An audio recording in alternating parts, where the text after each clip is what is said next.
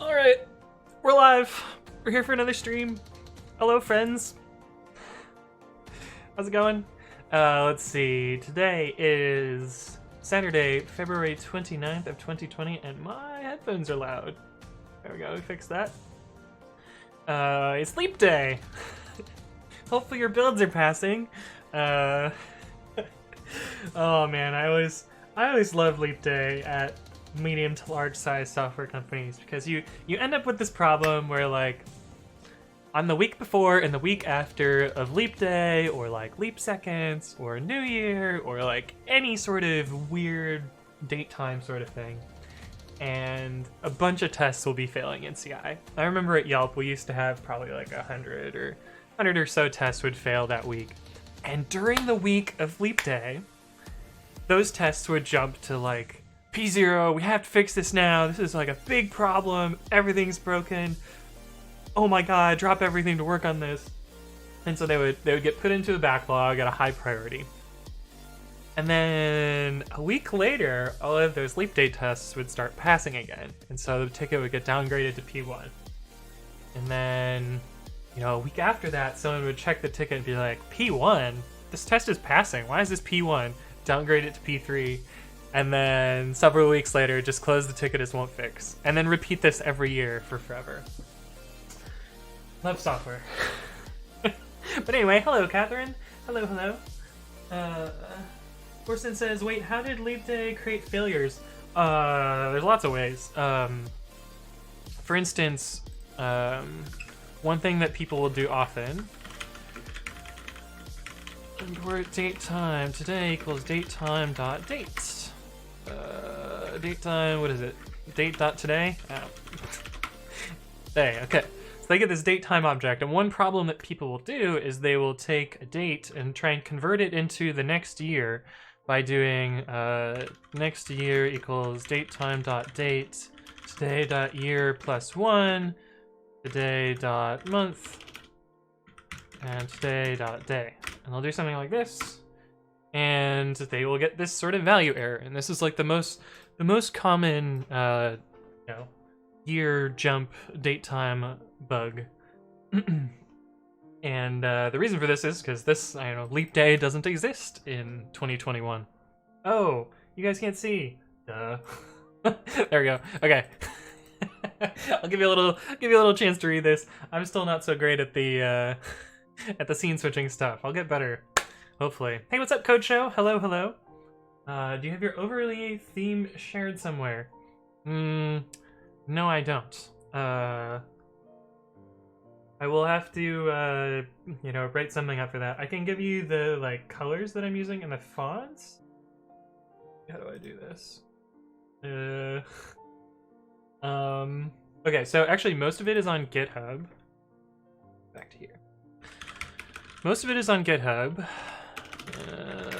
Thumbnails. But it's kind of half-assed, like, jammed together.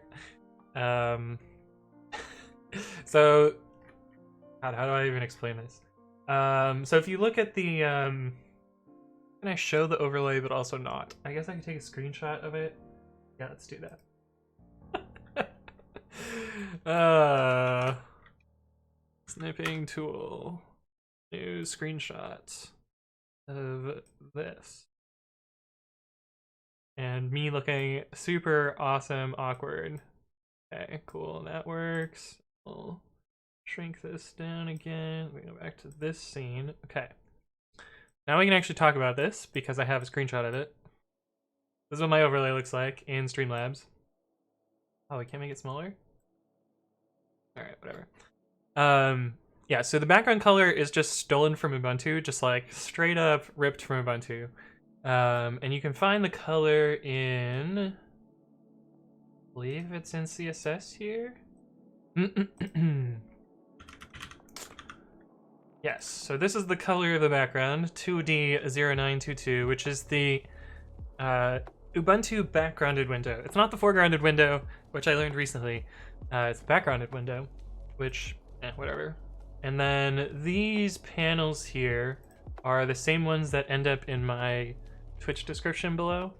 and I build those using this HTML here.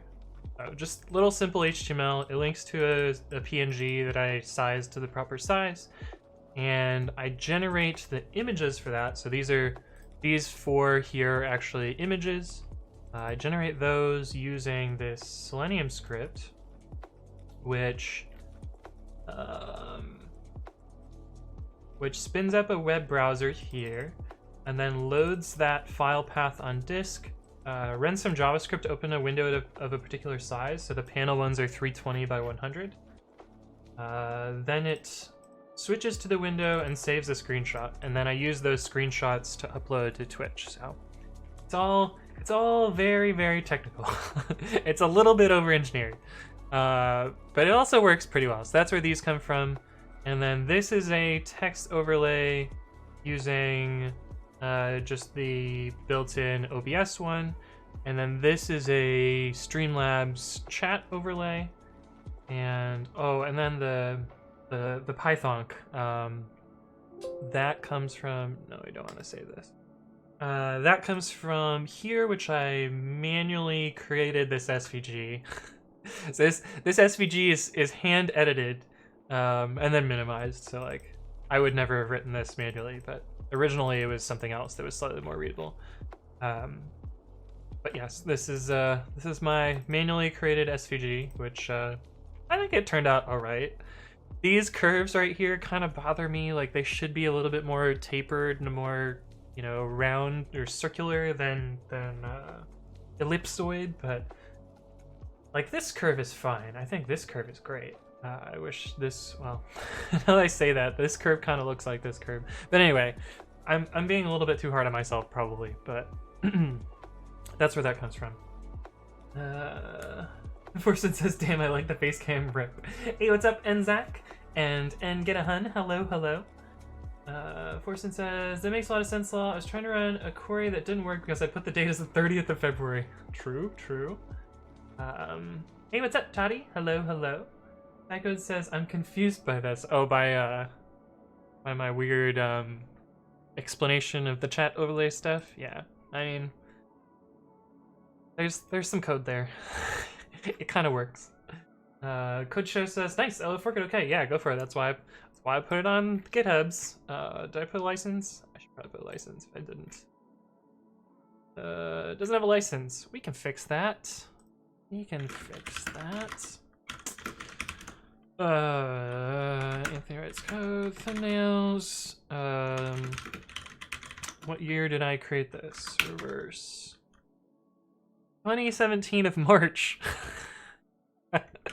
I've not been streaming that long. But I guess that's when I created this repository. Let's see, we'll just copy this old license here. Oh, it's even the right year. Cool. And you'll notice that I'm going to be using Babi this whole stream. We're going to try and get a whole stream through with my special text editor. We'll see how it goes. I started to use it at work, and because I'm using it at work, I've noticed some strange behaviors. I fixed one of them already. I'll show you that in a little bit. But yeah, it was a little messed up. Is that Nicole says, yeah, we all love the Python. Yeah, I love the Python too. It's so good. And Croc Magnan, hello, welcome to the stream. Is that Nicole says, wow, this stream's gonna be super cool. Yeah, we're gonna use this editor the whole time. Get add license. License the thumbnails. Get push, march ahead. Cool. Oh, and I can show you what, I used some code to generate I used some code to edit the SVG. This was this is a little script to, so the original one was a Python logo and the thonk emoji, or the thinking emoji. It's not called the thonk emoji, but that's what I like to call it. And so what I did is I took the thinking emoji and I ripped the think part out, and I took the Python emoji. I took the SVG for the thinking emoji and I pulled the think out, and I took the SVG for the Python logo, and I took the Python logo out.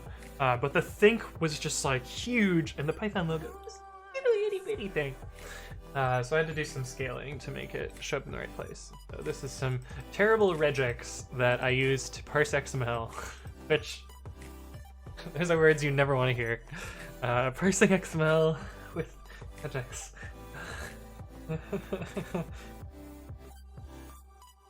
Dies a little. But yeah, anyway, this worked pretty well for doing that, and then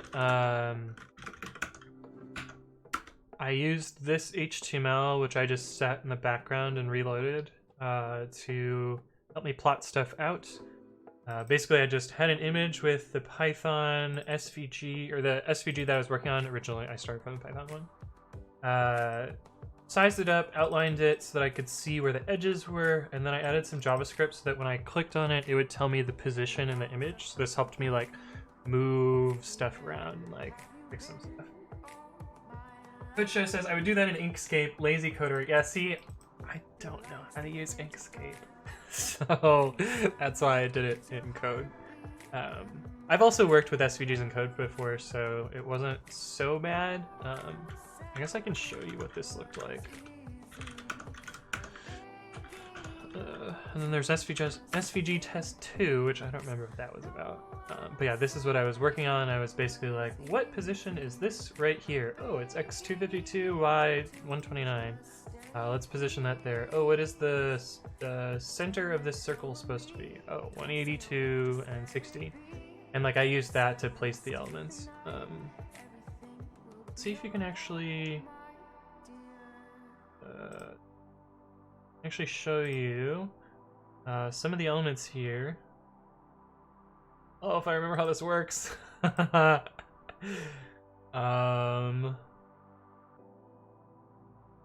so there's rectangles behind here and here. I didn't bother drawing this as a circle and a rectangle because these were already transparent. So I cheated a little bit because I didn't want to have to manually place circles because that's kind of a pain. But I think if I delete this element, yeah, you can see this is what it was originally like. Ah, he has no eyes.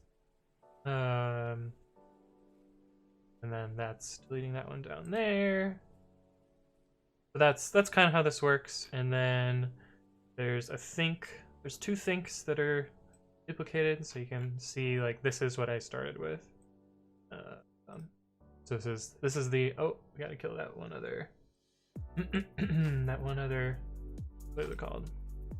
Yeah, there we go. This is kind of what I started with. The colors were a little bit different, so I changed the colors, and then I just added some things, and it made it work.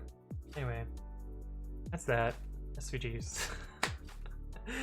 Tiny says, what? I can't make clips. You should be able to make clips. I don't think I have any restrictions on that, unless my stream is broken. Date preferences, channel, some settings for clips. Well, the word clip is not found in there, so it's probably not that settings. Moderation, maybe? Clips. Nope. Not there either. I'm not going to show the screen because sometimes secret stuff in here. I don't know, you should be able to make clips. I don't. Oh, sorry. That SVG test.html is awesome. Host it somewhere. People upload SVGs to take positions online. Then you put carbon ads and make some passive money from it. Clips are disabled. What? What? There's some like setting. Twitch enable clips.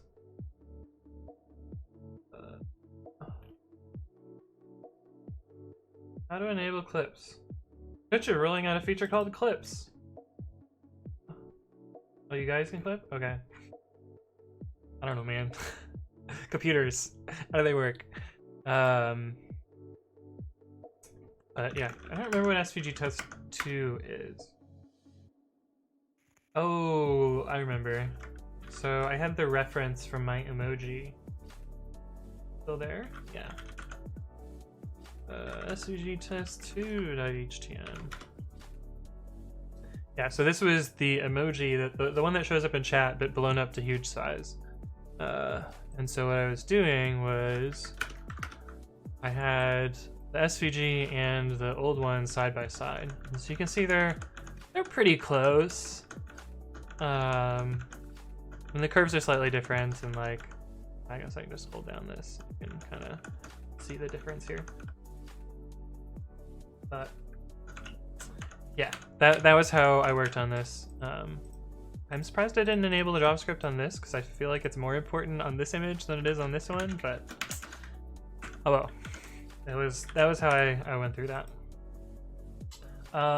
Clips are okay. I mean, you seem to have been able to make a clip. Not there either. I'm not going to show this screen because okay, clips are working. At least for you. Thank you, Masix. Let's see. What did I do last time? Because we went on a whole tangent talking about my streaming stuff. Last time we worked on Babi. Oh, this was the most annoying thing ever. Are the text overlays not working? Did you guys get a sound? Damn it. Why is everything on my stream breaking? Thank you, Sarcastic Dante, for resubscribing your 9th month in a row with java.lang.null pointer exception. I kind of wanted to hear the TTS go for that. So what is going on here? I do settings. Widgets, blurred box, and then descriptions.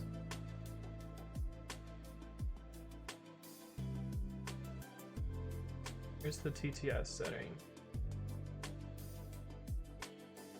I could have sworn I enabled it because it's worked before. Open resub message text to speech. Enabled. Good message template in TTS. Yeah, it's enabled. It crashed because of the exception. Yeah, I don't know what to tell you guys. Resub text to speech. Enabled. I like how enabled is our radio button. Perfect. Exactly what we want. Spam security low. What if we turn it to off and then resend it? What could go wrong? What could go wrong? Let's see. Is this going to not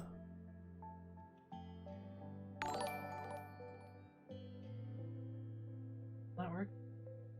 Damn. Well, you've somehow foiled their TTS there, Sarcastic Dante. I don't know what to tell you. But I said it for you, so that counts, right? So I learned a really crappy thing this week. Don't want to do that. Stop. Go back to here. So it turns out name tuple in Python 3.6.0 is broken. And it's broken in 2 different ways. And because of that, make that in the background, and because of that, pre-commit was broken for Python 3.6.0. Let's see if we can find this issue. Pre-commit 2.0. Those. Yeah, so because of this, people were getting a crash, which looks like this. Attribute error, type object hook has no create. And man, so I had to shuffle around all of my projects to fix all of the ones that were broken because of this. So I went ahead and made an emergency release of pre-commit because kind of important to like continue to work. I should almost be done building, but that ruins the frames, so we're gonna leave that one running in the background. But on, we finished. I just wanted to show that 3.6 is broken. But yeah, there's 2 things about name tuples that are broken. You can't have default values And you can't have methods, which are pretty important for, you know, making name tuple classes. Okay, this is done now. From typing import named tuple. So in 361 plus, you can do something like this. And if you were to construct this, you would get x with a default value of 5. But in 360, you can't do that. It is a required argument. And the other thing that's broken, def y self return self.x plus 10. Sure. And if we make one of these, let's see, we can make one of those. And if we call this methods, we don't have that method. It doesn't exist. Fortunately, there's kind of a hacky workaround to make both of these features work. So if we make another class that's the same thing, name tuple x int. Hey, what's up? Wong2480. Thank you for the follow and welcome to the stream. One hack for default arguments, and this looks super gross, but it does work. Is it defaults? I think so. So this will make this have default arguments. That's one way to do this. And then the other way, you can attach methods after you make the class. So if we wanted that same method from before, self.x plus 10, you can attach the method to the class. And so now if I do this, we have a method and it works. Super gross, but it does work. So what I did, and I can show you in the Git history, because it's a little bit cheeky, because I released a sort of like backport bug fix, which I hate doing because it's such a pain in the butt. Hey, what's up, Culminator? Thank you for the follow. Welcome to the stream. Yeah, so I went through and I temporarily restored Python 3.6 support. So I had to disable MyPy because MyPy, as it should, hates these hacks. It's like, what are you doing? None of this shit makes sense. Why are you attaching methods to a type? Why are you setting double under new, double under defaults? Like, what is going on? So I disabled MyPy temporarily. Took all of these methods and de-indented them and then attached them like this. So similar to what I was showing in the terminal. Did the same double under new.defaults hack here. You know, same thing for all of the name tuple types in 360. It's actually fixed in 361, Sarcastic Dante. They fixed it in a patch version, so it's really only 360 that's broken. So what I did is I temporarily restored 360 support, and then I created a tag, which is just a tag release, with the with our change log there. Then I merged the tag into master, but when I merged the tag into master, I didn't take all of the changes. I just took the setup.cfg change and the changelog change. I didn't actually change take the Python code here, so I did like a very cheaty merge here. Which, yeah. So basically what I did is merge -- no commit, and then I avoided the files I didn't want to merge into master, and then just merged the changelog in this. And then after that, I just dropped Python 360 support, because porting those wacky name tuple stuff is pretty obnoxious. I always wonder how you break that stuff. Don't test it, it breaks by itself. Yeah, true. And then what I did after that is I went to my Flake8 plugin, which is supposed to catch things like this, but I just literally had no idea that this was a problem. So I went to my Flake8 plugin, Flake8 typing imports, which currently checks for these sort of version-specific breakages in typing. So for instance, like a bunch of things don't exist in Python 3.5, like the type from typing. Super meta, but yeah, type does not exist in typing in 3.5.0. And so you have to guard this import and can't really do it unconditionally with something like this. Or if you're in 3.6 or whatever, you can use the type checking constant. This also isn't in 3.5, so that's why you have to do if false here. But yeah, there's a couple other things like overload is broken in old versions of Python 3.5. Union with match and pattern is broken in 3.5, old 3.5, and I newly added these two name tuple checks. So now Flake8 typing imports will catch both of these problems. It's funny, I used like basically the same exact example as I did in the terminal. At least I'm consistent. But yeah, it now auto-detects these two cases and will report an error for you, which is awesome. Whoa! Hey, what's up, Sodang? With a rate of 130! Why are there so many people? This is wild! I don't think I've ever seen... I think this is gonna be my new high score. Well, welcome to the stream. PHP raid. I don't think we're gonna do any PHP, but Python is basically PHP, so, you know, it's not all that different. iGoodDoog says Python is slow, by the way. I know, Python is slow. It's so slow. It's the slowest language ever. Why would I ever write Python code ever?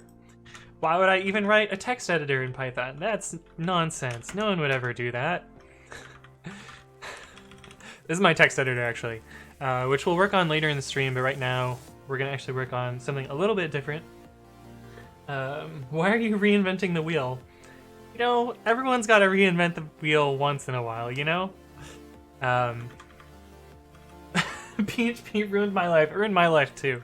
Actually, PHP, I think PHP is a lot of the reason that I became a programmer, which sounds terrible, but I don't think I would be where I was today without, you know, the PHP docs and being able to hack on code really quickly and easily. Wheels sometimes need to be square. That's true. Sometimes they do need to be square. This wheel was very square when I started with it. My username Frank.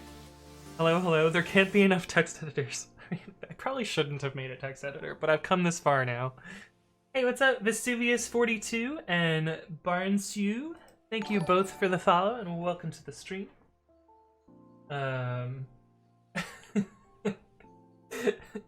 Jazzawag, hello, hello. PHP is actually a meme. Of course it's a meme. I see that it's Soding JavaScript, which PHP and JavaScript are basically the same language, right? Hey, what's up, The Lazy Fish and Diane AG and Kanishka Dutta? Thank you for the follow. Welcome to the stream. How do I run Babi? Well, you can get it on GitHub, which, if we do bang today, there's a link to it right now. Square wheels are useful for climbing ladders. That's true. That's true, Soding. Hello, hello. Oh, man. This is just going to keep dinging, isn't it? I have it out. Lol, I'm asking how to run it. Oh. You just, once you've installed it, so, what I did is, you know, virtualenv, make a virtual environment, which is now super speedy after virtualenv 20. Make a virtualenv pip install dot, and then, once it installs, what is it doing? You can then run it. Babi slash prompt.py. Right, you need the, if you're on the highlight branch, which is a work in progress, you need this other library to run it. Oni Guruma CFFI. But then, it works. Hey, what's up, Quebec? ____. Thank you for the follow. And Cosmoit as well. Thank you for the follow. Welcome, welcome. Yeah, we have so many people in the stream today. It's a little bit nerve-wracking. Hello, everyone. Ooh, we spilled water on my keyboard. What happens when you're nervous, I guess. Hey, what's up, Quantum Signal 48? Hello, hello. But yeah, that should be able to be... You can download it from here at gnu.org/emacs. That's good, sarcastic Dante. I love it. Hey, what's up, Neon Cax? Thank you for the follow. Welcome to the stream. Okay, so the thing that I wanted to work on today, first, before we work on other stuff, is I have this really annoying bit of copy and paste that I put in almost all of my projects, and unfortunately it's slightly different in all of them. So this is a coverage RC, which is responsible for configuring how the coverage tool works, and these are some settings that I think they're pretty reasonable defaults, and I kind of like these settings in all of my different projects. But I don't really have a great way to share them until I learned about coverage plugins recently. I'll just explain what this stuff does very quickly. So this enables branch coverage, which means like if you have if statements or loops or whatever, it will check both directions on loops or if statements, which is pretty awesome. Introverts have united separately away from each other. That's so true. Source equals dot. People change this a lot, but source equals dot I think is reasonable because it means that both the tests and the actual code will get covered by coverage.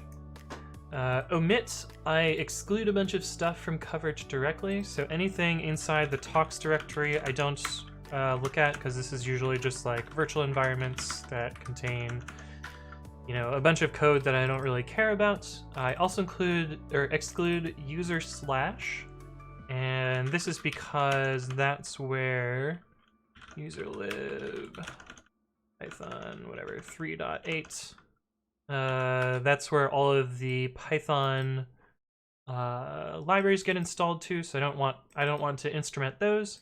I also exclude setup.py because that's not actually code that I'm testing. And double under main I exclude. This one is a little bit weird. Let me find a project. I think this one has one. Yeah, I usually exclude this because it's, entirely import code and not actually interesting to test. This is what, if I ever have a double under main.py, this is basically the full contents of that file.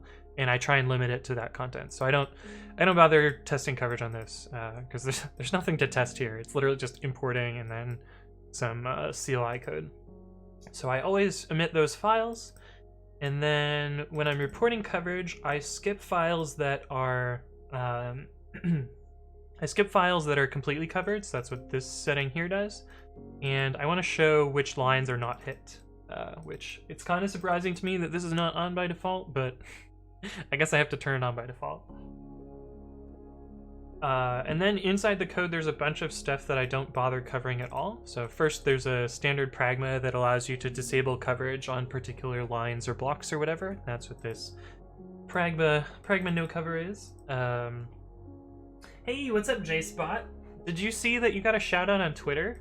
And Layman. Where was it? Yeah, this one. You got a shout out on Twitter from Matt Lehman, who's another streamer. So happy shout outs. Yeah, I'll post that in the chat if you wanna check it out. I hear that download site isn't as good as vim.org/download. That's true. Hey, what's up, Suave Boon? Hello. Mom, get the camera. Yeah, you're internet famous. Look at you. You did it. You made it. But yeah, I exclude a bunch of different stuff in coverage. So first, I restore the default pragma. This is how you disable block coverage by default, or line coverage. I sometimes use this environment variable where I will stick a particular environment-specific coverage in here. I've really only used it for Windows. I can show you how that gets hooked up here. Oh, right. Yeah, so here's one of the problems with my text editor, and we'll actually fix this later. I've already fixed this in my highlighter branch. VM bin Python.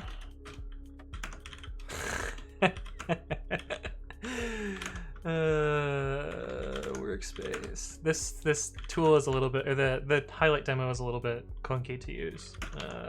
Theme dark plus VS.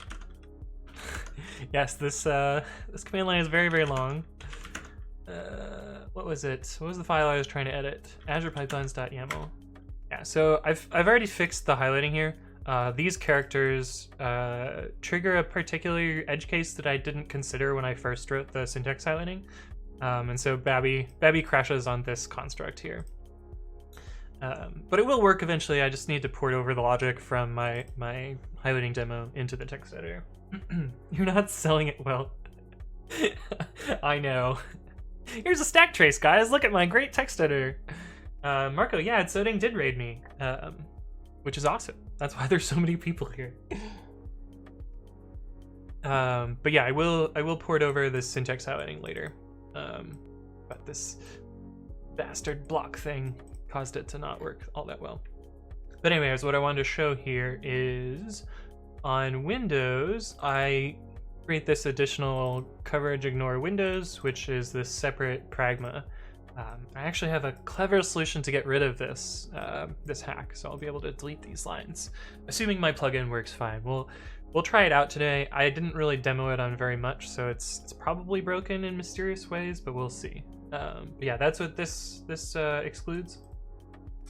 And then it excludes some defensive code. This is just like, you know, if conditions should never exist, raise assertion error, or like, you know, intentionally not implemented stuff, or yeah, again, intentionally not implemented, or re-raising of an exception. I find that a lot of code where you're just re-raising an exception, it's often to do like logging or like temporary code or like stuff that you don't really need to write tests for, or it's not either not easy or not helpful to write tests for that particular block of code. So I keep it that way. Oh, and then I exclude if double under main equals, or double under name equals double under main blocks, because those are the ones that like are for CLIs and stuff. Hey, what's up, Shooksford? I assume you mean Shitford, but SHXXT Ford. Thank you for the follow. Welcome to the stream. Hello. Marcus says, at all, guys, Anthony is a great open source Python developer. Try projects like Precommit and PyTest. I mean, you heard it here first. If Marco says it, it must be true, right? Hey, what's up, Python bot? Hello. Hey, Shoddy. How's it going? Selling your projects, man. It's what I like to see. Oh, and then there's this setting which changes the coverage HTML directory. I don't actually care about this setting, but it's been copied and pasted in my projects for like 6+ years. And this is actually the funniest line that's gotten copy and pasted, because I don't actually use Vim, so it's a little funny that this line has made it into every single one of my coverage RC files, but we'll hopefully be fixing that today. Right, so where do we want to get started? So I did a little bit of research on this. It doesn't use Vim because he wrote his own text edit. It's true. Knowledge says test coverage is for noobs, just write codes. I kind of like test coverage myself. Coverage Py plugins. So this is what I googled while I was bored at work on Wednesday, I think. And I was reading through this, and you know, I was like, oh, cool, you can extend coverage Py's behavior, blah, blah, blah. Hey, what's up, the Frosty Crab? That's a cool name. I like that. But yeah, I read a little bit about plugins. It seemed to me like, well, until I found this. Oh, wait, no, this is configuring the actual plugin itself. But yeah, reading this, it didn't seem all that useful. Like, this seems to just be like you would write tracer plugins for special syntaxes so that you could use coverage Py to trace other code. And like the examples down here are for tracing Django templates and Mako templates, which I don't really care so much about. But then I find the other thing. I think it's this link. This is the link that I clicked through to, and then I learned that there are configuration plugins. Configurers, which are pretty new, so I guess it's not super surprising that I didn't know about them. Let's see, coverage. When were they introduced? 4.5 was February of 2018. Okay, so maybe it's been a little bit of time. I don't really have an excuse for not knowing about them. But anyway, they exist. So basically you can write a class which can configure coverage, and then just reuse that class instead of reusing that package instead of copying and pasting code all over the place. Hey, what's up, Naze8? Thank you for the follow. Welcome to the stream. Hello, hello. Isn't that line meant to be at the top of the file? I think Vim can do it both at the top and the bottom. I don't know because I don't use Vim all that much. And it didn't trigger the syntax highlighting.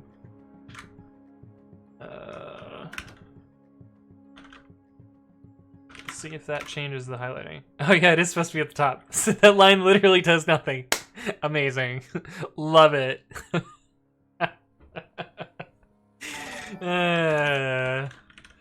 Cool.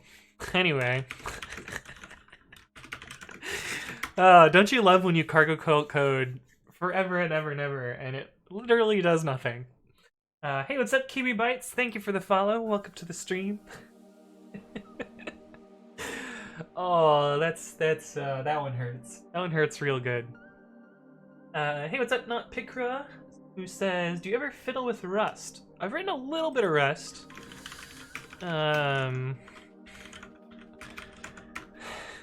Here's Rust highlighted with my syntax highlighter. Most of the Rust that I've written has been for like programming challenges where I just wanted to try out Rust, so I haven't written a lot of Rust or any like super practical Rust. But I have written a little bit of Rust. I did fight with the borrow checker for a while, which wasn't so bad. This is kind of annoying. I wish I would just promote these, but anyway, that was this project. This was part of Advent of Code, which I still haven't finished.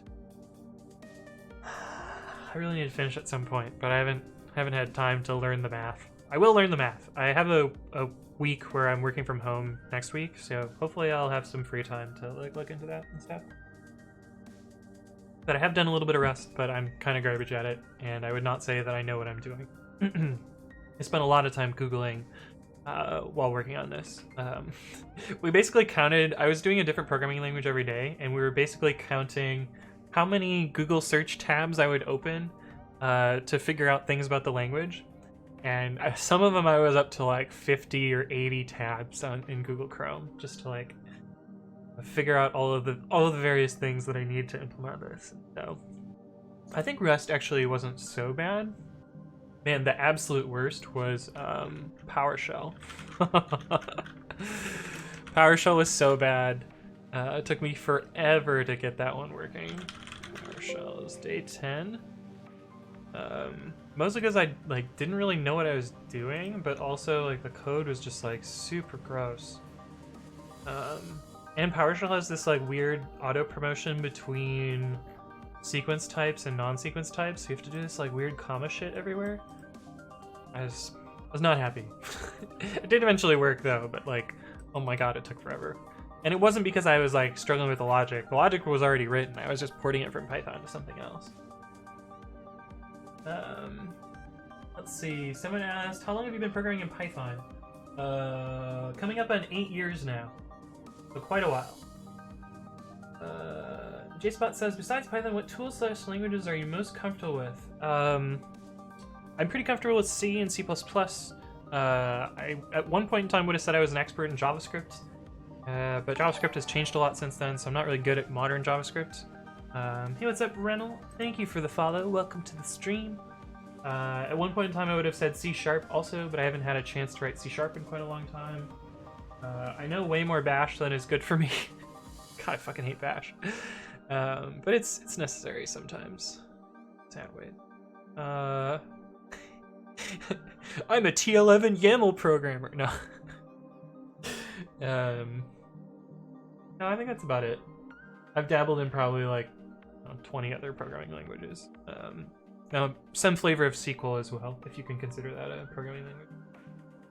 Thoughts on PyCharm? I think PyCharm is great. It's too slow for me, so I don't use it. Who actually finishes their side projects, lol? Shots fired, Culminator. I definitely have a problem finishing side projects.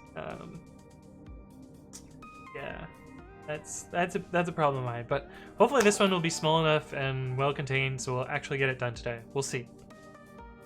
Oh, I mean Babi. Yeah, that one's not finished. That one's super unfinished. Hey, what's up, Smooth5M? Thank you for the follow. Welcome, welcome. Look at Gerleachman trying to break the chat bot.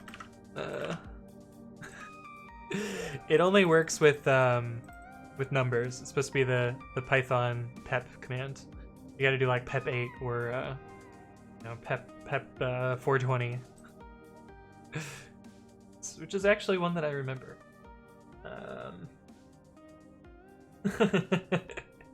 Who actually finishes their side projects? They must be gods. That's true. That's true. They must be gods. Even well-written PowerShell is still unsexy. I agree, the Frosty Crab. I agree. Knowledge says, I'm programmed in Python longer than Fernie? Yeah. You probably have. It wouldn't surprise me. Python is actually like relatively late into my programming, foray. I had written other code for like 10 years before that. 10x YAML engineer, right, is identical, like all JetBrains projects. True. And then everyone playing with all of the chat commands. Yeah, you got pep 8 work. Go. The pep 9999999. Yeah, the regex is a little bit busted, but. Oh, and pep OXFFF. I'm surprised that worked. I guess because it matched the 0 here. Or here. So that's why it gave you pep 0. I'm surprised that doesn't 404 though. Culminator says, I'm coming up on a year full-time Python and I love it. Nice. And now it says I started to learn Python in 2007 maybe. Wow, that's quite a long time. JSpot says, is a project ever considered finished though? So here's the thing. I think I have a couple projects that I want to just say that they're finished. I'll give you an example of one of them. Because I'm not really sure what to do with this project. Because I made it and it does exactly what it says on the tin, and I don't think there's anything I want to add to it. But I think it's done. Also, it's going to be obsolete soon because it's really only useful in Python 3. Or lower than 3.6. So let me demo it real quick because it's a funny project. Oh, we don't want to use 6.36. Hey, what's up, Dr. Drill? Thank you for the follow. Welcome to the stream. We're gonna make an ugly Python 2 virtual env. Ugh, gross. Things that I never want to do. So in Python 3.6, there's this brand new feature called f-strings. Hello thing. If you haven't heard of f-strings, I don't know what rock you're living under, but anyway, this is how they work. They're a special string prefix which allows you to do format style stuff directly in strings. And in previous versions, do we have 3.5 installed? Yeah, we do. In previous versions, they do not exist. So if you do print f hello thing, you get a syntax error, as you should, including Python 2. Thing equals world print hello thing. Yeah, syntax error. Broken. Cool. But I made this terrible thing. Coding future f strings, where you put this special little comment at the top of your file, and then suddenly, world print hello thing. Put that special comment at the top of your file, and if you don't have the library installed, you get a syntax error. But if you install it, suddenly Python 2 supports f strings.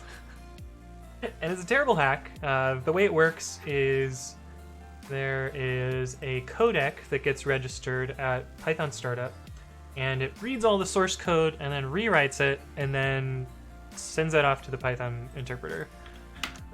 So this is what that file actually gets turned into. So it replaces that f string, this f string here, with this format call. So that's how it works. But I don't think I'm ever going to add any more features to this, and I think it's basically done. And honestly, I'm not going to use a version of Python lower than 3.6 anymore. I think I'm done with old Pythons. So yeah, I don't think I'm going to add any new features to this, but like, you know, it has a decent number of stars and the project still works. So I don't really want to like delete it. Well, I'm not going to delete it. I don't want to archive it is the problem. So I'm like torn on what to do with this, but I think it's done. So this is like one of those crazy side projects that's kind of done. But yeah, I don't know. A little bit of tangent. Let's see.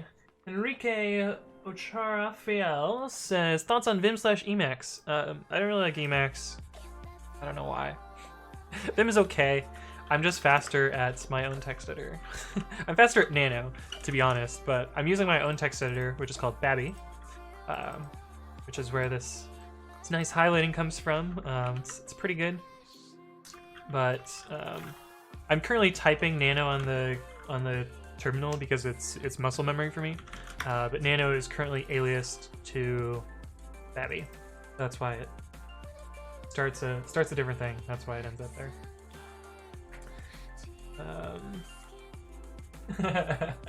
Hover Squid says, art is never finished. It is only stopped. True. Girleachman says, is a project finished? That's a psychology course question, surely. True. Dr. Drill says, woot, ugly Python? Yeah, true. Knowledge says, I think Python 2.7 will never be finished. I mean, we said the same thing about 2.6, and I think it's pretty dead now. Good Guy Zet says, do project, compile it, remove the source, it's finished. By definition, you can't unfinish that one. It's true. JSpot says, S-strings are awesome, although you can't do unpacking with them. What about unpacking? Oh, you mean like where you would do this?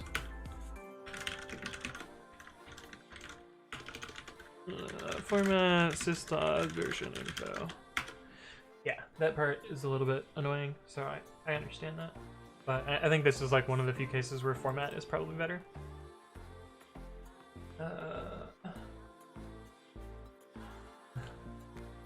Goldman Heater says, don't remind me that for some reason our Spark cluster is running 2.7 at work. It's in Python too. Remove kit, yeah. Actually, you can use getcrypt to encrypt all your files and then remove a key when you're finished. That's true. If the project's dead, just let us know. Hey, what's up, Mindful Fox? Oh yeah, I found the I think I sent it to you in Discord. I found the drop song. Let's see. Drop. Now I can't find it again.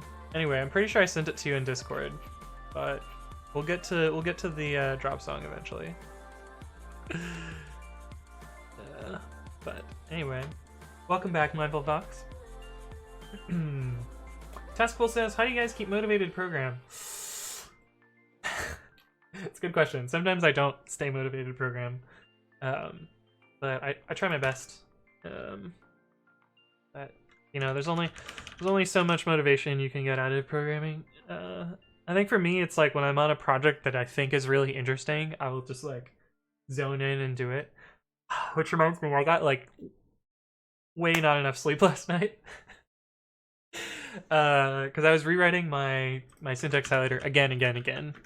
This is like the 4th time I've rewritten this damn thing. But I did get it working, kind of. Of course, as soon as I went to bed, I was like, oh, I could fix that one more thing. And then I was like, no, do that tomorrow. This number is a little bit inflated because I checked in this file here, which is 1200 line. But yeah, I rewrote how the syntax highlighter works yet again to support this other functionality. But now it's a lot more extensible, and I think I understand more what's going on, and it should work for Markdown soon, once I get Markdown working. But Markdown is pretty tricky because it actually includes other grammars, which is a pain in the butt. But anyway, I started working on this at like 6 p.m., and I just like got so invested in this project, and then I looked up and it was like 1 in the morning, and I'm like, fuck. Hey, what's up, Hover Squid and Good Guy Zet? Thank you both for the follow and welcome to the stream. But yeah, sometimes I just get in that zone where like I want to just like keep working on the same thing and like bang it out, get it working. And this was one of those times where I was just like super into working on it, and yeah, hacked through that last night. Yeah, motivation sometimes is rough, but I totally get it. Like sometimes at work I have trouble with motivation, but that's work. That's what happens. Johnny Richard Com says, "Can you show off how static typing works in Python?" I'm gonna show you a little tiny demo.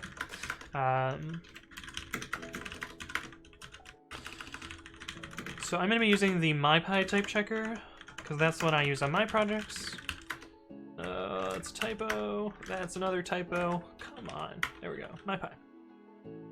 And so with MyPy, you can define functions.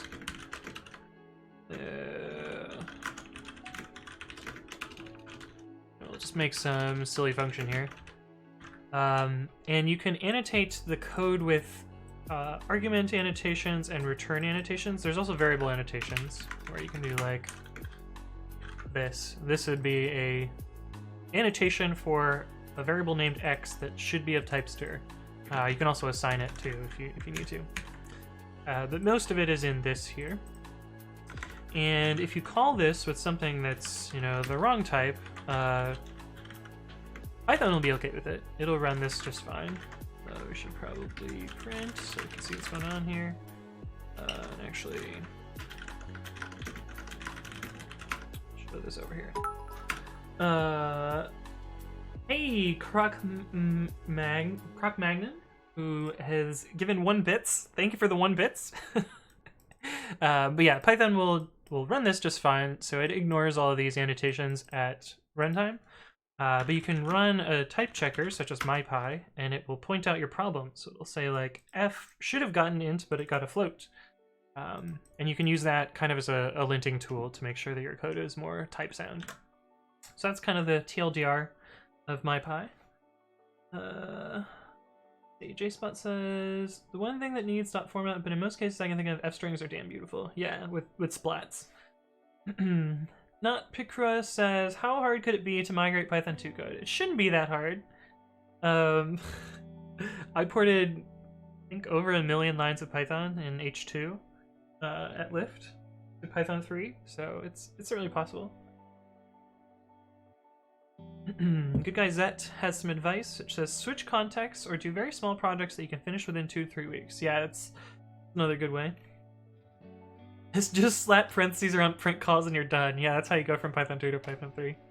Monville Fox says we want a design doc. Triggered. Neclaric says, Fernie is the brain, Anthony is the brawn, let Anthony sleep, Fernie. It's true. Are there UML diagrams for this? Oh man, that reminds me of when I worked in enterprise software, and oh boy, I do not want more UML diagrams. Hey, what's up, Cybergenic? Finally feed us. Yeah, we've got your stream. It's happening. And Warble, hello. Is there any way to stop annoying follow bots on Twitch? I have run into this problem before where we had a bunch of it's actually where this chat command comes from, this bang homeland. We will protect our homeland. We had, I think it was close to like 1,000 bots just following a loop and spammed a message in Russian that translated to "We will protect our homeland." Basically, all I did as a streamer is I turned on sub-only mode and disabled notifications for a little while, and then they just kind of went away. But yeah, I don't think there's anything you can really do to prevent that. You can also report the accounts to Twitch. I did that as well, which actually got most of them removed. So I think most of my followers are legit now.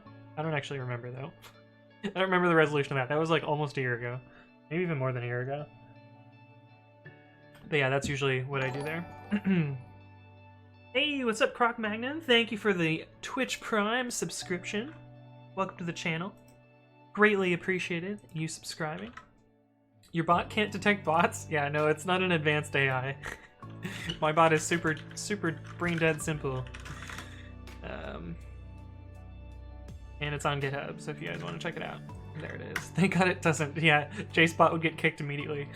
You're out. Man, I'm in a good mood today. Let's do this. Okay, what were we talking about? Oh, coverage. Yeah, I got distracted. Coverage, RC. Workspace, Pi upgrade. Oh, right. Wait. Oh, yeah. Babi also cannot open non-UTF-8 files, so ignore that. It's fine. Can you stop it from thank you for a follow in the chat? Oh, do you have like Nightbot or whatever? You just disable Nightbot. I don't have Nightbot, so I don't get chat notifications. But yeah, there's some configuration setting for that.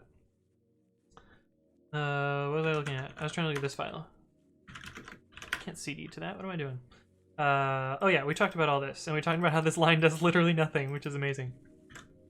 So I started working on a plugin for this, and unfortunately, I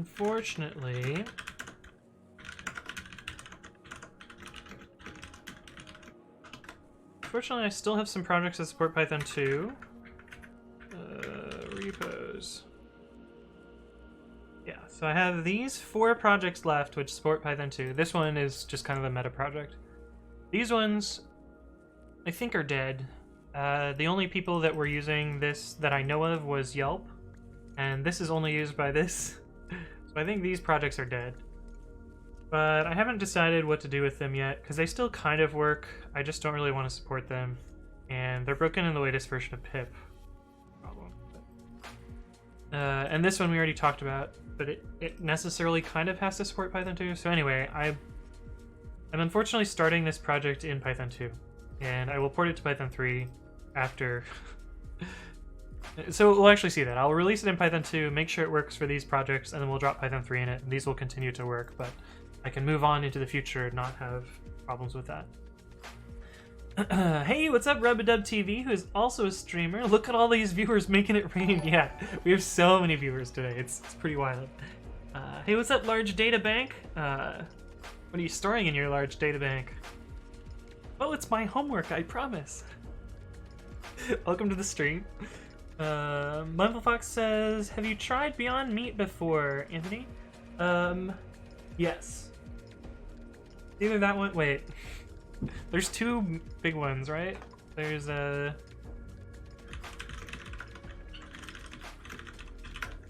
Is this the same company? No, these are 2 different companies. There's Beyond Meat, and then there's Impossible.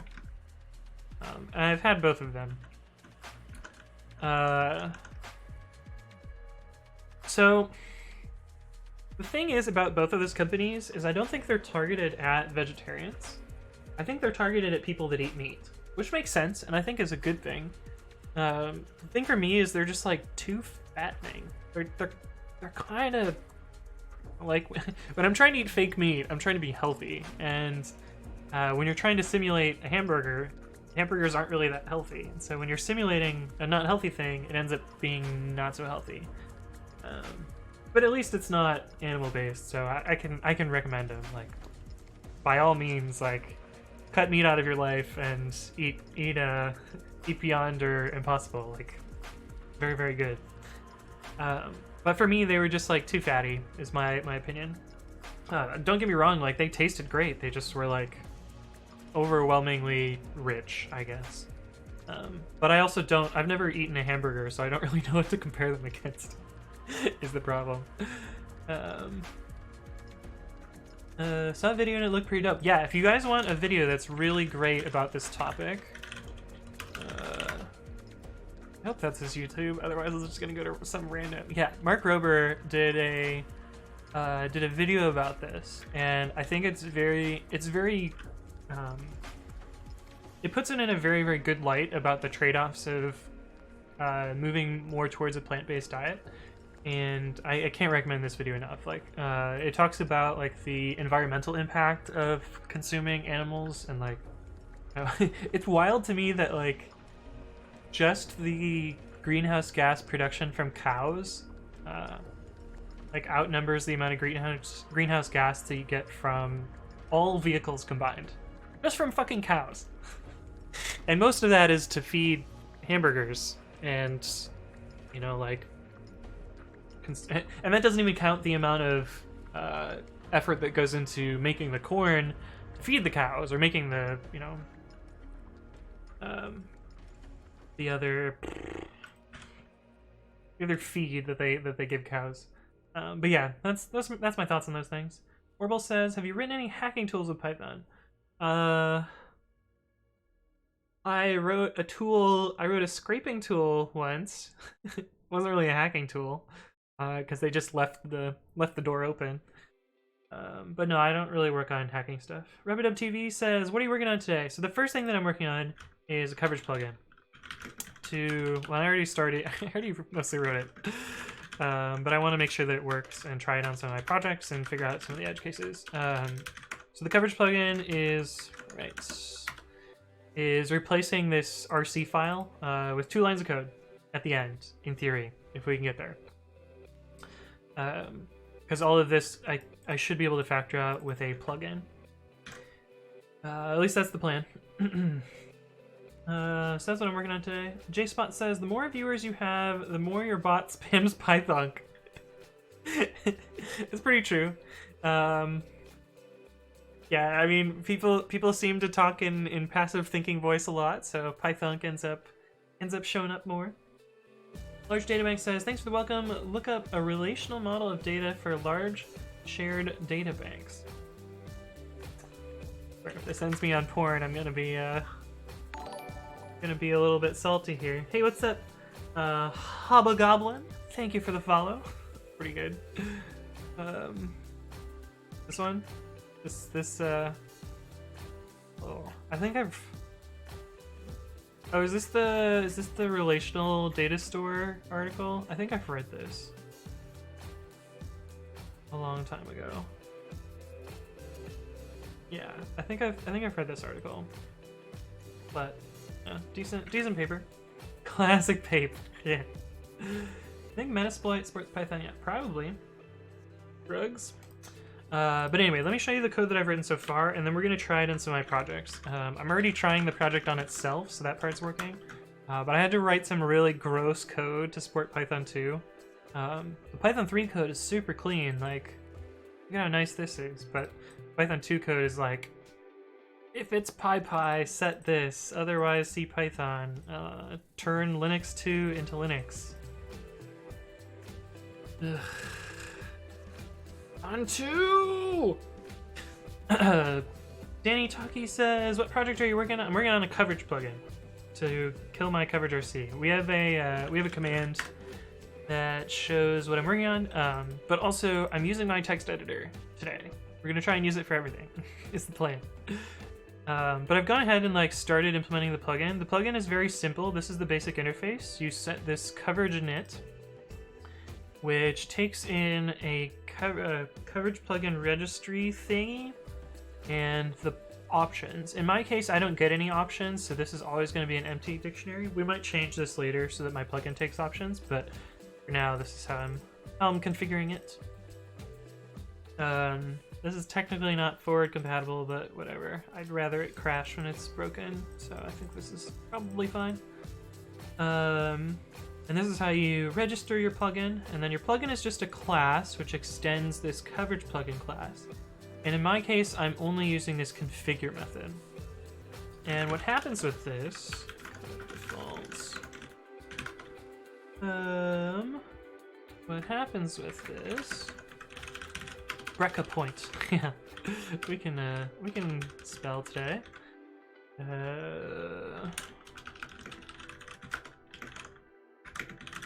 Make a virtual environment.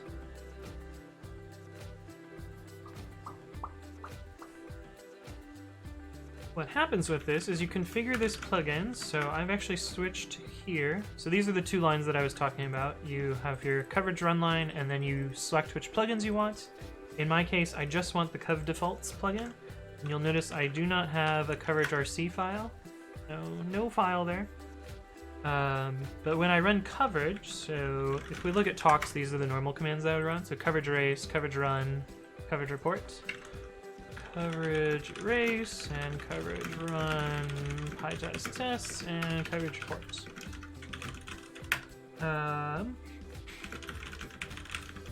Right, so we're in Python 3.6, so we don't have breakpoints, but we can install it. Yeah, so when coverage initializes, see, this is kind of our stack trace here. This is where coverage is running. But when coverage initializes, it grabs all of that plugin configuration and... Hey, what's up, G-Rated? Thank you for the follow. Welcome to the stream. But yeah, it'll eventually call this, and you can see we're inside this configure method here. We have a config object, which is the coverage config, and the docs say that I can only call this get option and set option, which is fine. That's all I really needed. There are a bunch of other attributes on here, but they're apparently like not public. there's a whole lot of attributes here. But we only need get option and set option. And so what we're going to do is we're going to assign a bunch of those options that we saw earlier in this coverage RC file. So these options here, we're going to set them on the configuration object. And so I've laid those out up here. So run branch, so branch coverage is true, the source is dot. We're going to show missing coverage, we're going to skip covered stuff. And then this is the omit that we had before. I've changed it a little bit to make it slightly more flexible. And then this is the exclude from before. We also have this little tricky thing, which we'll show in a bit.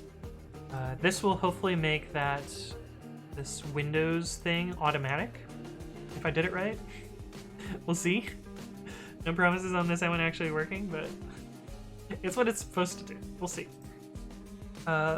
Yeah, so I basically set the options I'm supposed to set. I extend the options I'm supposed to extend. So here I'm retrieving the option, then updating it with a set operation, and then setting it. So get, update, set.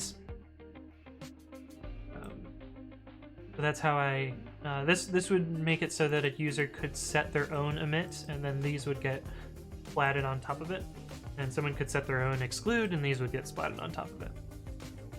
Which I think I need for some of my projects, but I'm not sure. But we'll find that out today. I like when you highlight it, you can see exactly where it's highlighting code and where it's not.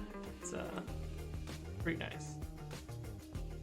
You also get this like kind of goofy light mode version of Babi. But anyway, enough of that. Yeah, so we extend those. I also remove the default settings here because the default setting allows for some not so strict casing. Oh, and then I also require 100% test coverage, but you can override it with something else. So I wrote this plugin. It apparently works because the plugin is actually used on itself, which is a little bit of a mind bend, but oh yeah, it works. Right, I forgot to move the breakpoint.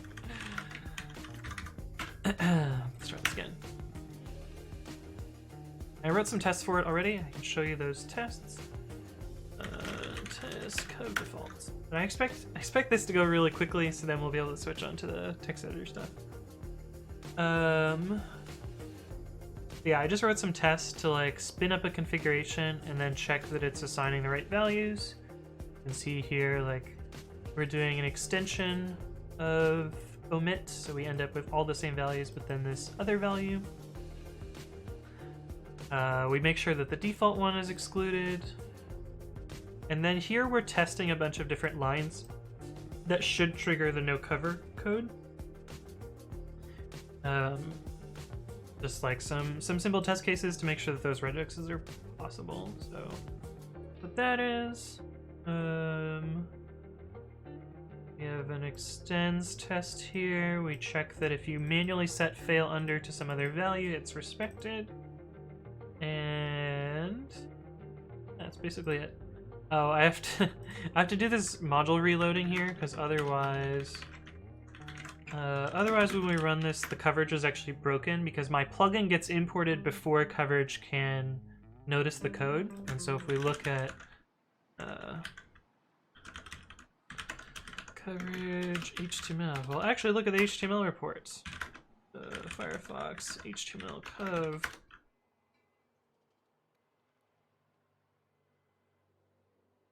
covdefaults pi. Yeah, so you'll notice like all of the module scope stuff is not covered because when this module gets imported, coverage is not instrumented. But you'll notice all the code is covered, so like that's working fine. You'll also see this is what no cover does, so it makes it so these lines are ignored from the instrumentation. But yeah, so you end up with kind of weird coverage here. So I hack around that by reloading the module after as part of the tests. So that's what this last test does here. But of course, reloading a module is different in Python 2 and Python 3, so I have to do some tricky stuff to make that work. But yeah, but that does work. As you can see, if we rerun this, we'll instead of having 62% there, yeah, skips the file because it's completely covered. So I think the plugin works. The first thing that I want to do is I want to test it on. Oh, there's a new chat. JSpot says thoughts on Z Show. Ooh, I think it's kind of cool. I don't use it myself. I mostly use Vanilla Bash. Mostly because I'm kind of okay with the feature set it has. I realize that Zish has a lot more nice things than, you know, boring old Bash does. But no, feels like something I don't need. I'm sure I'd be more efficient using it, but I don't. That said, I did find a CVE in Zish. CVE Anthony Satilli Zish. Actually, I think it was 2 CVEs.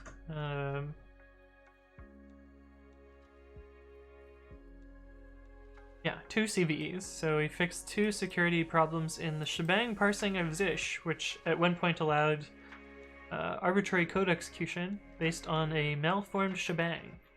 So I wrote some terrible, terrible C. Check out this test though. Shebang, bunch of X's, and then NYOI. Before this, it would randomly run, I believe, this executable, NYYY.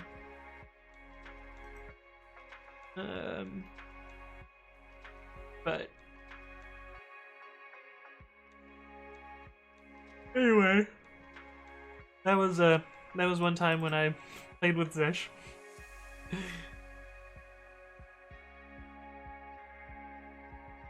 And it ended up being due to this uninitialized buffer here, I think. I don't remember. This was, what, September of 2018? Why does it say 2001? Oh, because it's an email patch. I remember now. September of 2018. Oh yeah, a while back, but I did find a security vulnerability. Well, I guess Buck found it, and then I found out how to exploit it, and then I fixed it. Hey, what's up, Black Tomcat? Hello, hello. Boomer tech. Yeah, Bash is kind of boomer tech. Yikes. Okay, so, the first thing that I want to do with this plugin is make sure that it works for my Python 2 projects, and then if it works for the Python 2 projects, I'm just going to release this crappy Python 2 version, and then we'll show how I would remove Python 2 support. Because I basically... no, my Python 2 stuff is going to be maintenance only, so I'm not really going to worry about updating the coverage code or configuration for it, hopefully. So we only have 3 projects that I care about looking at here. We don't care about this one, it's just a dummy project. Well, the actual coverage is a dummy project. Yeah, it doesn't even run coverage here, it just runs Python version. But it was just kind of a way to demo that all of these Python versions work. But I will be removing Python 2 soon. That's chill. But yeah, so I'm gonna clone these 3 projects, and then we're gonna try them with this plugin and see if they work.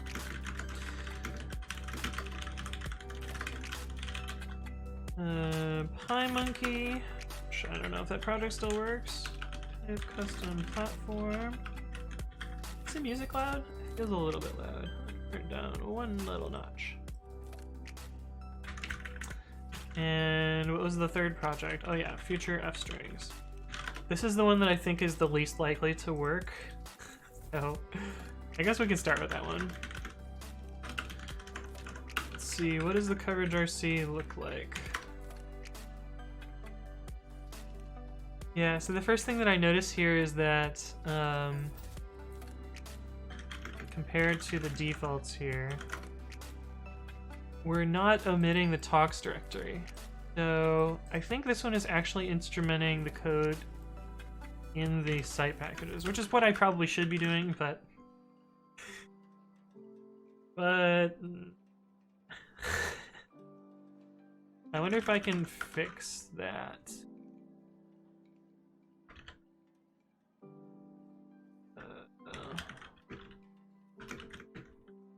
By doing this.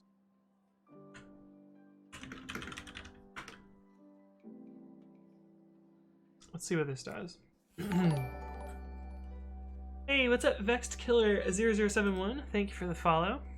What have you been vexed on?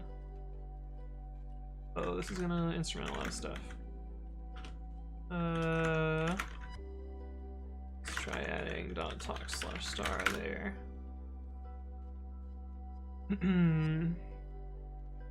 Yeah, see, it doesn't work.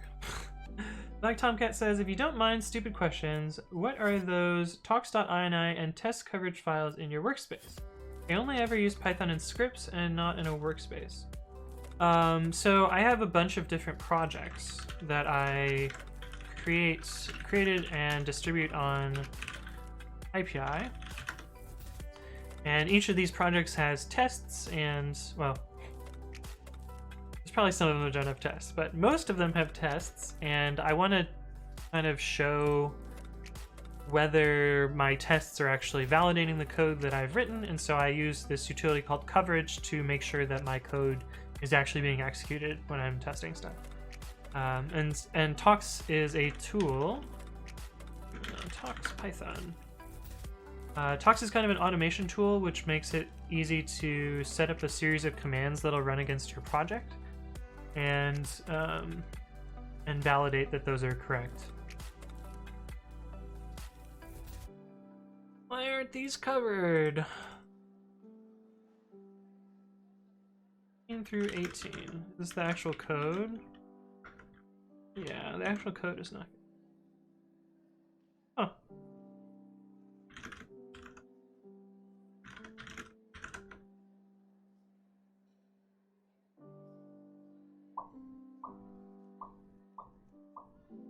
Which is weird, because I expect it to pick up this file. But maybe sys.path is not initialized yet there? That makes sense.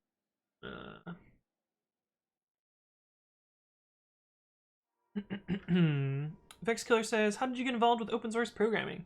For me, it started mostly as like a, I was fixing bugs in projects, and then, you know, I really liked doing it, and so I fixed more and more stuff, and eventually people either added me to projects or I created stuff myself, and that's kind of how I got into it.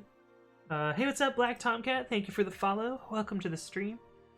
Yeah, so I think my first open source project was this project here called Get Code Debt. The idea behind it is you look up to some sort of repository, you set up a database, and you can write some metrics that do, like, generate metrics from patches. And basically what you end up getting is a dashboard of technical debt, where you can see like how various metrics change over time, and you can graph them out. So you can see here, this is a project that someone else worked on and then like built a bunch of stuff, and then I took over the project and like added test coverage and removed a bunch of features that were unnecessary. So you can see like a giant drop in code lines here. But I think this was my first open source project. But mildly popular, a couple hundred stars. But I think this is the one where I've really like where I've run into a lot of edge cases and worked with a lot of different things and like worked on a bunch of different technologies. And I think this is probably the open source project that I spent the most time on. It has, like, as you can see, 4,000 stars on GitHub, which is a big number. Can tech debt be measured in lines of codes? Not always. What we mostly used this project for was we identified patterns in our code that we wanted to get rid of. So like, this was at Yelp. So Yelp's monolithic main code base is called Yelp main, and it's probably still true, but at the time there were 5 different ORMs in the main code base, and of course, you know, when you have 5 of something, 4 of them are probably deprecated. And so what we did is we wrote custom metrics that would match deprecated patterns, and then just by writing some small code for this dashboard stuff, you would end up with a new metric for it, and then you could track that metric over time and see, like, you know, how it changed over time, and like pin it down to pull requests that modified that metric and stuff like that. And I coined a term that I like to call graph-driven development, where like we would look at this dashboard every day and be like, ah, man, someone added a new ORM entry. Better go delete 3 of them so that we end up back at a steady state. You know, eventually you would like drive things down to the right. Another thing that we tracked with this was like submodules, because Yelp main used to have, I think it was 87 Git submodules, which is fucking wild. And the thing about Yelp is they pretty much hire just new grad developers, so people that like have barely used Git before, or like are not in any way advanced. And I don't know about you guys, but submodules are really confusing, and it's really easy to break them in very, very special ways. And having 87 of them that are just like right there and really easy to mess up caused all sorts of problems for developers. And so we wanted to factor them out and instead switch to actual Python packages and work that way. And so we made a metric for, you know, a submodule count, and then drove that down over time. So like another graph-driven development thing. Another dashboard that I wrote that I haven't rewritten yet, but I plan to make an open source version of it. We had this thing called migration status, which you'd basically create a metric that was a Boolean metric per repository, and then you could generate pie charts based on like ownership or like repository or like other stuff, and like see stuff as it migrates across the organization. But I haven't finished rewriting that yet. Yes, I did say Yelp Black Tomcat. I used to work there. I currently work at Lyft, where I do developer infrastructure. I build tools for other devs to make them code faster. Or at least that's the goal, but it turns out it's not so easy. Okay, so this is going to be a little bit annoying. I think this means that my coverage plugin is not going to work here, but let's try it real quickly and see what happens. Get diff. So we should be able to rm coverage rc. Setup.cfg. I can't spell. And if we add coverage run and then plugins equals covdefaults, which is what I'm calling my plugin for now. I might change the stuff later. So kind of meta programming. No, not really. Most of it is like we build like development environments. So like we manage machines that people run code on, or like we organize how people will build Docker files, or will give advice on like how to set up linters for repositories, or like things like that. It's not so much like we write libraries for them. There's another team that does that, which I'm glad I'm not a part of. Home Acetilly workspace covdefaults. So we're just gonna install this real quick, and this should be broken in theory. No module named covdefaults. We need -r. Bixplay says, haven't seen you recently. Are you only streaming on Saturdays right now? So last weekend I streamed on a Sunday. But yeah, I was super busy this week, so what the Oh yeah, this is the breaking, which makes sense.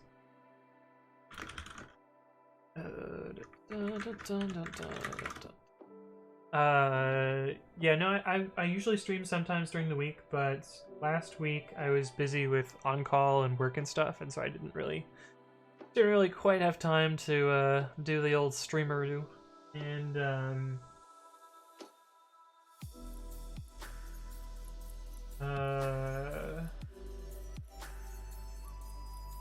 yeah, so I didn't really have time last week, and next week I'm not gonna have time either.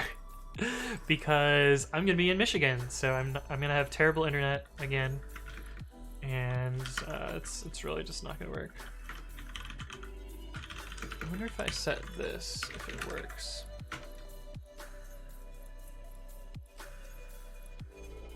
But yeah, no, there won't be a stream next Saturday or next weekdays. But yeah, this is what I thought would happen. What I thought would happen.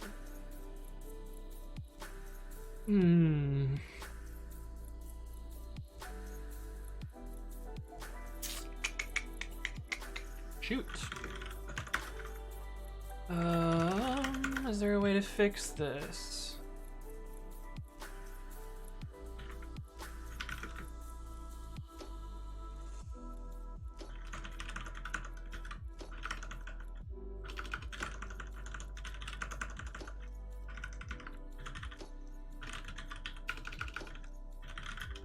Probably not. We're gonna try though.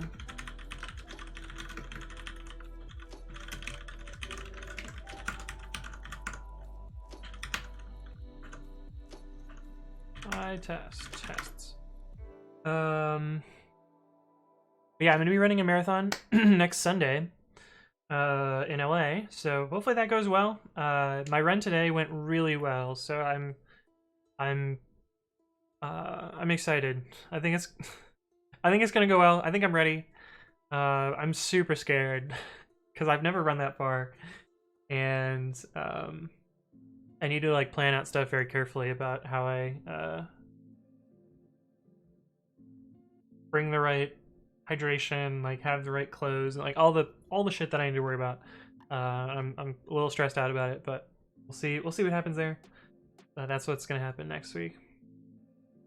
You know what that means? Perfect time for a 24-hour stream the day before, and then you sleep on the plane. One of these days I will do a 24-hour stream. I promise it will eventually happen. I don't know that it's gonna happen yet. Tespel says, does your brother still program too? Yes, and actually, he has gotten accepted to a coding boot camp, so he's gonna start working on a coding boot camp, which is exciting. He wrote some code the other day, which I thought was interesting. Let's see if I can find it. Maybe he put it on GitHub. If he didn't put it on GitHub, I've not taught him well. Nope, he didn't put it up on GitHub. Dang it. Are you going to put your image code up on GitHub? He basically wrote a little thing that flips a directory of images, and like I didn't even tell him anything. He googled it himself, found the pillow library, wrote some image manipulation code, and it just kind of worked. So like, I did help him set up a version of him because he had forgotten that bit of his teaching, but once he got that working, it was pretty easy going. Yeah. Black Tomcat asks, any target time? So my goal is to do under 4 hours, which means I need a 9-minute and 9-second pace. And my current pace, so the pace I ran today, let me look at Strava. What did I run today? I ran 8 miles today, which it's not that much, but it was what my training said that I was supposed to run. How can I show this without showing where I live?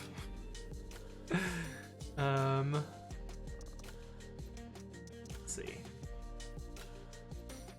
Yeah, so this was my pace today, where I ran 8.16 miles at at an 8:03 pace. So this buys me 1 minute per mile,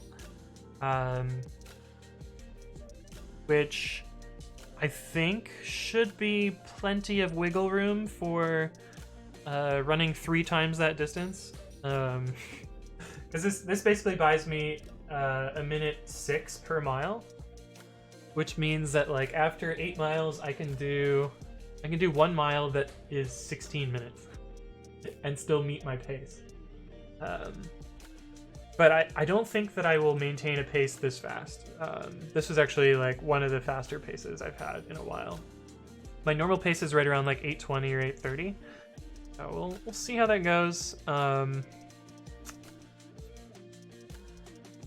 Yeah, I am a little concerned.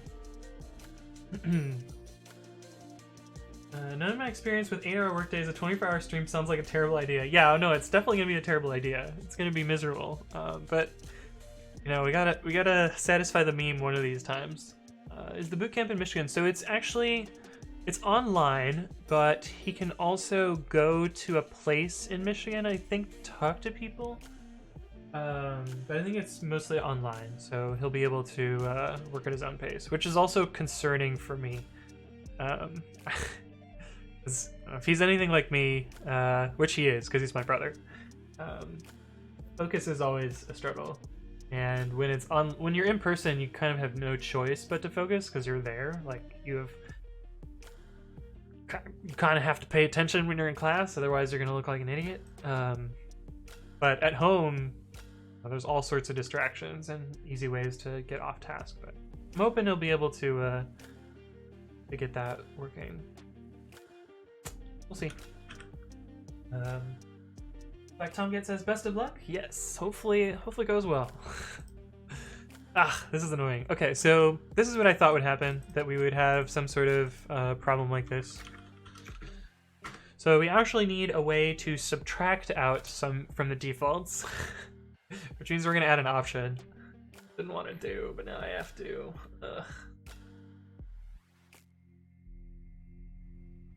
Get him a WeWork space, true. Stanislav says, yeah, this stream is a clear demonstration of how you can get off task, right? Because we're what, like, we're an hour 40 in, and I'm finally starting to write some code.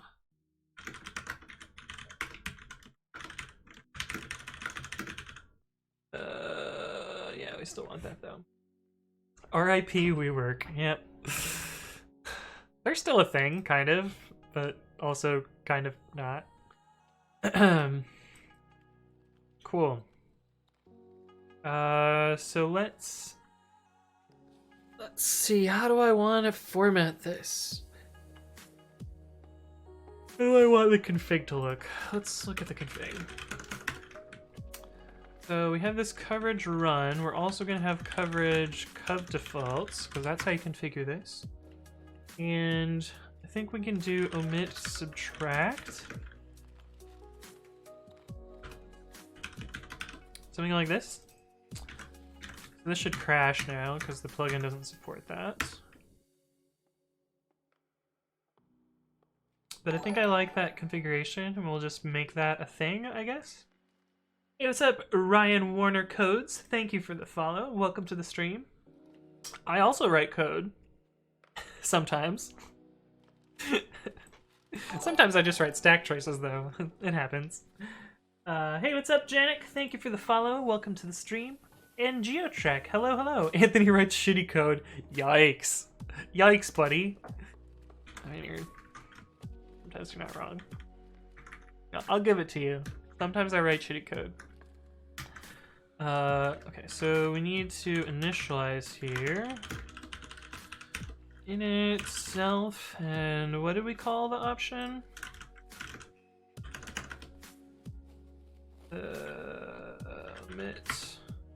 Omit subtract. How about, wait, is it supposed to be noun verb or verb noun? I can never remember what the convention is. Let's see what it is for Flakeaid. It's ignore and extend ignore. So this should be subtract omit. Sure.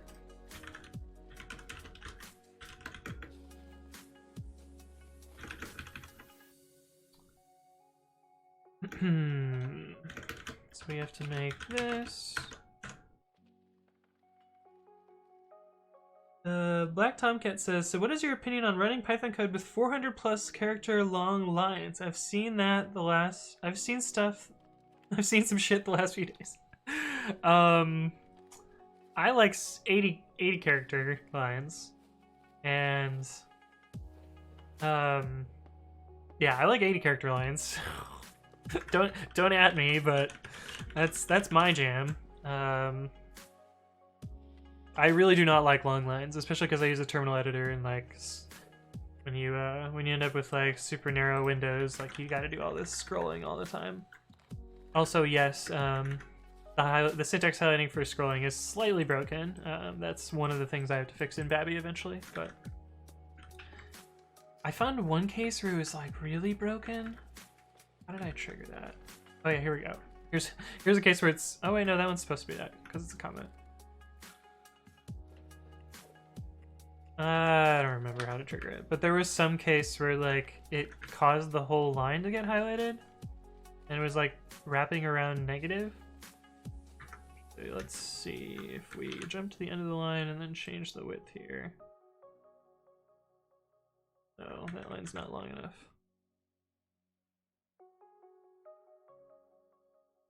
Damn, I don't remember how to trigger it.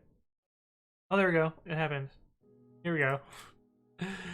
Yeah, so this, like, for whatever reason, highlights this line, this part wrapped around from the end.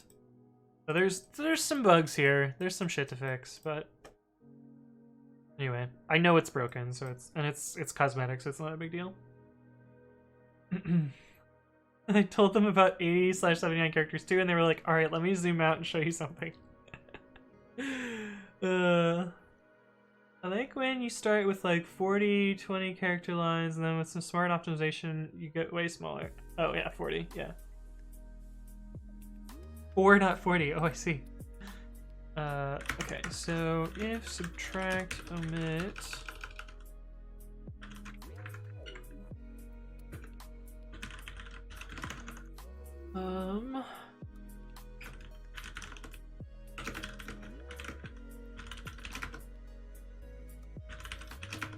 Oh, empty string.split works like this. But oddly enough, this bothers me about Python. So this is the shorthand for split by whitespace. And this should be split by a subset of whitespace, but we get two very different results here. And I wish this was exposed more broadly in Python, because I find this pattern very useful. So like when you get output from like get log -Z, you'll get null byte delimited stuff like this. And if you do split on this with the null character 0, 0, you end up with this extra one at the end, which is kind of annoying. And also if you take the empty string, which you'll get if there's no results, you'll get this weird one element tuple. So you have to do like some weird fiddly special casing here, which actually I don't need here because I'm just using split, but anyway, I find that kind of annoying. So this should make this no longer crash here. But we'll want to write a test to make sure that gets fixed. I can't grammars. How do I speaks? How do I Englishes? Oh, right. We can't have nice things because Python 2.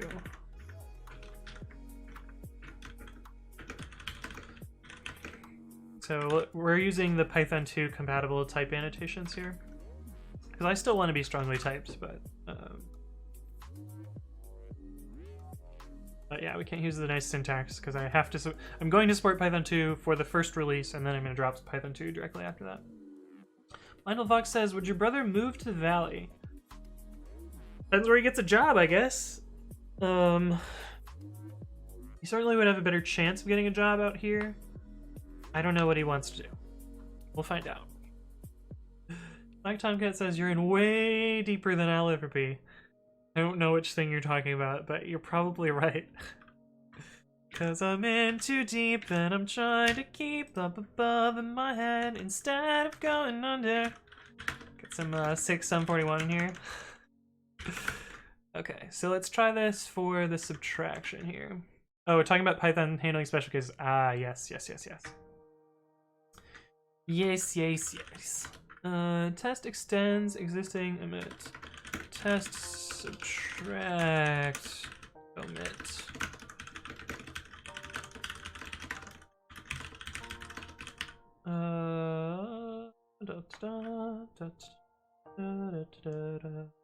What am I doing? Oh.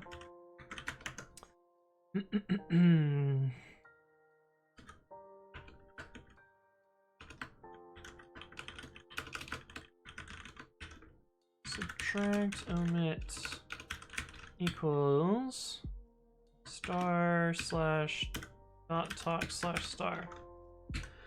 Dot configure config.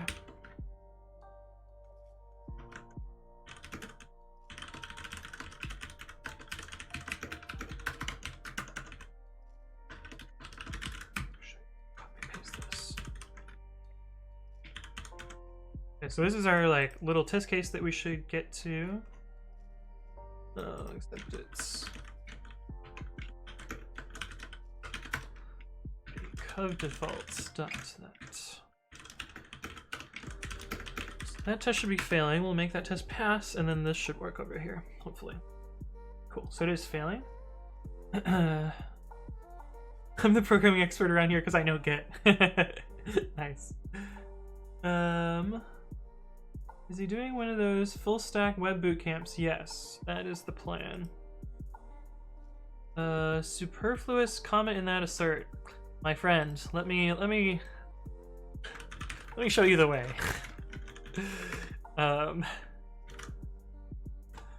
It's intentional.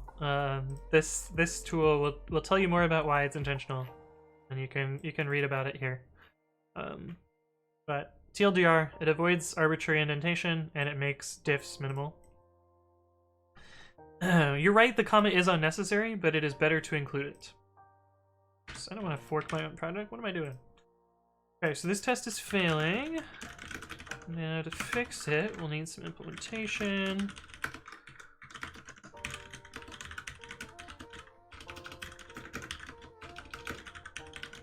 Omit.split.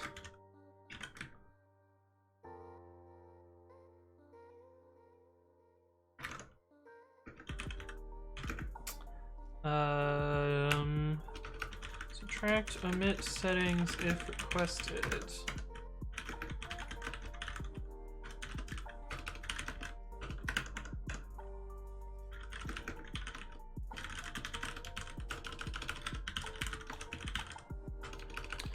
Run omit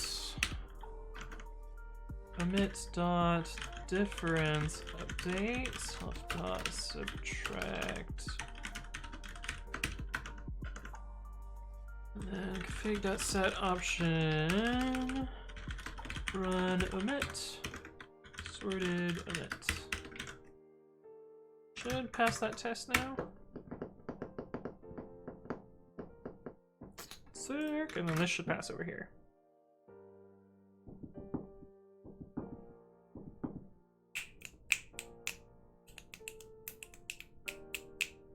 Yeah, I didn't mean to actually either, Black Tomcat. Sorry about that. It's just something that I feel very passionate about. Oh, what the fuck happened here?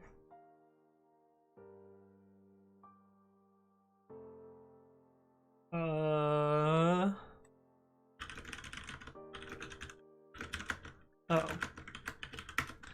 Commented that out. That would break that.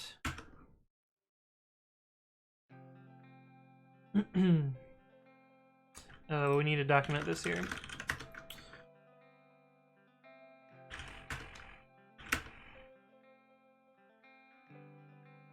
Overriding options. Run omit. This will result in... Let's see. Covdefaults subtract, omit.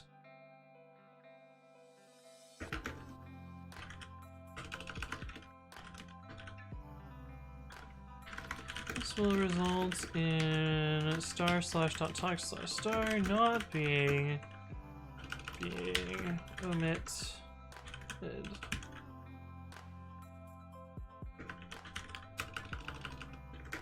These values must this will result in not being omitted. Star/.talk/star is among the defaults provided by covdefaults.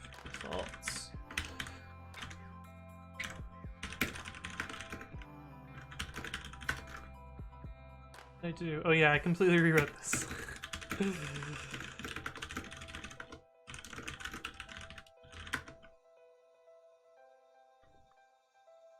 Error in syntax error in type comment. Funny because I wrote the lint for that, so I'm actually really glad that it's checked. MyPie also notices it. Notice me, MyPie. No, it's okay. I felt like I could contribute a small part that was obvious to me, and glad I was corrected. It's fine. I shouldn't have snapped at you though. I should have been more welcoming, you know. Hannibal 133 says, "What is actually happening here?" Who fucking knows? You can check out Bang Project, which kind of explains what I'm working on today. But I'm trying to implement a coverage plugin so that I can delete this file. Basically, that's the goal, is to delete this file. And I ran into a roadblock on the very first project that I tried, but I believe it's working now. Let me try this and see what we're up to. Black Tomcat says there's being some black magic being done, but I don't even know which parts are Python anymore. Yeah, it's a little bit black magic. Yeah, and these warnings are kind of just gonna happen.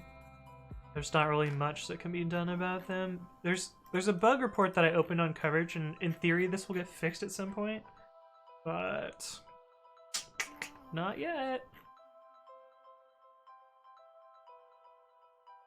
Warnings? Why do I get a warning?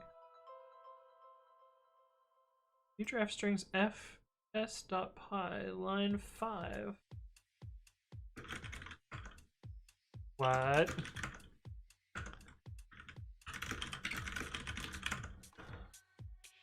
Oh, what do we use imp for?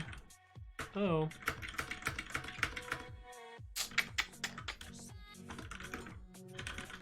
Should just copied and pasted this code.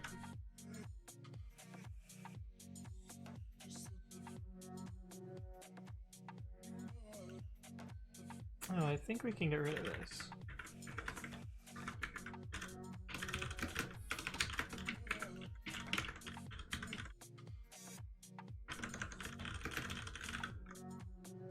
Except we want that to just fix itself when it's done. Hobbies HTML. I tried to get rid of that and it didn't work.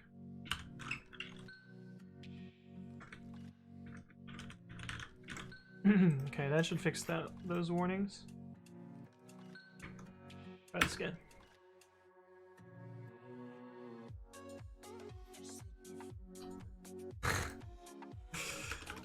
Damn it. Well, that's what I get for copying and pasting, I guess. So now it should work.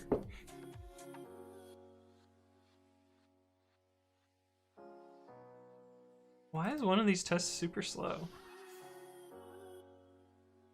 Oh. Anyway, works now. Okay, cool. So that Python 2 library works. Let me see what the other ones were. Oh, we cloned them all. Right. So this will be ready to go. Let's try this library next. Anything special in cover Darcy? Oh, we have parallel mode. That'll be different. But other than that, it looks pretty standard.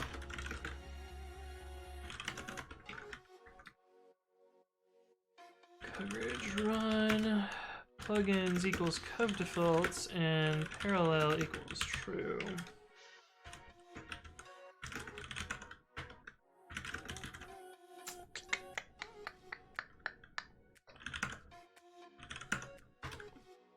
Copy and paste this.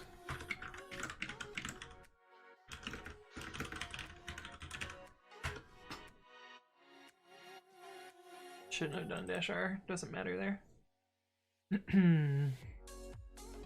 Hopefully this one passes. Hopefully we don't need another tweak here. They're slow. Okay, they pass at least, so that's a good sign. We're starting off strong there.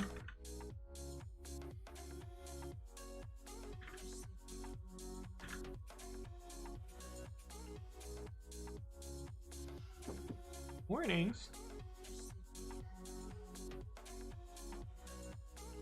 Meta Pathfinder.find module is deprecated since Python 3.4. Oh. Well, whatever. We're gonna ignore this warning because I don't really want to maintain this library anymore. There's better alternatives. There's this package called wrapt, W-R-A-P-T, which does the same thing but slightly better. Okay, so that one works fine. What we got for this file?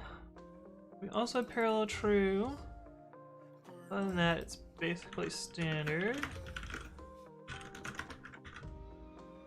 So if we do coverage run, plugins equals covdefaults and parallel equals true.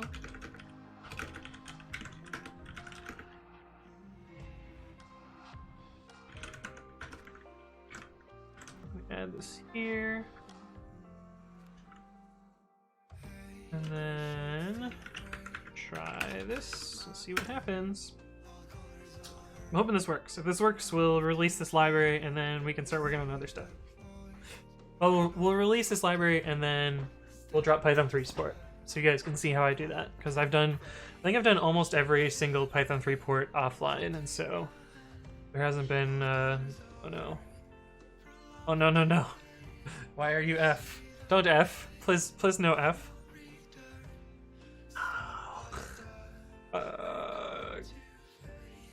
Good to install. Damn it. Hey, what's up, Stonks7903? It's a good name, I like it. Assertion error.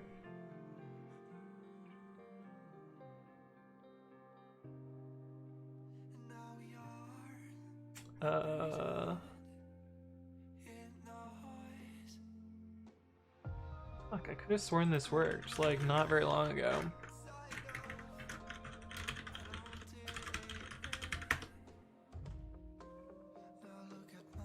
Oh, I bet I know what's happening.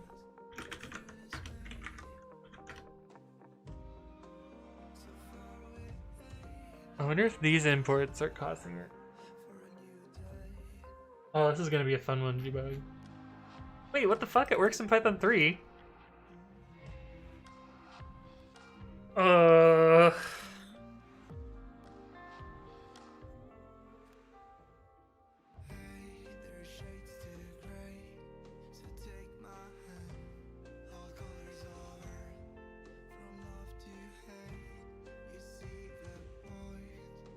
I am very confused. I'm very confused about what's happening here. None of this makes sense to me. We'll have to do some fun debugging, I guess. Yeah, using pip 1923, that looks right. Hey, what's up, C-Complex? Hello, hello. How's it going? It's going pretty well.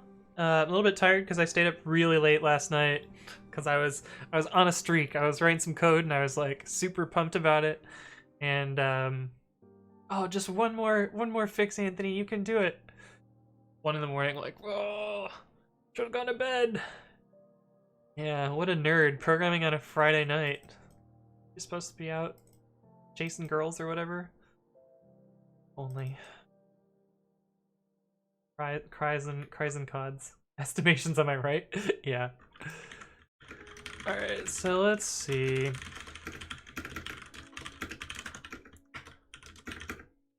Does this work on master?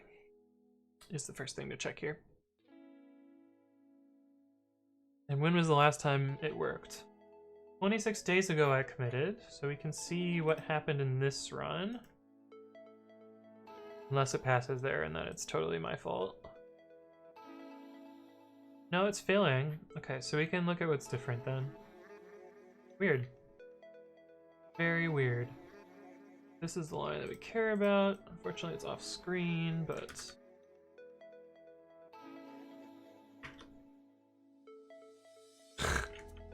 Amazing. Oh, I don't know if I can replace with new lines. Anyway.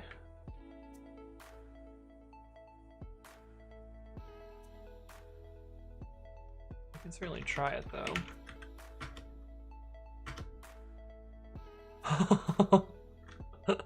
What happened? What? What the fuck did I do?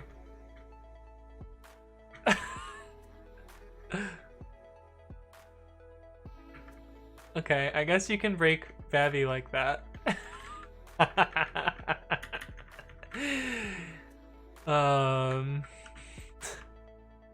Amazing.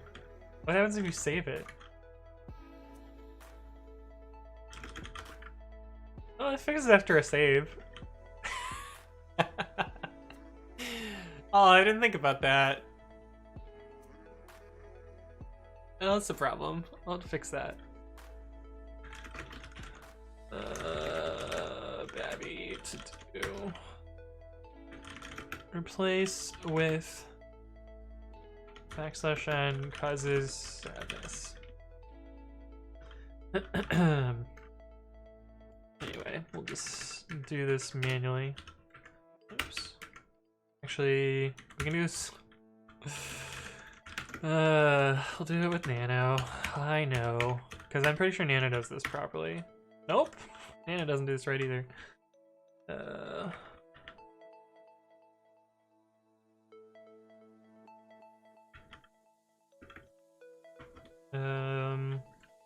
We can do it this way though. Echo this long thing. Delete this. So FC is a fixed command, and so this is allowing me to edit a command line that I'm going to run in my shell, but I'm using a text editor to edit it. And then sed, replace commas with spaces, and then we're going to xargs-n1, which should splat them out into rows.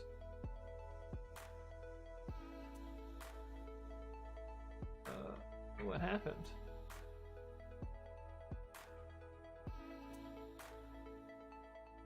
Oh, there's a get URL in the middle.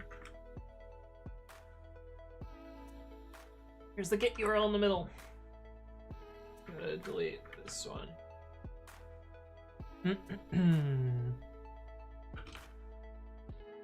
Boop. Okay, that's the versions of stuff before. And then we'll grab the versions after. I'm hoping it's just a package bump and like some package broke this. I'm not sure though. Virtual M20 came out in between, so it's probably Virtual M20, if I had to guess. Which would suck, but also would be the nail in the coffin on this project. Definitely would mean this project is absolutely impossible. Which is actually probably maybe a good thing. A nice way to kill it off is an impossible thing. So let's try this again. This time we'll get rid of the get URL. I'm pretty sure it's gonna be Virtual M20. Almost certain that it's Virtual M20. Said comma for space, and then xargs-n1. I don't know why that isn't running.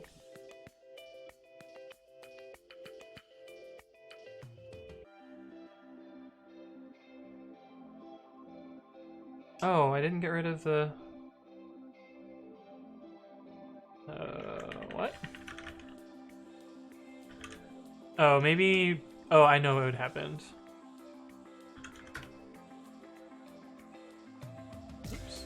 Why does that run that, but... If I do Control S here... Oh, it did save.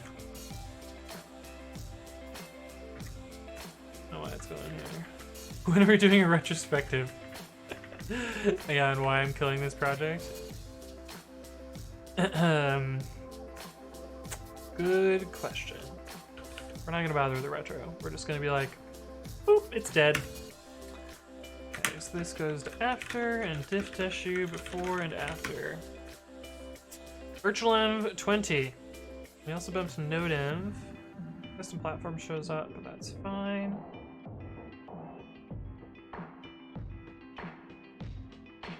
Good teamwork.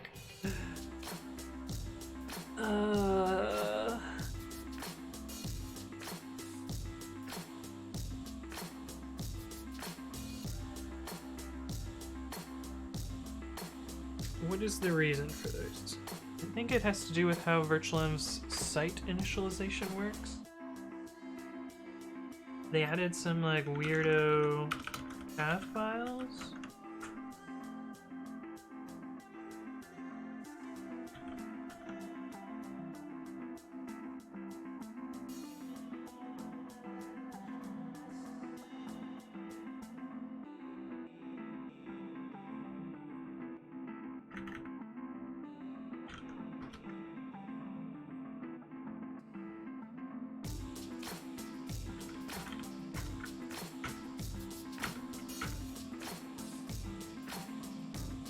Yeah, this is the problem.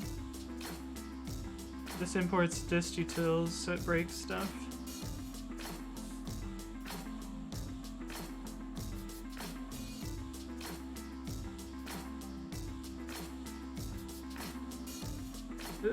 We cannot allow the prefix override. Is that what it gets?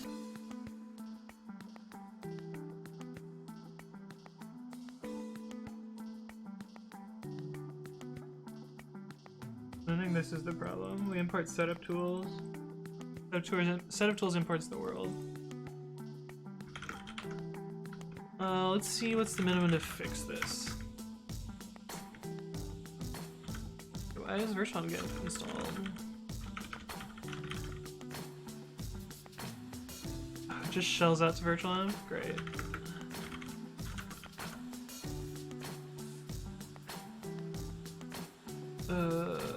Virtualenv.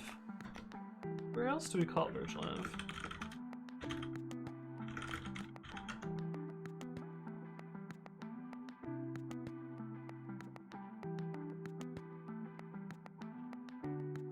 Oh, it just uses the actual Virtualenv itself.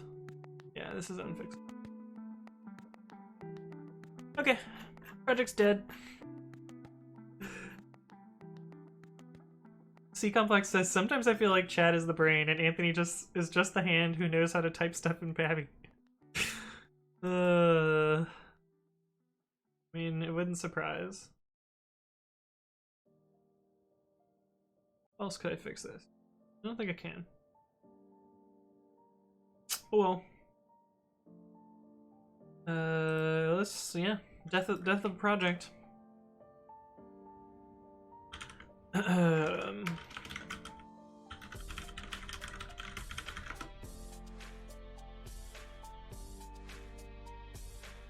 It was such a cool project too. I'm sad that it's kind of finally dead.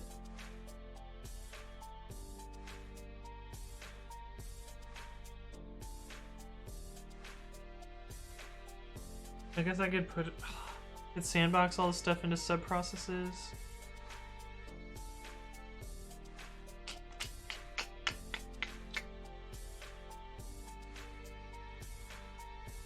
Yeah, we're just gonna not worry about it. It would have worked, but no. Anyway, a little sad, but whatever. But yeah, we're gonna make our initial commit of here and release this project. And I'll deal with cleaning up that other project later. Initial commit of covdefaults. Oh, I should have checked all the things first.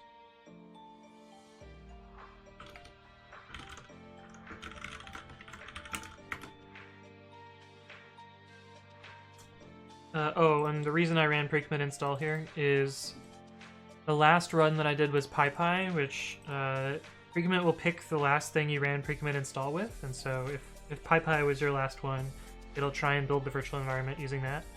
But I don't really want to build a bunch of PyPy virtual envs when I can just reuse the CPython ones.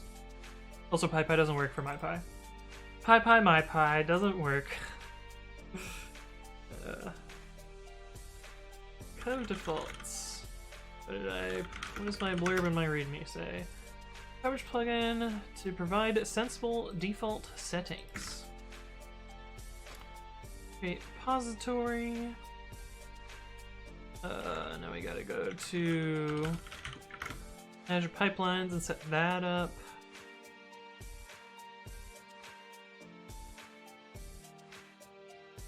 Azure Pipelines is a lot of clicks. I wish it was fewer clicks, but unfortunately it's not. So it's 2 clicks, 3 clicks, some typing,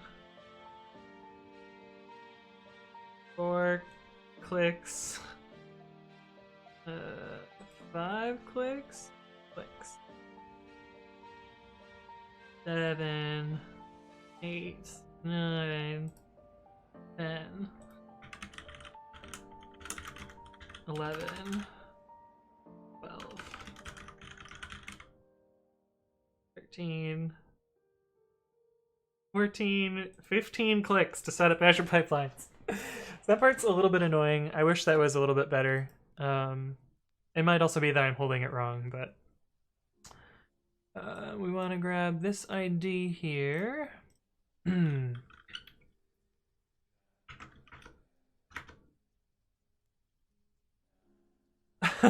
Deal with cleaning up later sounds familiar, like the false promise of a true software dev. See, the thing is, I will probably actually clean it up later.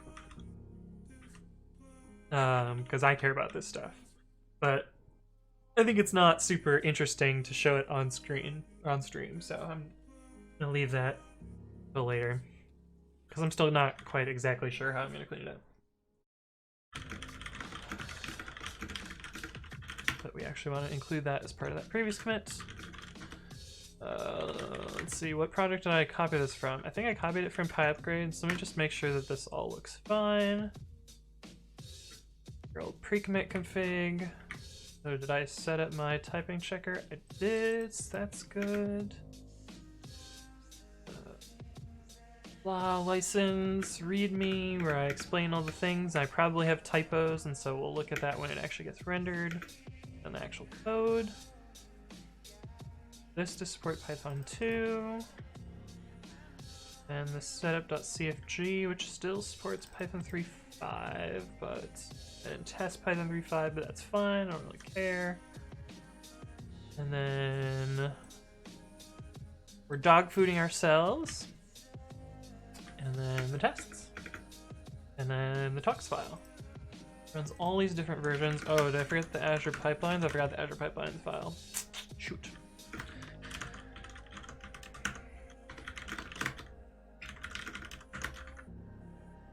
Wait, does Nana... Babi lets you open dot? Dot is not a file. Oh, at least gives an error. Nice. Nice, nice, nice. We don't care about Windows. Do PyPy first because it's the slowest.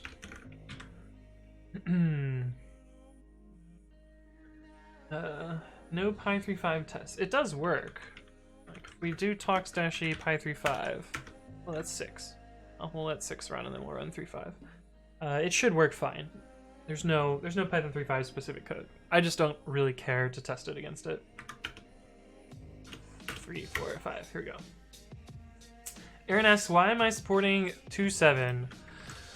I'm just doing it for the initial commit, and then I'm going to drop it. And the reason for that is I still have some of my stuff that I haven't completely moved over yet. All repos, grep, hi27, talks.ini.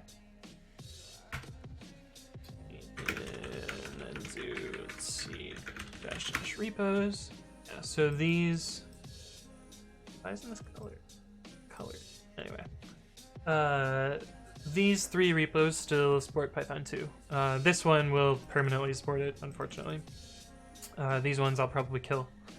And this is just the dummy repo. But my initial commit here is going to be Python 2, and then I'm going to show you guys how I would drop Python 2.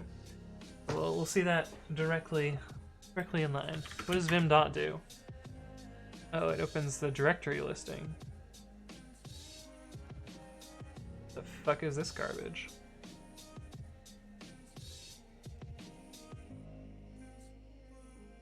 What? What is this? netrw directory listening. Anyway, we don't need that. And what does nano.dot do? Oh, nano.dot. Oh, that's babi. It's like, oh, it does the same thing that babi does. Oh, it does do the same thing that babi does. It tells you how it's sorted. Oh, I see. Makes sense. Makes sense. So it's a series of like pattern matching. But yeah, look, Python 3.5 works. I'm not gonna test it because I don't care.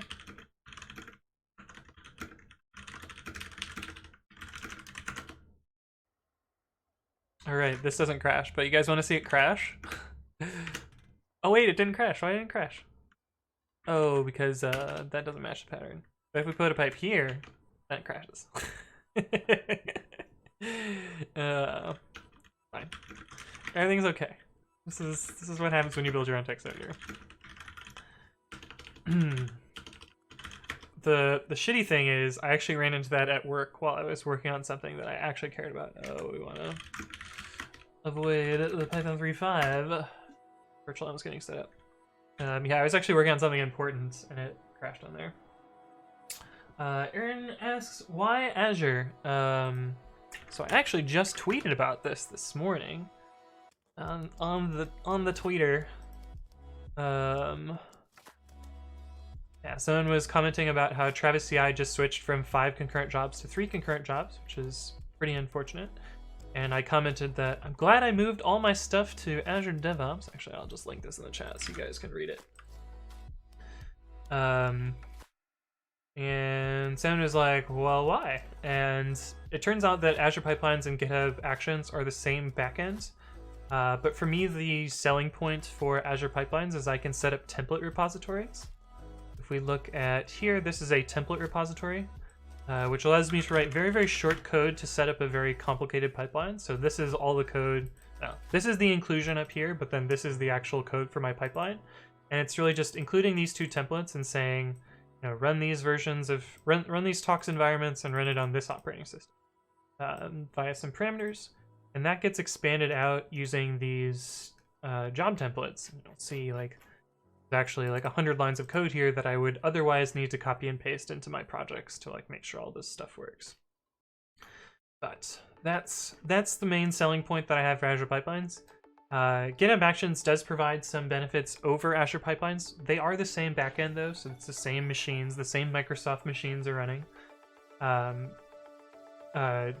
Google Analytics. GitHub Actions provides twice as many free parallel runners, so you can get 20 free parallel runners instead of just 10 on Azure Pipelines. And it's slightly easier to set up. So you saw earlier we had to click 15 times to set up one Azure Pipelines repo, but on GitHub it's 0 clicks. You just check in a file and you're good to go. But yeah, that's the main difference there. But yeah, I'm actually testing Linux machines. What's the catch? Right? It's pretty fucking good.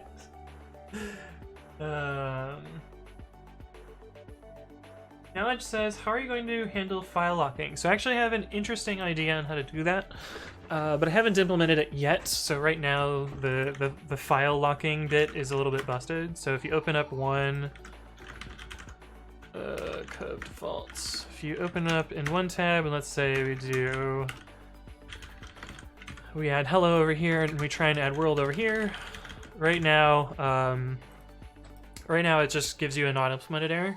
But my plan, and I think this is going to be really cool, and I haven't seen it done anywhere else, so I think it might be... I mean, it's not a very unique idea by any means, but I haven't seen it in any other text editor. But what I think would be really cool is if you end up in this situation where another file has been written out from under you, it could open up, you know, the equivalent of vimdiff, but it would be babi diff. And then it would allow you to resolve the conflict between the file on disk and the file in memory. So that's what I plan to build at some point, but haven't built it yet. So right now it's just like, don't do that, and if you do, good luck, have fun. But yeah, that's the plan. How long until you think Travis will be dead? I think it'll take another couple of years to kill it. Fortunately, unfortunately or fortunately. They have added some pretty cool things recently, like they added support for a couple other architectures, like if you want to test ARM, for instance, or Z, or the other one. It escapes me. I don't remember what it was called. But there's some other architecture that they also added support for. So if you want to test multiple architectures, I think Travis is kind of your only choice right now. But yeah. Yeah, Microsoft, that's the catch. True. The catch is in a few years, they'll probably start charging for more stuff once lots of people become dependent. I don't know. We'll see. Hey, what's up, Ethan? Hello, hello.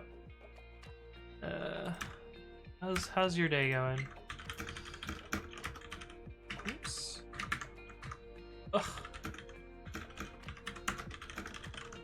That's what I wanted to do. I don't need those changes there. Okay, so I think this is ready to go. Famous last words. Aso Tittle. There we go. Can definitely spell my own name. Good. I'm shocked I'm finally around to watch one of your streams for more than a few minutes. Nice. Unless you're ending soon. Yeah, bye, Ethan. It's been good. No. No. I plan to be streaming for at least a couple more hours. Get status. No. Get branch -u origin /master. That branch doesn't exist. Right. Okay, initial commit. Here we go. Let's see what CI has to say about it. Oh no! Yeah, we can close the Twitter. And yes, that the unread count there really bothers me too. So if it's bothering you, it's not just you, it's me. But I don't think it'll be interesting for you guys to watch me go through my Twitter notifications on stream. Never built. It's fine, that's why we're doing initial commits here. Okay, so my config is valid. It did start all of these. And yeah, look at this glorious 7 parallel builders running. So good! Because with Travis, you would only get these 3. And then you would have to wait for these 3. So your end-to-end test would be... Wow, this finished in 20 seconds? So fast.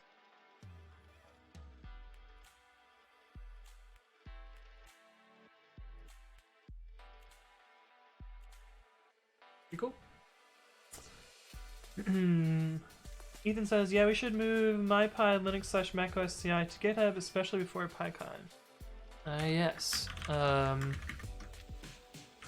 In fact... Wait, didn't I move your CI? Isn't that something I did? Yeah, that was something I did. Oh, did VirtualM break you guys?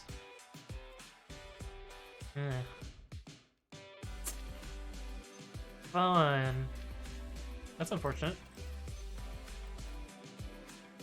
But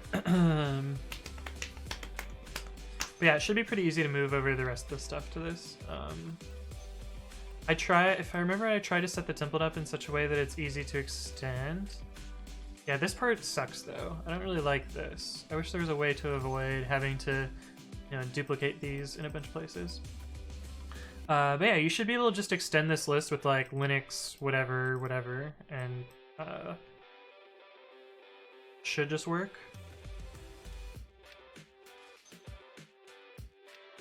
Oh yeah. It's weird that this is above this, but this value up here gets substituted here. But yeah, it should be pretty easy to extend. That was the plan with how I set it up, so that you guys could easily add Linux and other such things there. Knowledge says this sounds like broke for free. You would be correct. It is broke for free. PyCon is April 17th to 23rd. Yeah, something like that. I will be there, so if you guys end up at PyCon and you want to say hi, I will be at PyCon. What days am I going though? Schedule. I will be there. I want to say Thursday to Monday. And I was gonna do sprints this year. I always forget this when I buy tickets. Like, oh yeah, you're gonna do sprints this year, and then I can forget as usual. But yeah, I will be there the 16th until the 20th. If you guys want to hang out, I'll be there. You could meet the elite Hacksaw Fernie. Yeah, you could meet me in real life, not just the fake me that you see through the internet. What are sprints? So they're kind of oh, they don't even list them here. Sprints help advance where we go.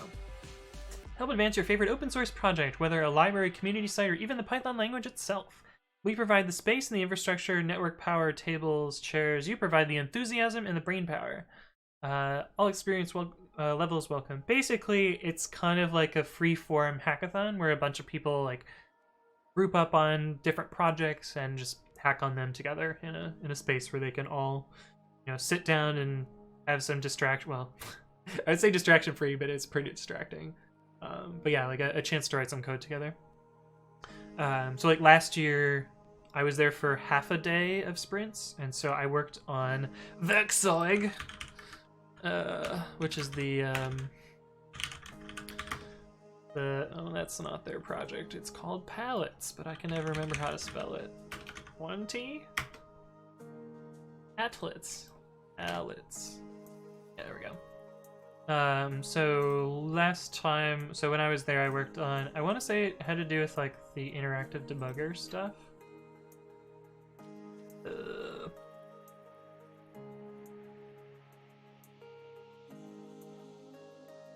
It didn't get merged until way after though, but this was the patch that I hacked on during the sprints. So it involves some like weird. So the crazy thing about this patch is I was fixing how the debugger worked in Flask. So I was trying to debug the debugger, which kind of worked. I wish I'd have known some of the techniques that I know now, because I was like manually feeding stuff into a console and not being able to see it, and then like writing it out to a file, and that was my way of using the debugger. I guess I could have used print statements, but I don't know. I feel like I try and avoid print statements on principle. But anyway, this ended up fixing things. Switch from eval to exec, everything works.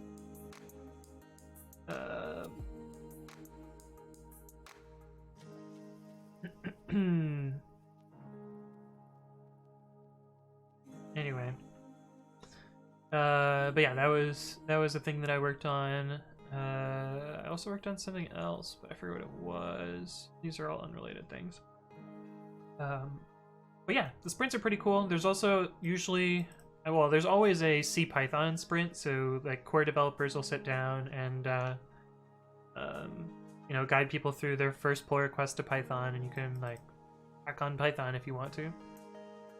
But usually there's a bunch of different open source projects that do stuff like this. I assume Flask will do another sprint this year. I also spent a bunch of time helping them set up Azure pipelines at the time, if I remember correctly. So, yeah, it was fun. Ethan says, I found out Brett Cannon was part of the OCF at the CPython sprints. Really? I had no idea. It's awesome. OCF is the computing facility at Berkeley, which Ethan is a member of. I'm kind of like an honorary member. I troll around in their IRC and like sometimes fix their stuff, but not actually part of the project. Cool. So this passed. It passed really fast. It took 1 minute, and the longest run was pre-commit or PyPy, but this would be faster the second time. Wow, 20 seconds for a test run. That's kind of nuts. These should be green now. Green? Yeah, there we go. Okay, so guess we'll upload to PyPI now. This is gonna be a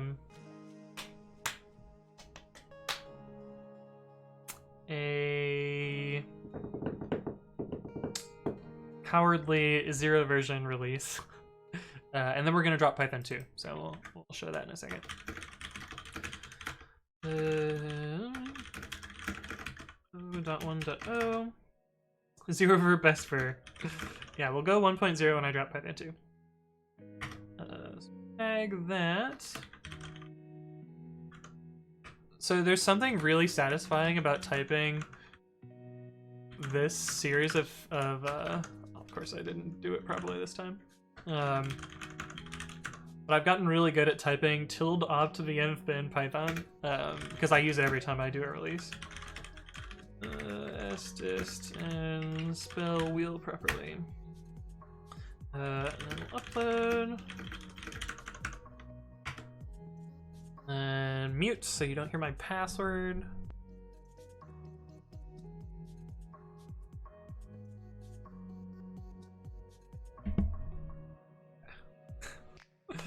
Cool, and then it's uploaded.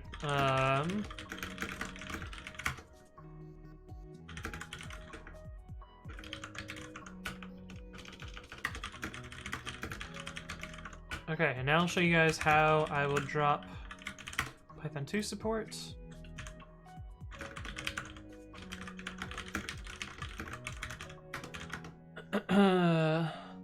Damn, now I have to analyze the muscle motion in your arms to steal your password, right? Yeah, you can't use that off-the-shelf keyboard one. Okay, so first thing we do is we're gonna edit a bunch of these files. Talks and Azure pipelines. And I'm just gonna delete this here, and we're gonna use a tool to automatically set it up for me. We're also gonna remove typing here because it is part of the standard library, and we don't care about Python 2. And we'll remove this as well. But we'll actually have I have a tool that auto formats this file, so we don't need to actually figure out the right values here. It will do that for us. So we'll close that. The next thing that we'll do, so we already have that tool here. That's what setup config format does. And then we will change these ones to be in Python 3 plus mode. Py3 plus. So these are code formatters and linters. There's 3 of them that have this Python 3 setting. This one has a 3.6 setting, as does this one. So that'll set up those linters in that way. And now we need to remove Python 2 here. And PyPy, because PyPy is also Python 2. But PyPy 3 is new enough, fortunately. Bushipak says, yep, it is secret. Anthony 321. Yeah, before I was smart about passwords, there was definitely an era where I thought like, oh yeah, my name is secret. I can use that as a password. Fortunately, I got smarter than that. But for a while, I was dumb. I'm not saying I'm not dumb anymore, but less dumb. What else? We have to also edit this file, which has mock here, which we'll get rid of.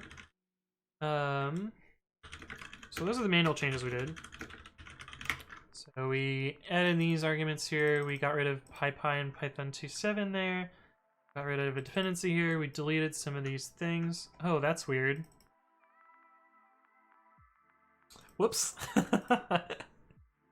My metadata is wrong on PyPI because it says Python 3 only, but then it also says Python 2. You would think it would reject that, but I guess not. Whoops. Oh well. Such is life. We delete this and this. It'll bring it back in a second though. And then we adjusted that. So now we get the automated changes.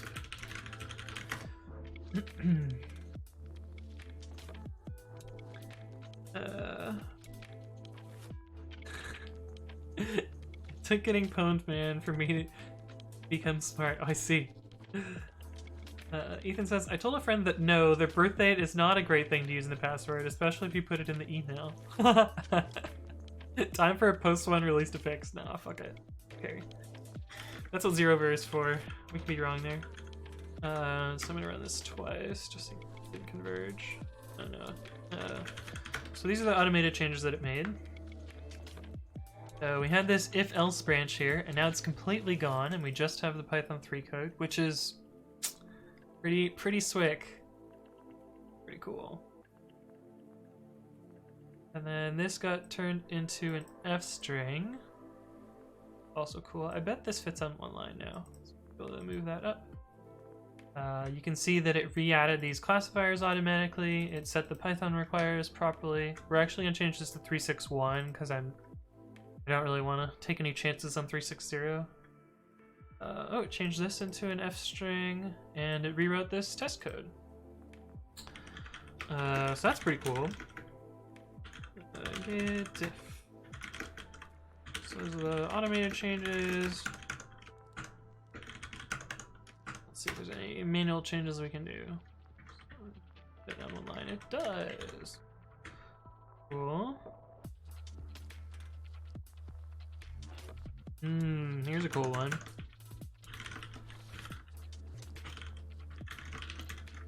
That's a Python 3.5 feature.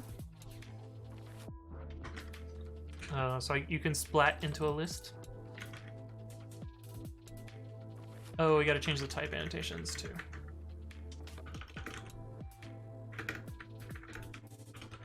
And I know there's a tool that does this automatically, but it's so short that I'm just gonna do it. So it's called retype, I believe.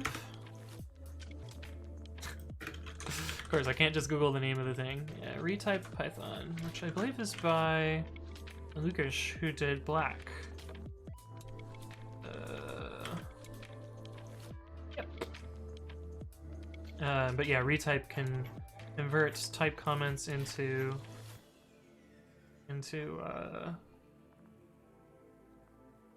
type annotations, but I'm just going to do it manually because it's not that much work. Average config to none. Especially because I only have 3 functions, I think. Plugins. Dict stir to none.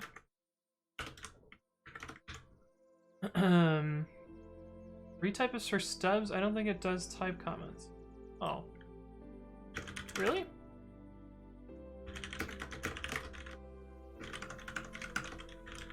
Is this Python 2? No. Pip install retype.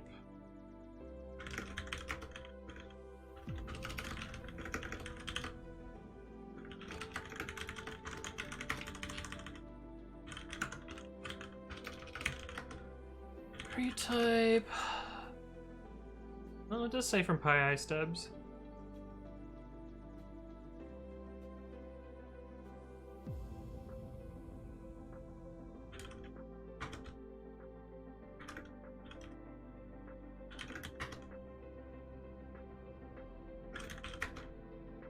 Damn. I could have sworn it did type comments. What am I thinking of?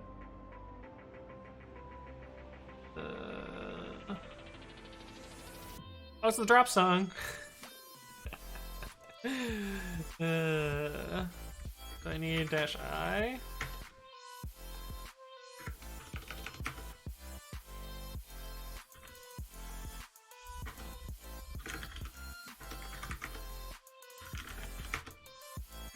Huh.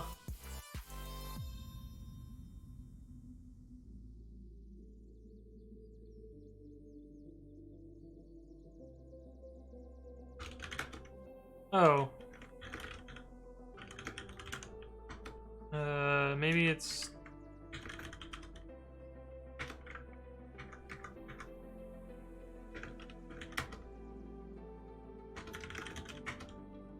Fuck, I don't know. Whatever. I could have sworn this existed, but I could be wrong. Oh well. Oh, you're thinking of this other thing. I'm sure this did it. On to and tool for translating type comments to type annotation. Maybe.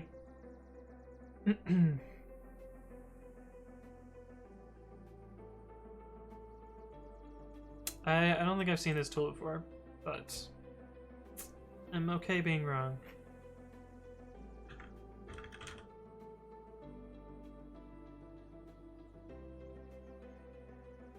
Reapply.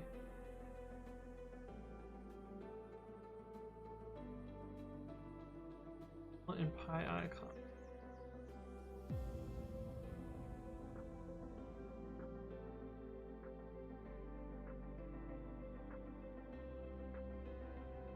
#HG.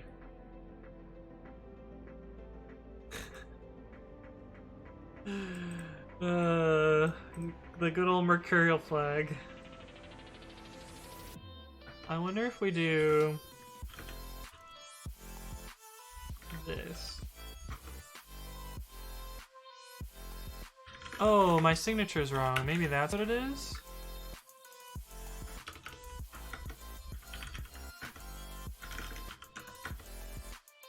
No.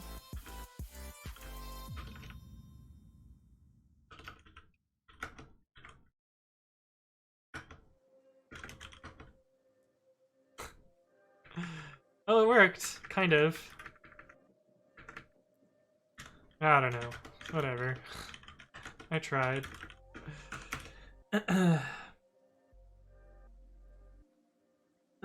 Insert versioning wars comments. Yeah, are you gonna talk about good old where is it?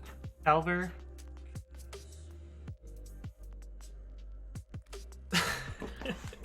So I once made a sarcastic calendar versioning comment on Twitter.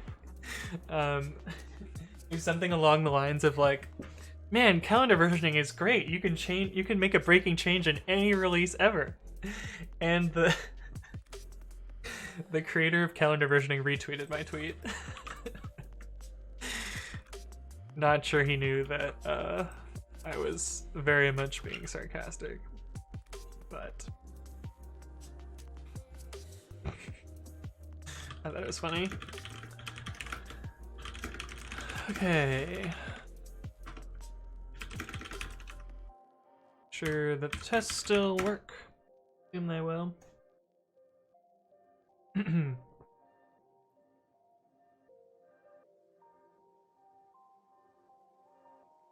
It's pretty far back. I don't know if I'll be able to find it now, Ash.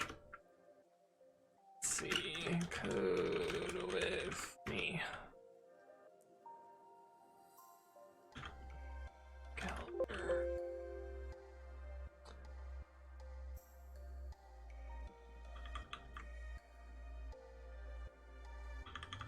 Only there were a way to search Twitter. Are you talking about Mercurial and Get Wars? Oh, I see. Really not work? Search that calendar. Does it need to be this? Calvar? Calver. Oh, you're talking about, yeah, anyway, you're talking about different things. But I can also go on a rant about calendar versioning as well. Wait, what got changed? Oh, type comments. And then we're gonna change this to 361 code defaults Python 3.6 plus. When Twitter search is worse than GitHub search, right? I wonder if we can get it from Google though. Site, twitter.com, code with Anthony Calver. Oh yeah, here it is. But it's someone else's retweet, it's not me. In a different language. Here we go. Oh wait. They retweeted a different thing of mine.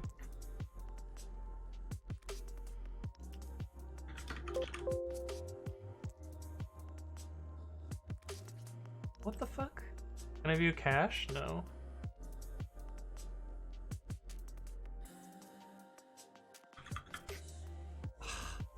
That's so annoying because it's right here. This is exactly my tweet, my super sarcastic tweet.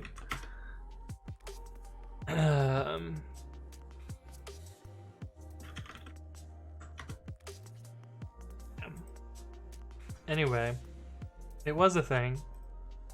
Calver is great. It means you can release intentional breaking changes in any version bump.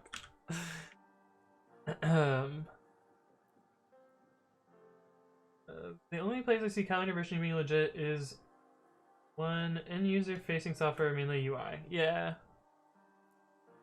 Here. Uh-oh. Right, this is the MyPy problem. Because MyPy does not support PyPy.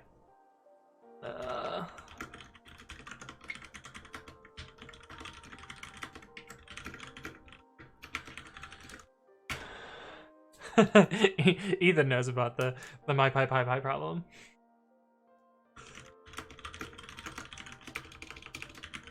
It's also fun to say. The MyPy problem. Remember to reset your language on Twitter. Oh, did it change my language?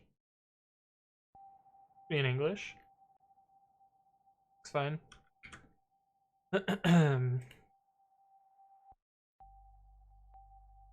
They don't have a lot of stuff needed for typed AST. I wish they did. Yeah. Well, won't you be able to delete typed AST eventually? God, the AST changes for Python 3.8 were so painful. Broke basically all of my little fun projects. Okay, so looking at the change. Add some flags. Cool. Oh, we should have ran pre-commit auto update. Since we're changing the config anyway. Get some fancy new versions of these things. Most of it's just my other version bumps.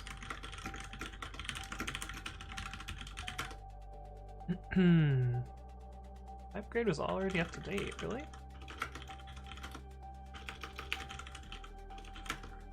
Oh, yeah, it was.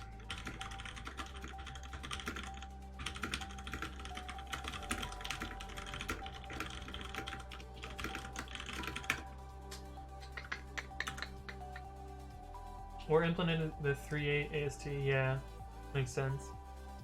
Knowledge says, sometimes if you browse a site in one language and the site will remember that language and be shitty about not serving it. Yeah, speaking of websites like that, I think Yelp is like that. I'm French Canadian Yelp right now. And then I think if I go to yelp.com, it'll redirect me. Oh, maybe they fixed it. Or maybe I don't remember how it works. Maybe you have to go through the cookie bridge? You do this. That, I think, might cookie you. And then if you go to com, does it send me to... Oh.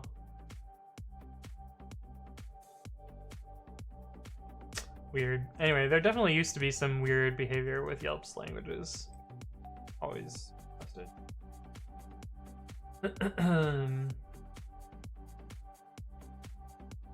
Ethan, by the way, I prefer breaking verrrry. Every release, you change to a new versioning scheme in the most breaking way possible. Love it. That's great. Now you just need to register breakingverrrry.org and make that a thing. Yeah, it doesn't exist yet. Yeah, this is such a nice cleanup, and most of this was automated. So all of this if-else branch here, PyUpgrade just fixed this for me. I didn't have to do anything manually. Simplified that all to this one line. which is pretty swick. And type annotations. And got rid of mock, got rid of Python 2. Hey, what's up? Ooh, this one's gonna be a good one. Tolly Fuhr. Something like that. Thank you for the follow. Welcome to the stream. How do we get rid of sys? Solid F string. Love to see it. Oh, because we had a version check here. Cool. And then create an upgrade path that is maximally breaking. Yeah, true. Okay, this looks good. That's how I usually drop Python 3 stuff. Regards from Argentina. Nice. Welcome. I have a little wiki page that I copy and paste every time that I drop Python 3. I hope that somebody is like, what the fuck? I want Python 2 support. They can read my Python 3 statement. We'll actually read it together because it's short. Create this so it starts the test. But basically, I'm like, in 2020, I will stop supporting Python 2. Yeah, unless someone's gonna pay me. that's the caveat here. It'll be requiring 3.6+. This allows me to do some nice things. Remove the Python 2 specific code, use type annotations, including variable annotations, and use f strings. So yeah, 3.6+. In fact, it'll be 3.6.1+ and everything. If you need me to support other stuff, please reach out to me directly, either through Twitter or through my email address, which you can find in my Git commits. I ended up changing this. Future f strings will likely still support, but will not receive any maintenance. I'm also dropping 3.6.0 because typing.nametuple is broken in that version. So that's my Python 3 statement. So rah, no more Python 2.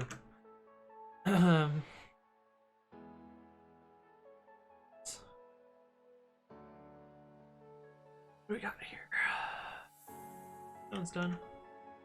And this one is almost done, just uploading the cache. Cool. Typical greedy open source programmers, not supporting older versions unless you pay them. Knowledge, I haven't made nearly any money off open source, so like if people pay me, that would be quite the change to what's happening right now. But yeah, this works. Cool. So we'll make another release now that I've dropped Python 2. I will use that in some of my projects.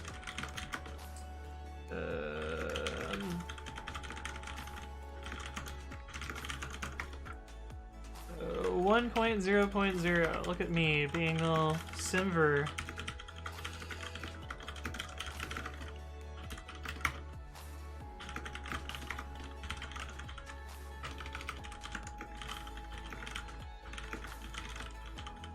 Fetus wheel. Oh, I know it was completely humor knowledge.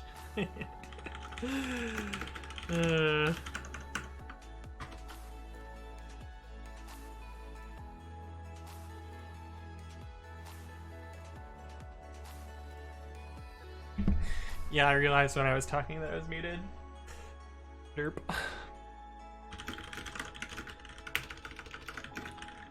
Cool. Alright, I think I want to use this library in like one place, and then we'll switch over to working on my syntax highlighter again. And that one place is going to be pre-commit, because why would it be anything else?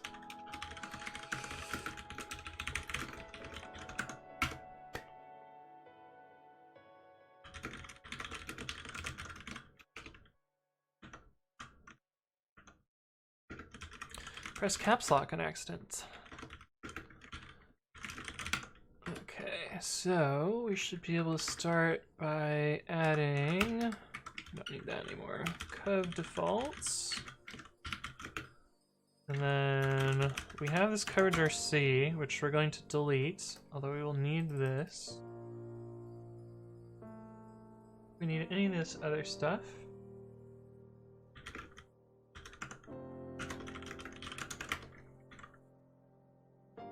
And coverage run plugins equals covdefaults, and the one project-specific omit. And then... Alright. Yeah. I can't parse that YAML yet, unfortunately. Just adding to my muscle arm database. Get your password someday. Gonna grab some food, be back in a while. Well, thanks for stopping by, Ethan. Hopefully I'll see you around later, depending on how long I go for. But unfortunately, until I fix Babi, we'll have to do it this way. We should be able to factor this out.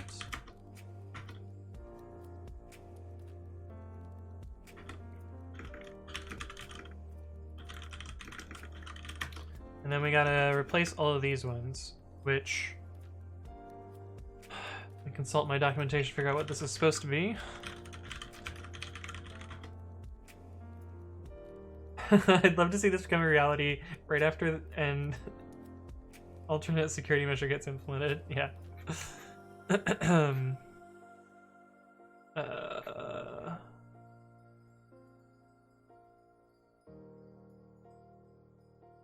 We want no cover.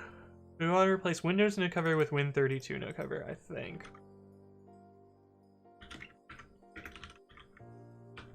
So we'll actually just look at all of the no cover comments, I think. I believe I can do this. And then change this one down here to Pragma Win32 no cover. That'll enforce that this gets covered on Windows. But this is not going to happen. Maybe I'm changing too much right now. Let's do this for now. The no cover symlink.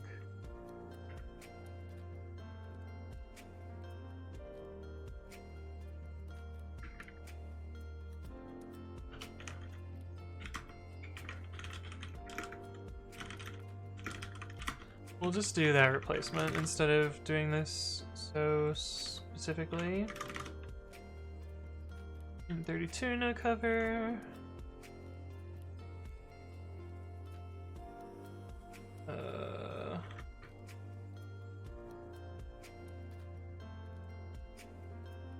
Yeah.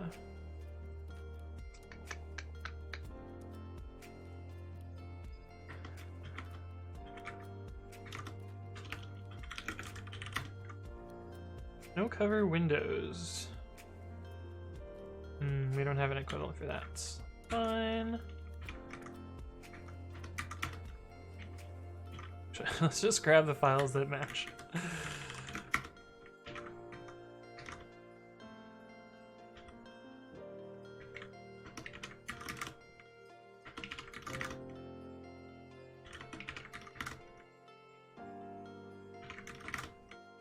We can always improve these later.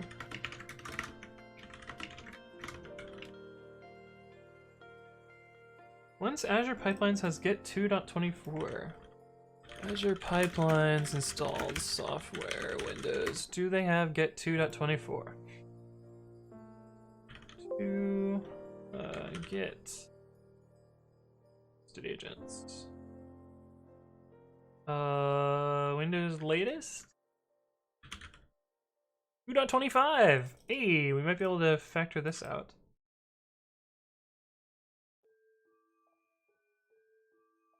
You know what? We'll just try and kill two birds with one stone. Why not? Hey, what's up, Hags33? Thank you for the follow. Welcome to the stream.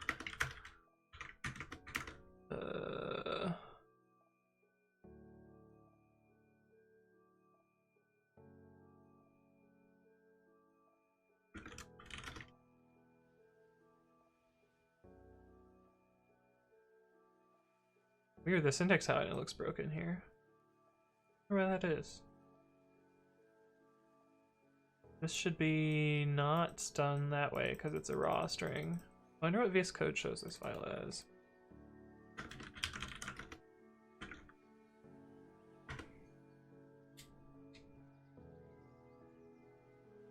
No, VS Code is the same bug. Okay, not my problem.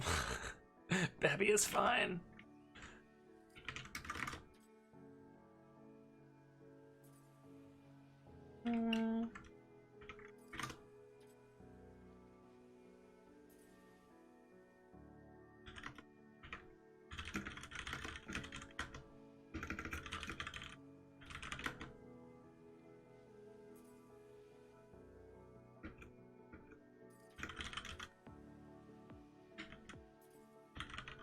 Hey, what's up, Doug the Coder? Hello, hello. How's it going? I'm working on a coverage pipe plugin right now, but we're gonna quickly, well, once this is done, we're gonna quickly switch over to fixing syntax coding in my text editor. This local Python hook. Oh, yeah, this issue is probably still a thing. Use covdefaults to handle coverage RC. A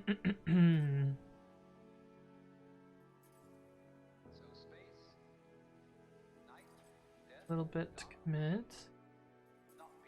Yeah, I'm hoping this is actually true now so that I can remove that comment. Apparently Windows uses calendar versioning according to the website. Really?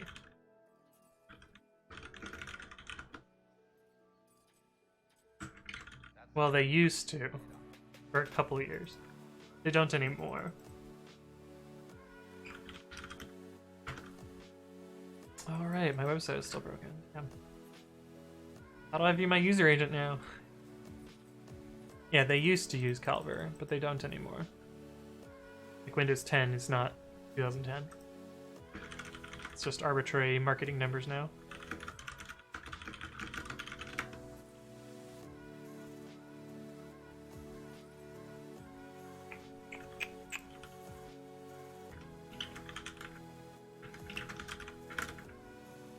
I don't know why the search box pops up every time. It's kind of annoying. Let's see. Delete that file. Cool. Delete this. Also cool. Change these from Windows to Win32. And I removed one of the no covers somewhere. Oh, I should have removed the xfailif too.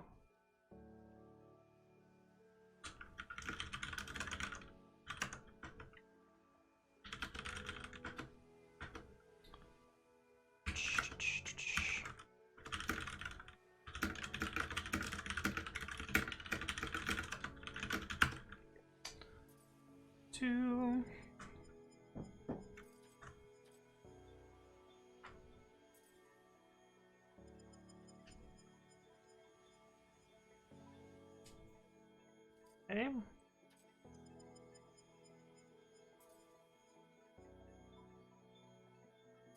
I like how I use NT and then Win32 here. Let's fix that.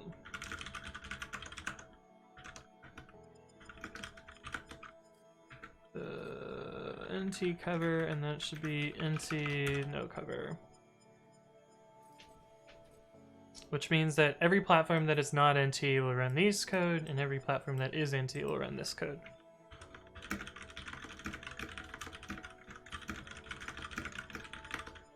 Oh.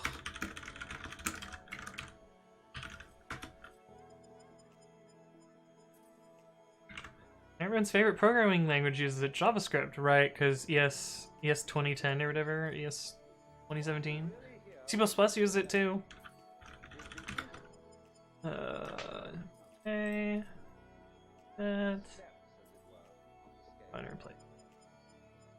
Oh. Create this pull request, that'll run some tests, they take forever, so we don't have to follow them. I'm gonna close some tabs, because, oh boy.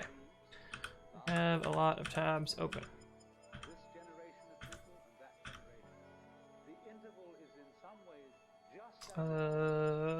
Yeah, we saved that.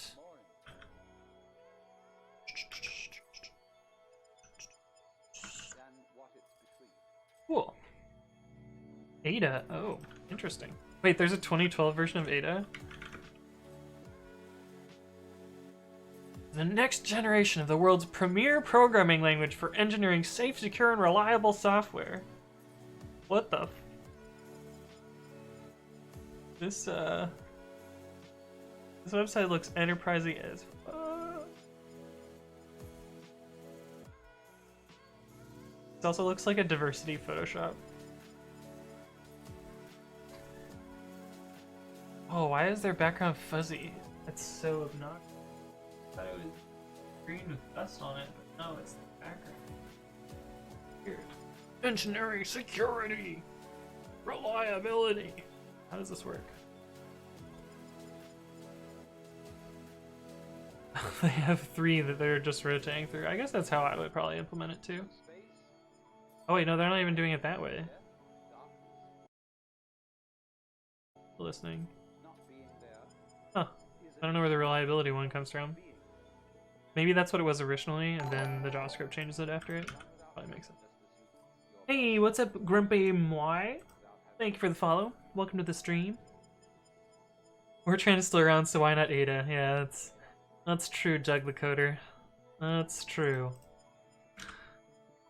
Good old Fortran. Okay, so the first thing, so we're gonna switch gears now. We're gonna work on my text editor while we're using my text editor. So we're probably gonna break some stuff.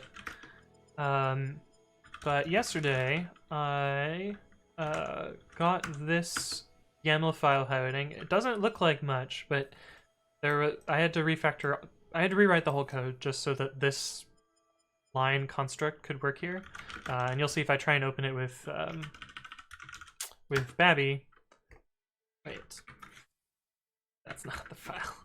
Demo files test.yaml. If I try and open it with babi, we get a crash because I haven't ported that logic over. So I'm going to do a couple little cleanups on here that I thought of as I was falling asleep, but I was like, no, I can't go back to the computer. I've already turned it off. I'm going to bed.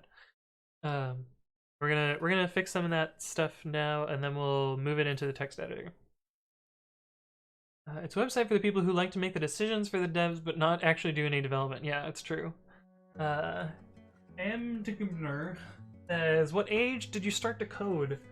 Right around 10 years old. I wrote some code to cheat on my math homework. Not exactly cheat, but like we were doing like quadratic formula stuff, and man, typing in that formula sucks. And so I wrote some code on a TI-83 that it would ask for the variables, and you would type them in, and then it would do the computation for you and spit out the answer, or answers, I guess. And then I ported it to Visual Basic 5 and distributed it as Microsoft Word documents on floppy disks, because I wanted my classmates to also be able to use this wonderful technology. But yeah, that was kind of my first codes. Yeah, let's start with the TextMate highlighter first. Files. Okay, so there is this insertion error that I want to get rid of, and I'm not sure if I can, but I think if I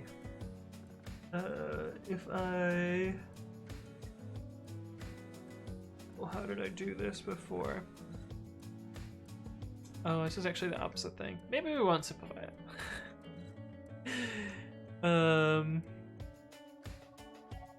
Shoot.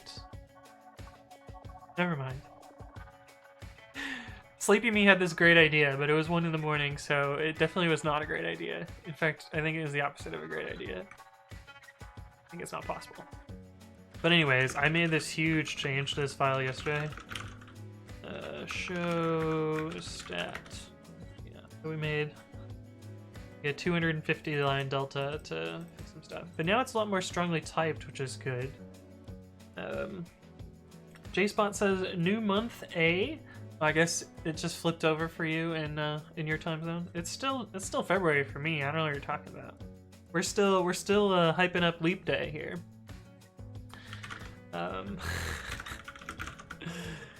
Anyway.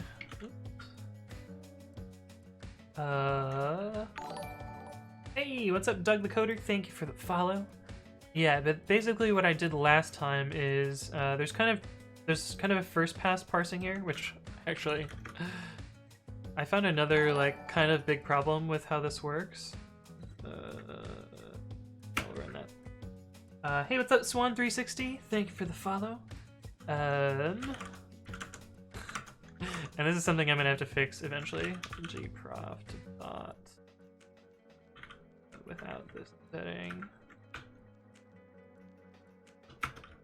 So this is a cprofile is a profiling tool. gprof dot converts this profiling output into a dot input, and then dot converts the dot input into a SVG, and then we're gonna open that in the browser. This is how I was looking at performance yesterday and trying to figure out whether I made things significantly slower. My rewrite did actually make things slightly slower by like 10 milliseconds, but I think it's probably fine because I added a bunch of functionality, and I think I have ways to make it faster in the future, but I'm not too bothered about, you know, a 3 or 4% slowdown. But anyway, this is the C profile. It's a little bit jumbled over here.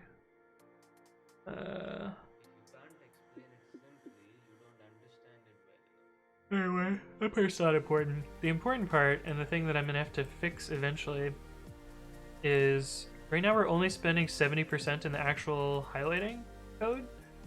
22% of it is spent parsing grammars, which are these giant XML files.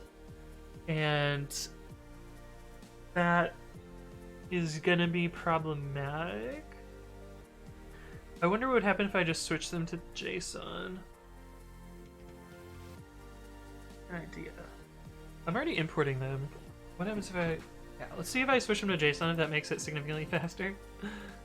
If that's true, I will probably change it in my text editor. Let's see... we need to open each of these asplists and then write them out as JSON. GMT +2, nice. I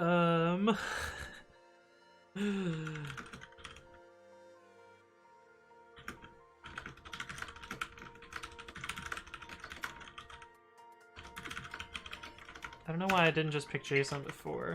Maybe I thought YAML was gonna be faster. What the fuck? Why is this key combination not working? Weird. Does that work in Nano? Why am I trying to type it then? Oh, why? Oh, it does work in Nano. Huh. Maybe I could make that work too?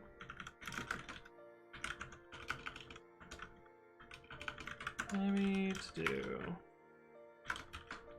Control Y on first line, go to beginning of line.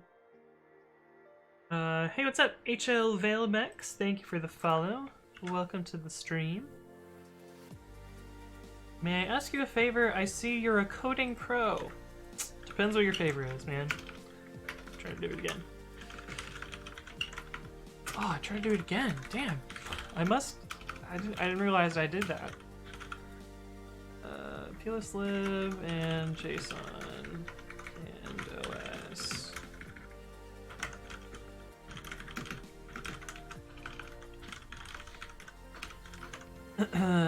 Hey, what's up, Vivax? Hello, hello. God disease, automate my life. Really? Foreplay says muscle memory, yeah. It's gotta be what it is. With open file name rb as f plslib plslib.load f contents equals with open file name wb as f f.write json.dumps contents.encode. So that should... Oh, we want to change this to .json, which has ruined the name JSON for me forever. Okay, so that should convert them all. Invalid file.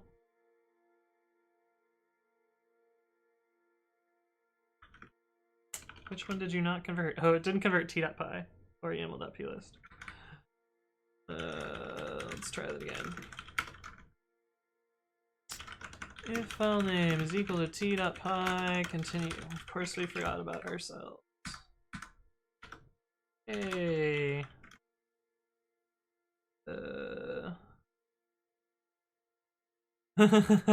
Now it says if it's to hack your ex's computer, you need to go away. Vivek says, just getting used to Linux, switch today. Nice. Awesome. What about hacking your Facebook? Foreplay says, I muscle memoried IntelliJ. I can't use anything else. Ah, that happens. HL Velmax says, do you know some websites that explain well the Python basics? I have reached while instruction in my informatics class and we have a test tomorrow, but I'm a bit slow with comprehending the teacher. So the one I usually suggest to start with is learnpython.org. It's not the best, but it's pretty good in like going through some of the basics. There's the other one that I always forget the other one, but there's another one that chat showed me once that I thought was pretty good. We looked through some of the content. But honestly, most of the stuff you can just like Google Python tutorial, and there's some pretty good ones online. Oh, now your name is Jason. Rip. Corey Schaefer. That doesn't sound. It doesn't sound familiar, but it could be. It could be that one. In Heavy Rain, I chuckle when the main character yells JSON. Nice. Alex HS1 says, are you live by Ubuntu? I am. This is Ubuntu, but I'm actually running Windows. This is the part where now it hisses at me. Oh yeah, Real Python is good too. Yeah.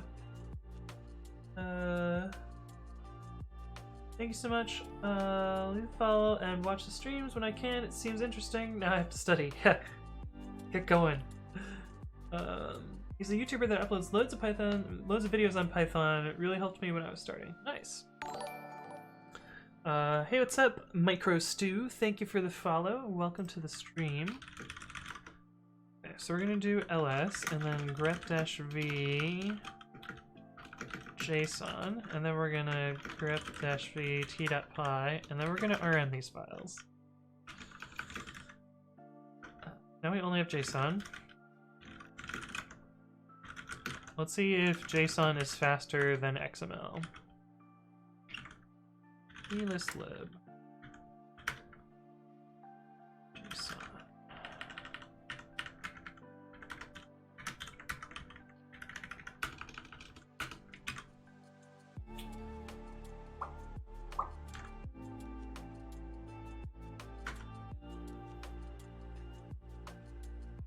Oh, that was faster. Okay, so before it was taking 22%. Oh, we need to actually generate the path file. Now.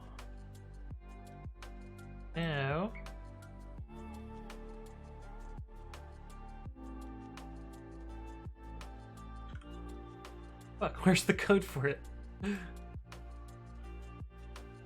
Did it make it that much faster? If so, fuck ELIStlib.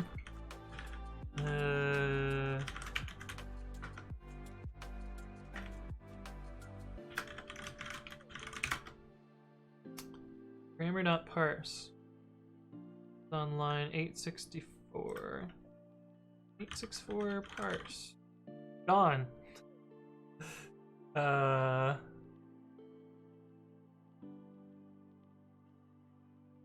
Yeah, I guess, 9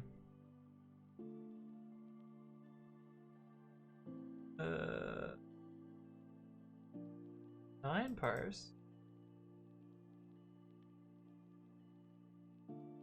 This is the theme parsing, so this is not that. I guess it's gone now. This is the JSON loading. We load 4 of them. Yeah, so it went from 22% to 3%. Yeah, I think I think that tells us what we need to know about plist lib. So we can we'll factor that one out, I guess. Vivek says, I feel like the next step is doing everything with my keyboard. Learning Vim is going well. I feel like I should know more shortcuts in Chrome. I see. Yeah, it disappeared. It's gone, JSpot. We factored that out. Yeah, I think we'll do that. Seems like a good ideas. So goodbye plist. Hello JSON.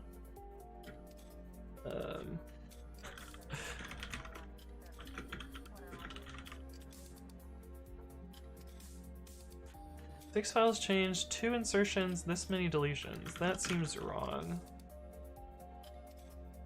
Oh, we don't have linting yet. I need to add that. But yeah, we'll get rid of plist. That's super slow.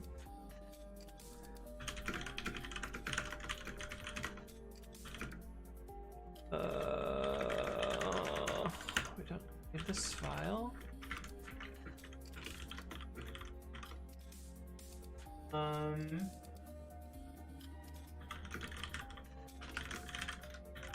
And Markdown is broken.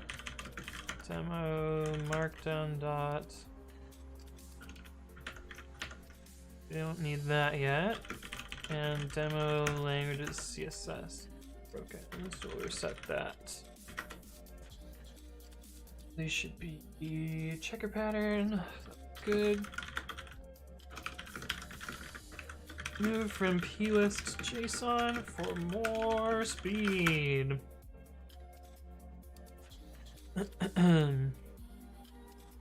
Control L highlights the omnibar, the URL bar. I use F6 to do that instead of Control L. I don't know why I remember that it's F6, but it is F6.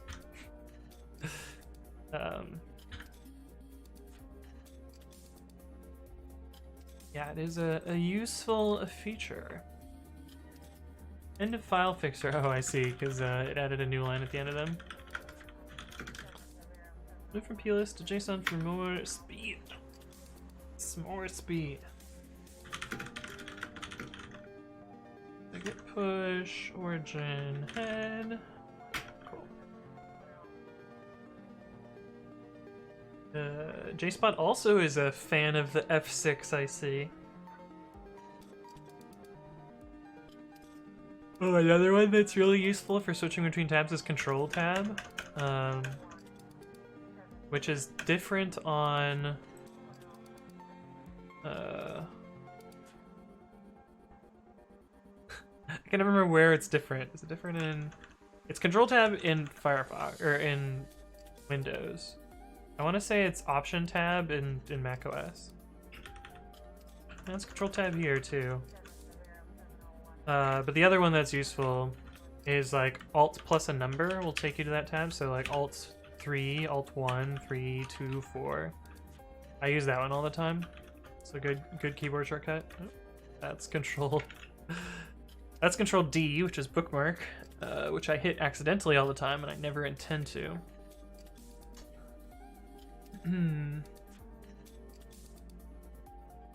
Control Shift, page up, page down moves the tab left to right. Oh, interesting.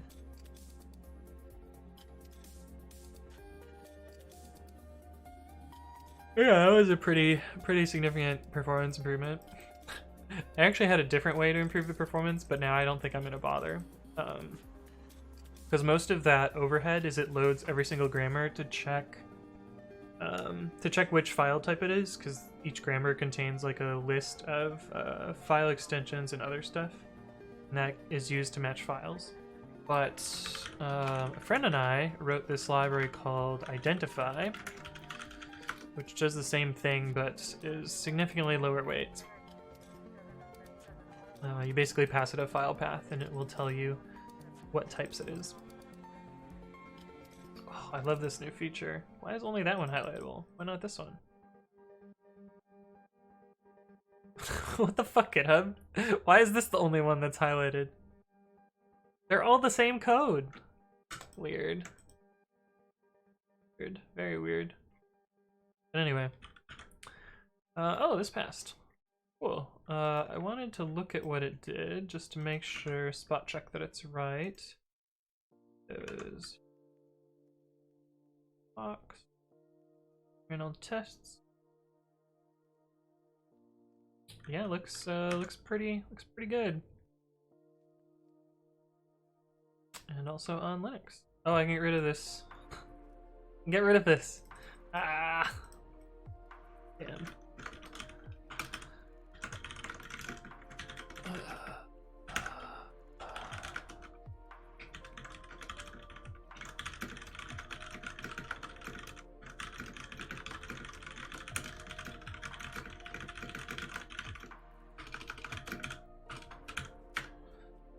Guess we won't merge it then. We'll wait for that to do it again. Ethan says, whenever I want to Control-Shift-T to recover a tab in Chrome, it never works. Too much Firefox muscle memory. Wait, does that really not work in Chrome? It does.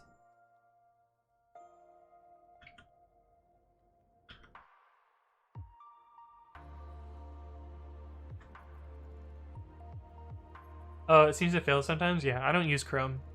Except when I'm streaming. Everything else is Firefox for me, and it definitely works in Firefox.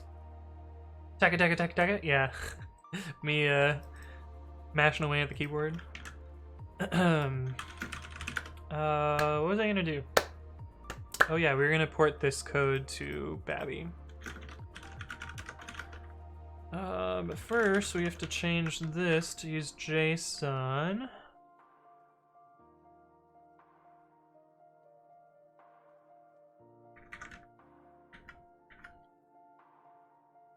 Bytes to bytes. We're actually gonna do bytes to stir. STD, yeah, there we go.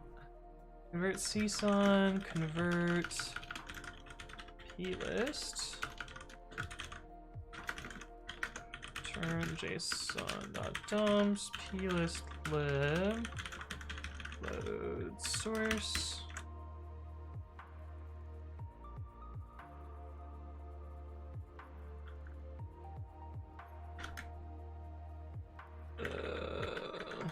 Convert plist. And change this to JSON.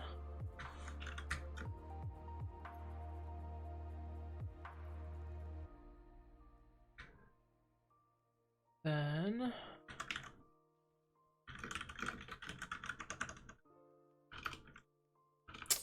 where is it? Local share babi textmate syntax. And that will download. JSON is not defined. Of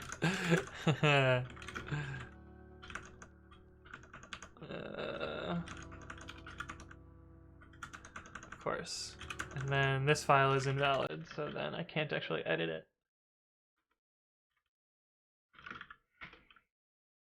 Oh no, my syntax editing, where has it gone? Import JSON. A bytes light object is required, not stir.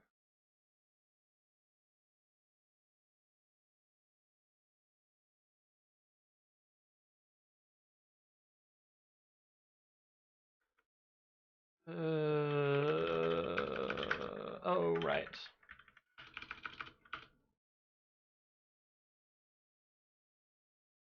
Okay, so that should work there. Before we do that, so we don't actually break this, babi highlight plist. We're gonna change this for JSON.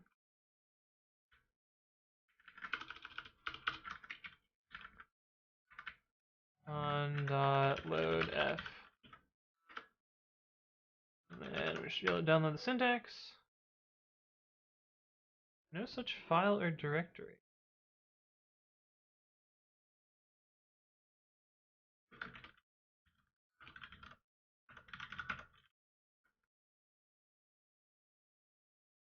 What do you mean, no such file or directory?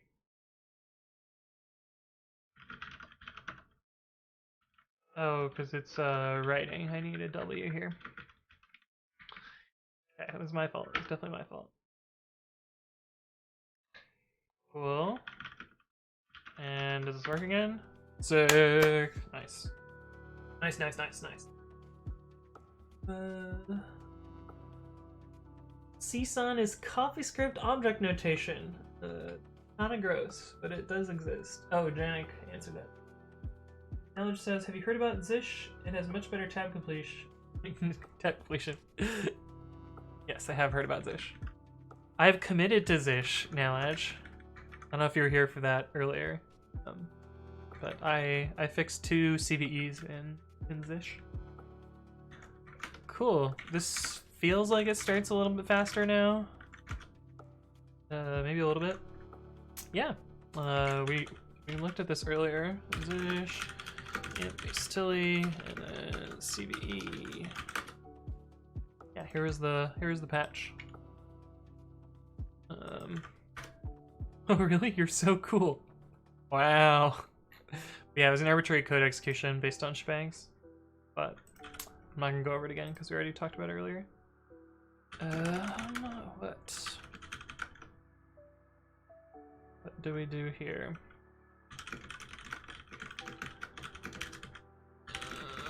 Switch to JSON for more speed. JSON, which is, yeah.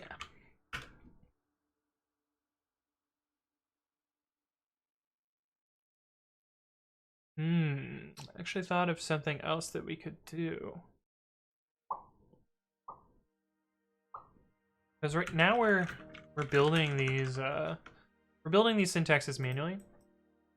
And so we could actually put more of our own metadata in there using identify.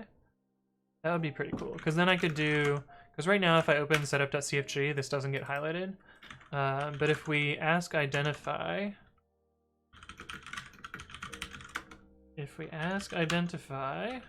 what this file is, it knows that it's an INI file. And so in theory, we could get the highlighting for INI.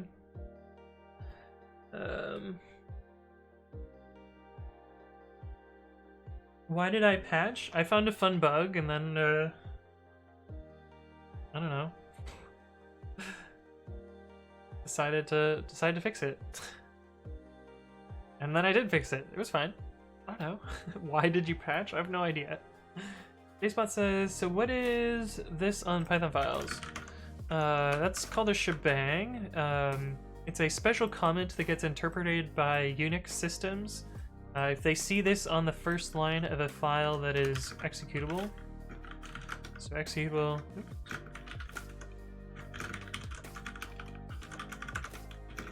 Executable in my shell shows up as green based on this variable. Somewhere in here it says make that green. But anyway, I don't know which one it is. But yeah, this is an executable file, so when you do // on it, download syntax, this causes the operating system to interpret this line here, and this env is just the executable env. By default, env just spits out every environment variable that you have in your current running shell. But if you run env and then some other thing, so like if I did env bash, it will just run bash. And this is bash now, but we've exited out of it. And you can do env-i, which will clear the environment, which breaks things slightly. This in the subshell? Yeah. You can see like my PS1 gets all sorts of messed up when you don't have all the environment variables.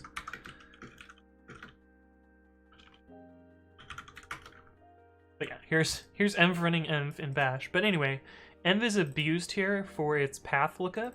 So this is saying find Python 3 and run it. I don't care where Python 3 is on your system, just run it wherever. And that's enabled by env. I could have put user bin Python 3 here, but this is less portable because it requires Python 3 to be installed in a very specific location, whereas this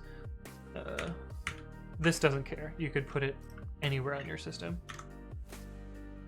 That's how it works.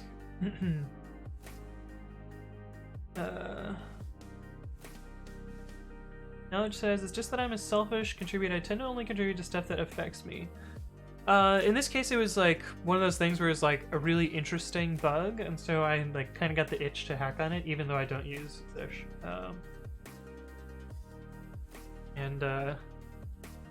First it was to try and make a reproduction that actually led to arbitrary code execution. That was pretty cool too.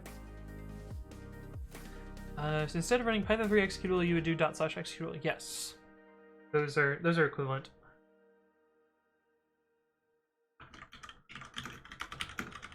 Okay, so now is the tough part where we take all that code in here and copy paste it. It's from here up to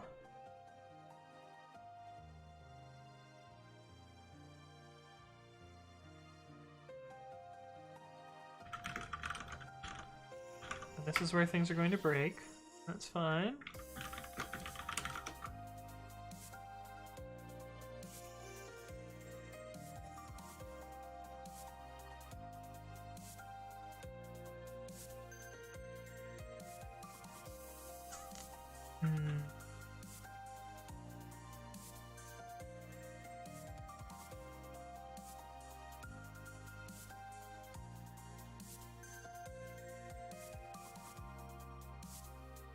This is all the old code for this stuff. I think this is what we delete and paste, and we get to see the fun paste behavior. Which I will probably fix eventually, but I kind of like it.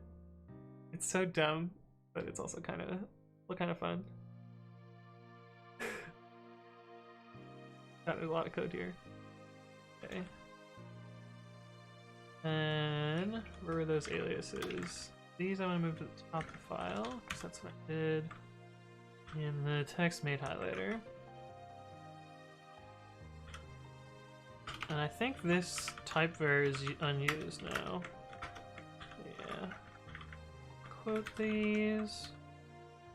And then I'm going to run flake it in another window, because right now babi is broken. Almost certainly. Broken. Flagate babi / highlight. Alright, so let's start with the unused one. State is a type var, or a type alias for entry, a tuple of entries. Captures is an alias, so we can move up to the top as well.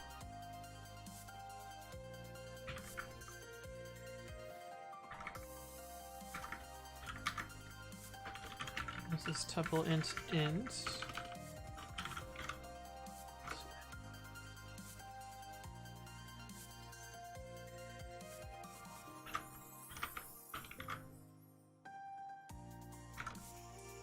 File or regex is not defined.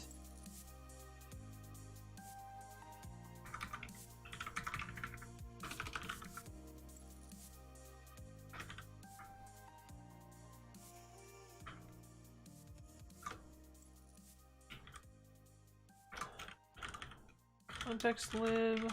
Wait, we lost the highlight line function. Callable and type var is no longer needed. Callable type var. So why should I type the shebang? Like, why would you have it in your why would you have it in a file? Only if you have an in my opinion, only an extensionless executable should have an a shebang. Otherwise, you don't need it, and it doesn't help. Hey, what's up, Renato? 1891. Thank you for the follow. Welcome to the stream. Man, you're over 100 years old. That's quite the year you've got there.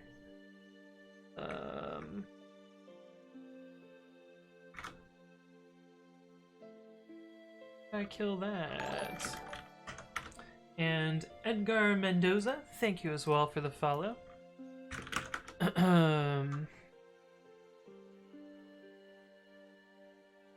Oh, I skipped this.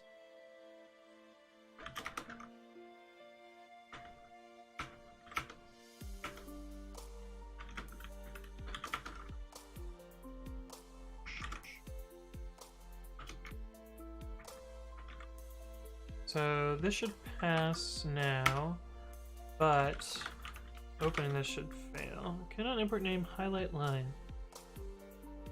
Because we underscored it?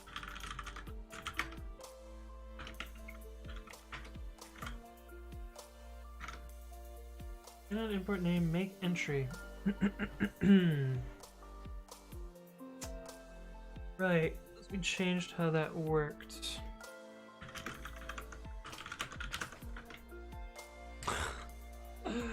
I'm gonna have to use Nano again. I'm actually out of water, so I'm gonna go get a drink. I will be right back, just a bit, for more. So I'll see you guys in a sec.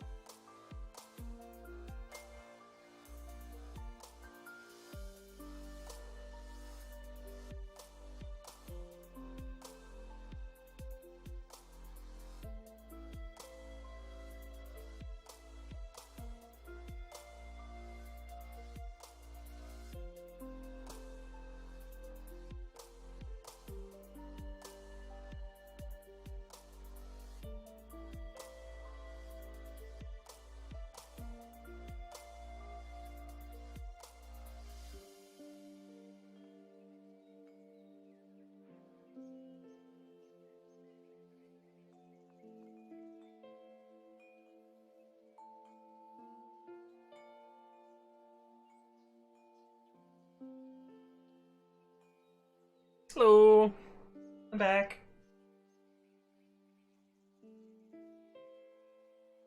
Better be back by the count of 5. Whoops. Sorry guys, I wasn't that quick in getting water. I typed a cat, but it doesn't count. Okay, so what was I doing? Oh, this is broken. Babi filed up high. We're importing a bunch of shit from there.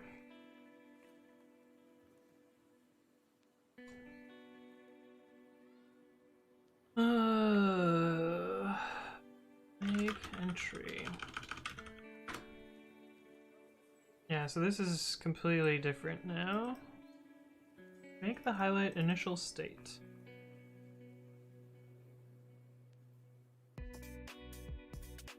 Oh, you guys can't see because I didn't switch the stream back. Whoops. There we go. Just chatting stream. Yeah. Actually, a decent just chatting layout. Well, thank you, C Complex. I definitely spent all of like 15 minutes on it.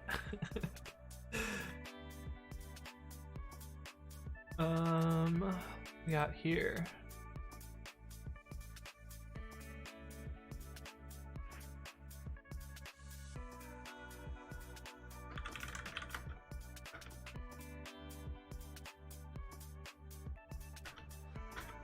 How do these things work?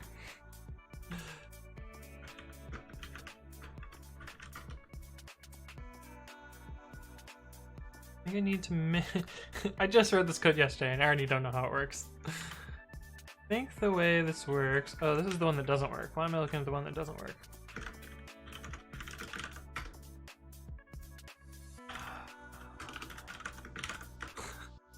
I broke it.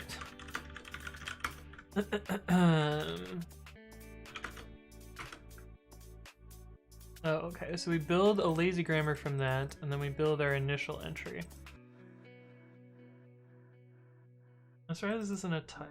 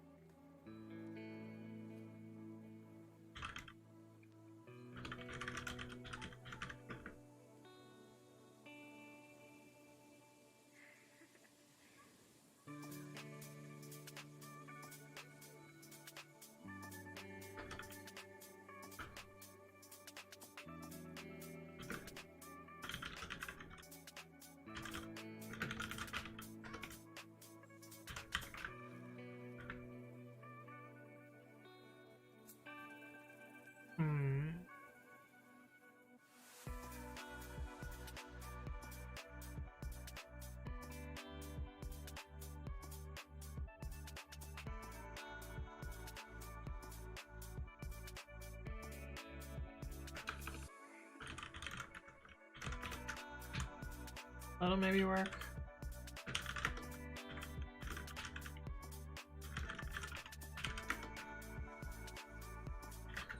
This we have entry. We need to import a lazy grammar as well. Hey, what's up, Panos Track? Hello, hello. Self dot grammar.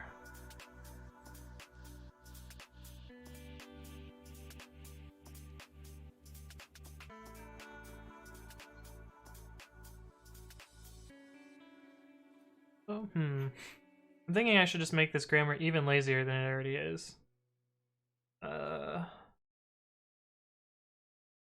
Make it slightly eager. Is the editor faster from the last time I joined, or is it still written in Python? Oof. The shade. It is faster, but it is still written in Python. Right now it's broken, so I guess it's trivially faster because it immediately crashes. Oh, we need to fix this too. I forgot about that. I guess we can just ask the grammars.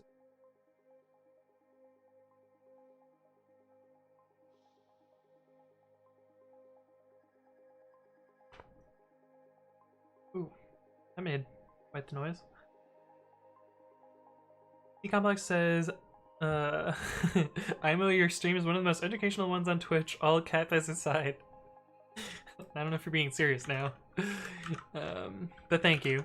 I try and be at least explain what's going on. Try and be at least explain. Yeah, that grammared. I knew what I was saying there. I try and explain stuff, at least a little bit.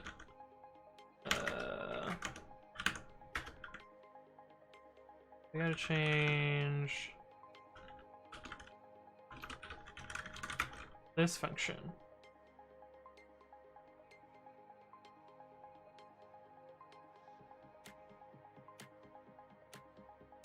Problem is, the lazy grammar is not as lazy as I would like it to be.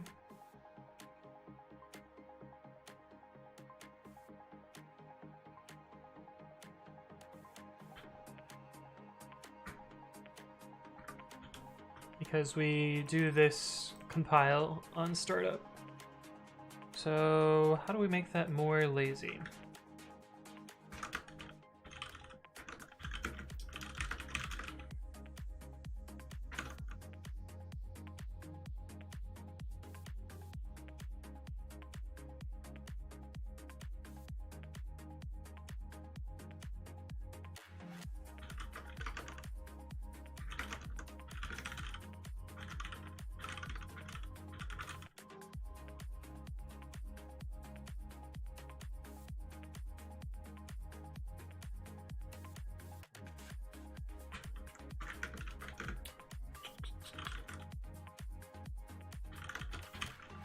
The root is a pattern rule.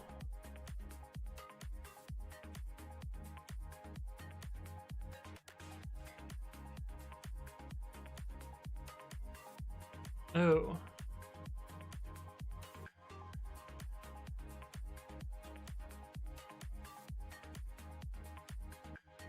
Ah. This is so close to being what I want, but not quite.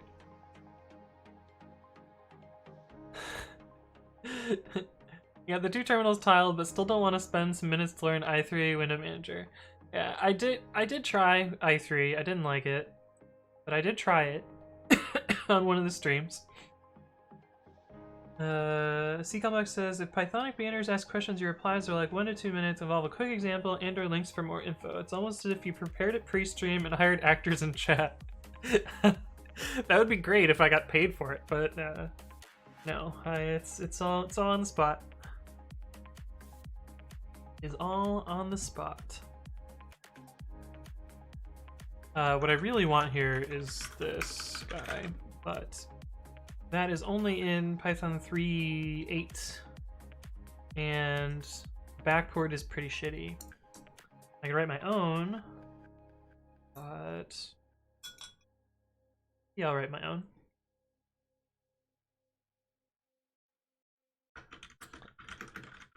Oh, let's see if I can. Cached bin nano. Bin nano. Babi / cache property .py.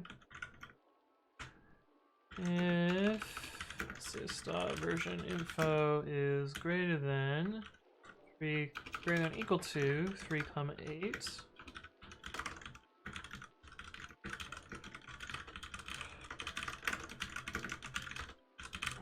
Cached property init, which takes I'm typing import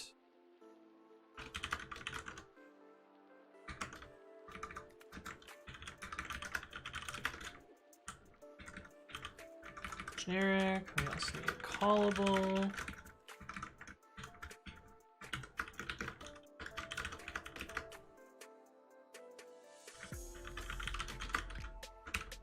Generic, it will take a callable which takes no arguments and returns a T.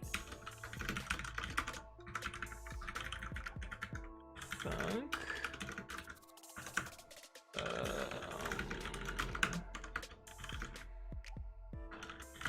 We implement get, which takes self. Remember the arguments.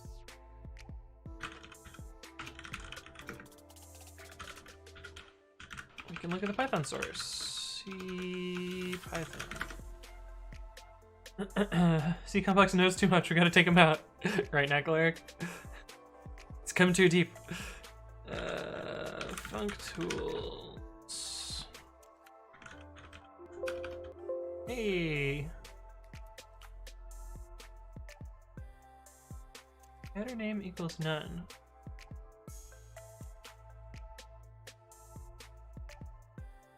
Oh. Way more fancy than it used to be.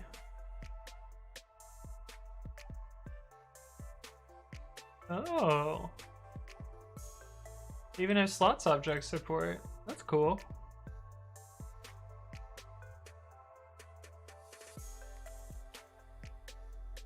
Self owner name. Wait, no. Instance owner equals none. That's what I want.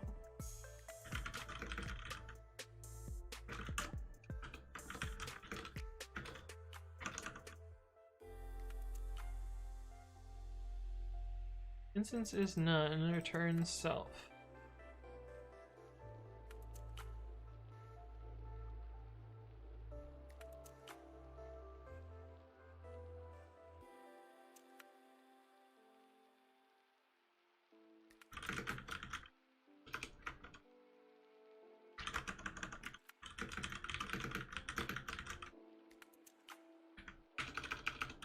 Wait, I think this is I think there's a bug here. I think this is supposed to be if owner is none.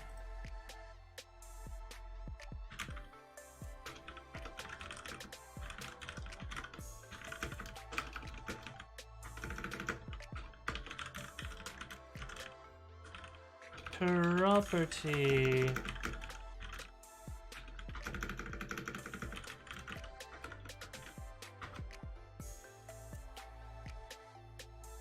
Oh, maybe.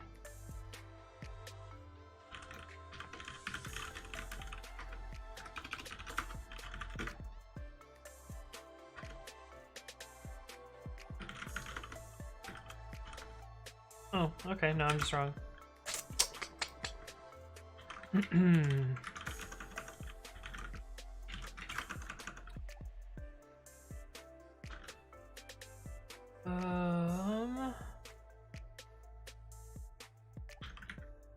Instance is, we'll just say any, and owner is a type of any.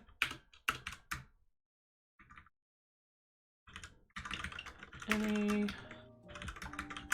type. Instance dot double interdict collection. Self.func.name equals self.func instance. I think that's how you implement it. We'll find out in a second. Oh boy. I just missed a lot of chat. JSpot is ready. Bop! Anna Strike says, have you ever used C and C++? Yes. I used to write a lot of C++. Way back in the day. Is this a risky click, Toddy? I'm gonna trust you though. What I imagine being a hacker was like, right? This is hack typer too, it's great. Oh, we didn't mean to turn the sound on. That was loud, sorry. JSpot, have you contributed any open source? And if yes, what is your most prized contribution? Are you just trying to get me to shill my stuff? I actually maintain a lot of important Python things. Oh, besides my own? Contributed to something else? I mean, I've taken over a bunch of projects that I think has been pretty impactful. So like, for example, like PyTest is one that I took over, or I didn't take over, I became a core contributor of. I took over Flake 8, I took over Dead Snakes, I became a core contributor on Talks. I've contributed a bunch of C Python. I think probably the most wild one is I changed the type system in Go, kind of on accident.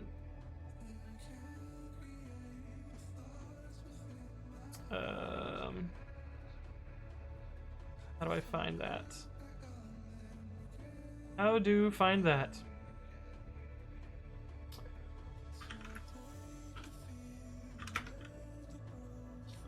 Golango? I never remember.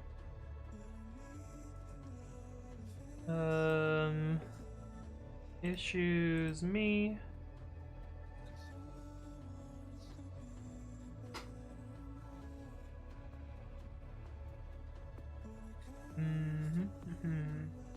This one.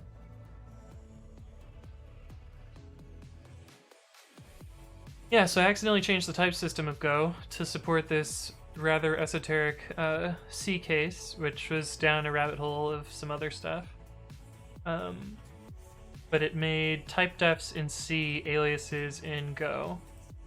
So now all long types in Go are equivalent, but before they were disparate types. Now they're the same. But I made that change here. It ended up being a very short change, but I needed a test or something. 45 lines, most of it is the test. 7 lines of actual code. This is the actual code change that I had.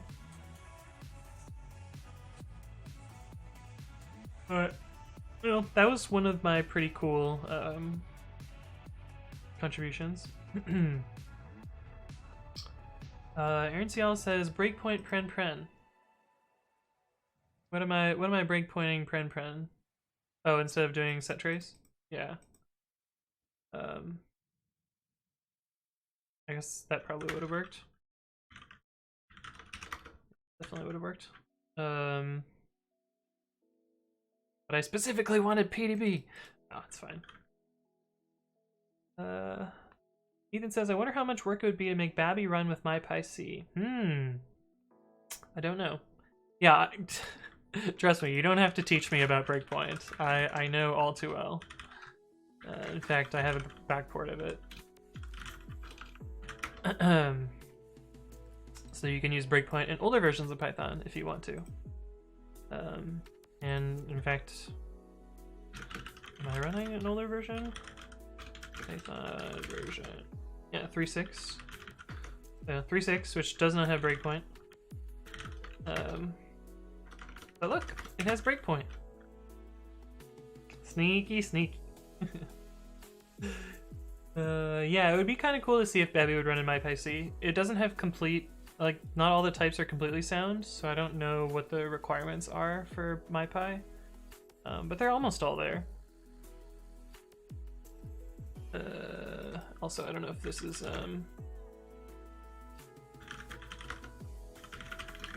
don't know if this is MyPy kosher. Let's see if I write once, check it, see if it's good. Babi / cast property. Invalid syntax. Well, we started off right there. So, needs to be a colon. This is not defined.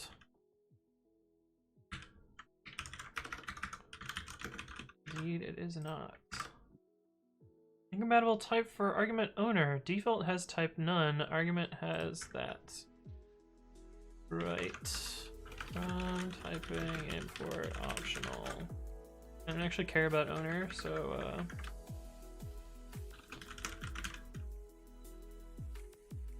so fuck it. We're just gonna put optional any. Cool. Dope. Too many arguments on line 20.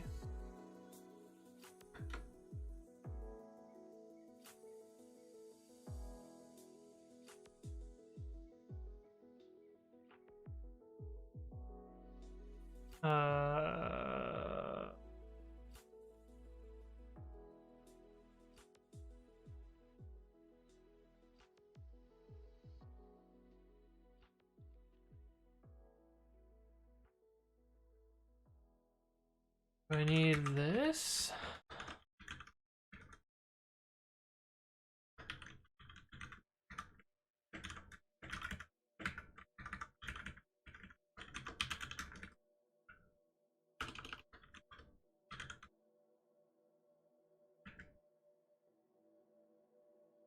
This is actually the thing that's optional. This is the one that's... Why is this equal none? This makes no sense.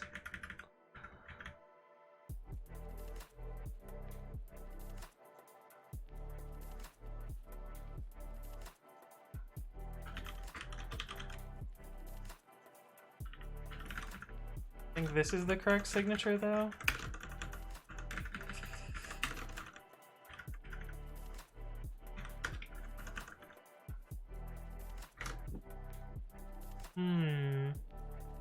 String argument T self.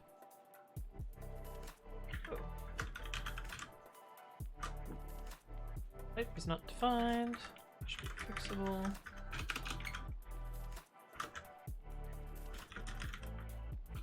From babi.cached property, import cached property.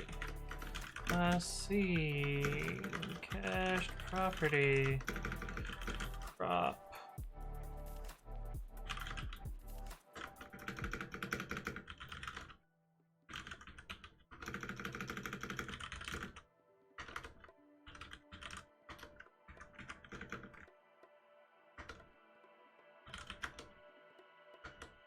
Cool. I think it works.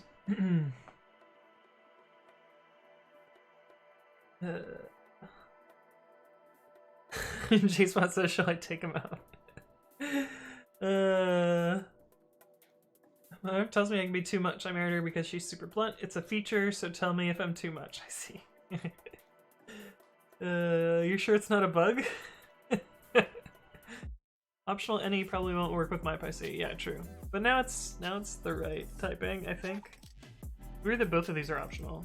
I feel like this one is never done. Let's see what happens if we print owner.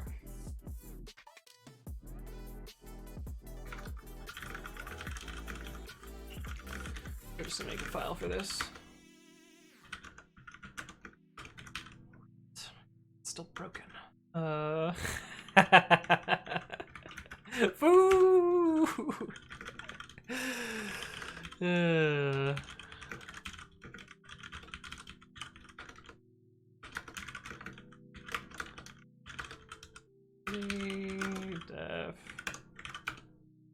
Actually, we should make sure that this types properly as well.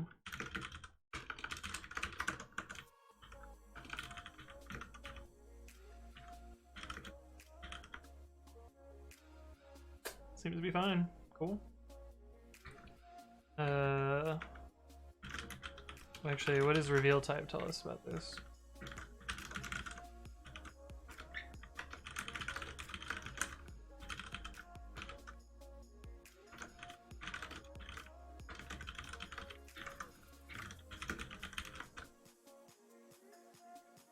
Real type is int star.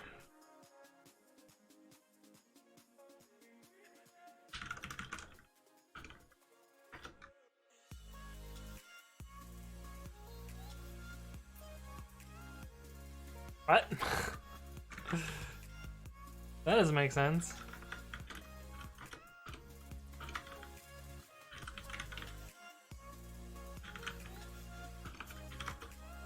Alright, the first one crashes. We get a class there. Oh, Babi being broken is kind of annoying right now. Not gonna lie. We get the type in both cases, so why is this equals none?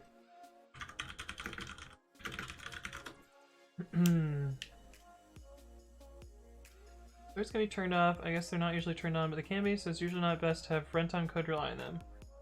Yeah, well, I'm not relying on that behavior here. I'm telling MyPy that this is not none.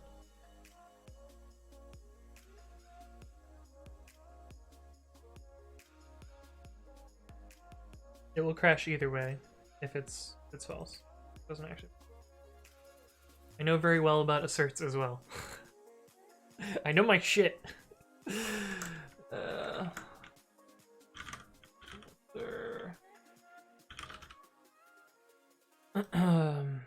Self instance owner equals none.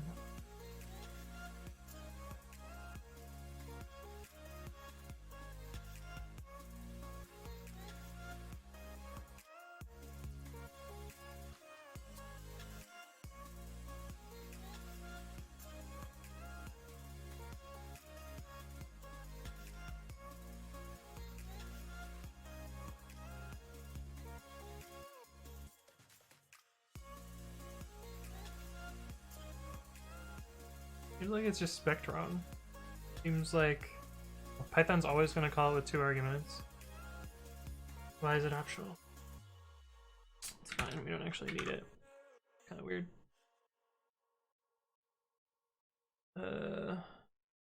I think you'll need a working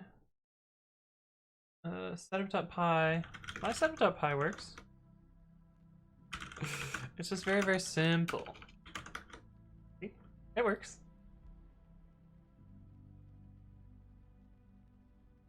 It's a functioning setup.py. It just happens to have all of the actual interesting bits in setup.cfg.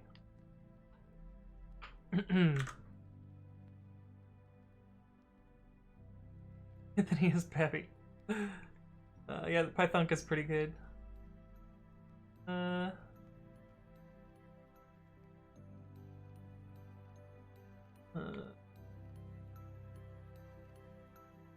Sergey says, hello Anthony, what are you working on today? We worked on a couple of things.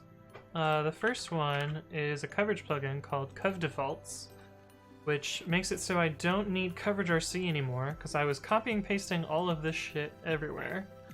And I realized that there's coverage plugins which make things much nicer, and so I replaced, here's an example where I replaced one.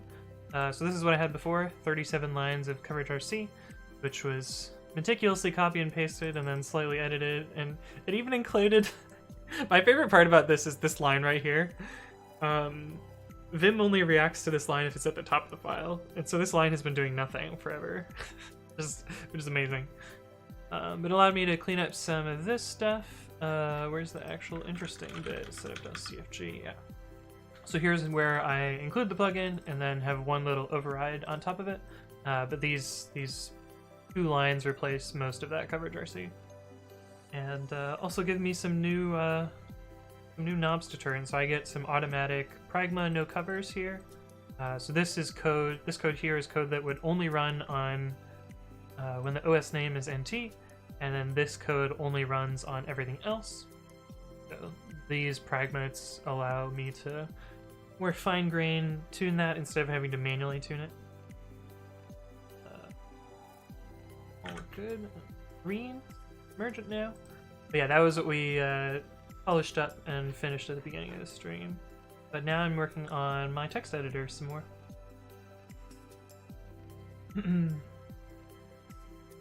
I need to distribute many Linux wheels which link against libblast. I guess they can statically link. Are you gonna end up with the NumPy problem? Hit download. Actually, I have a script for this. Scratch Python. What linked NumPy? Oh, I was using Python 2. What are you doing? Where did you even get a Python 2?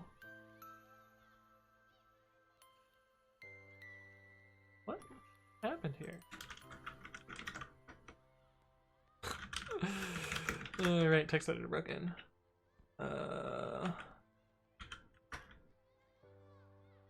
Oh, it makes a virtual amp. I see.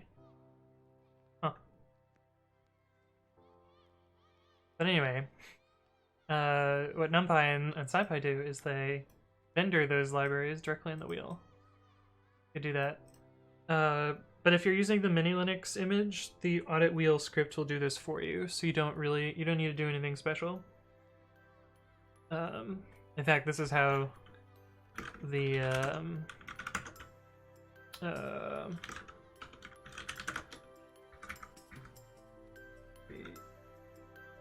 how do I want to run the script? -p Python 3.6 and 8 works too. Oniguruma CO5. It's spelled out. -- Python, of course. But yeah, this is how I'm able to distribute libonig at a new enough version to support all the functionality that I need for my regex library thing. But this is an ABI3 mini Linux wheel, so it certainly is a thing.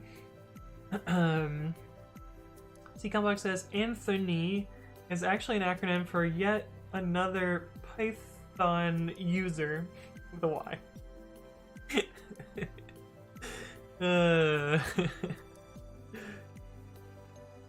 Wordplay says, by the way, you have to update your Twitch description. Why do you use Nano? Are you a noob to Babi? You're right, we do have to do that. Let's do that.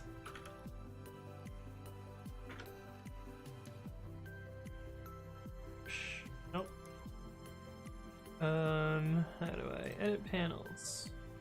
Oh boy. Why do you use Babi? Are you a noob? Wait a minute. What is Babi? There we go. Is that better now? Why do you use Babi? Are you a noob? Wait a minute, what is Babi? Fixed. Well, currently we can't use Babi because it keeps crashing, but we'll fix that eventually once I reel in all of my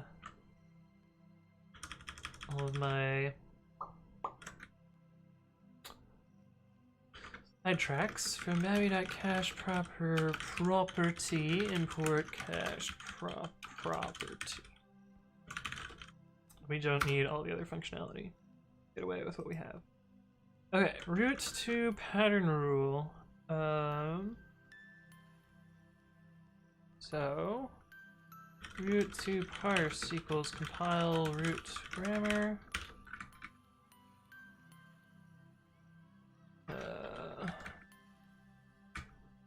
Need that.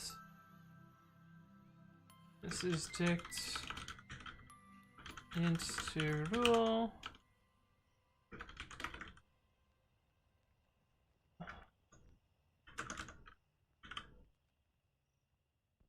That.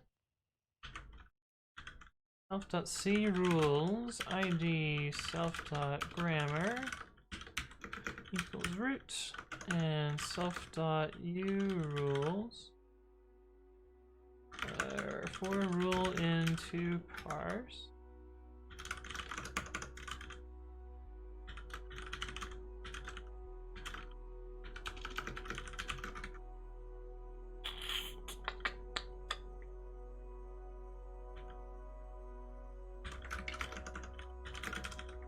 Return toot. Return root.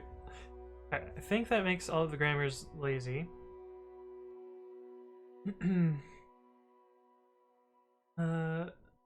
Babi's nickname is Kilo since Babi times 10 to the 12th is as good as Nano.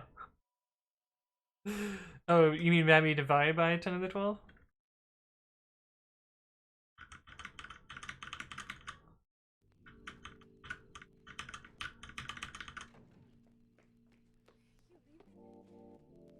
Okay, I think we can do this now. Lazy grammar. Lazy grammar. Then we never actually exposed the grammar type. Maybe.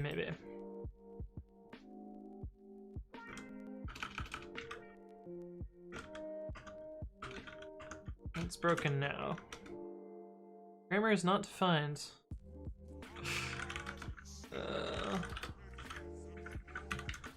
Both a typo and an attribute error. Solid. Lazy grammar object has no attribute matches file. True. It is true.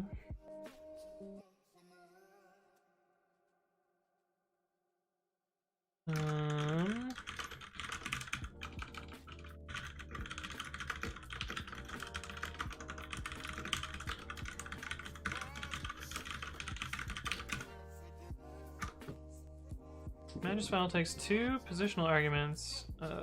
Takes first line as well.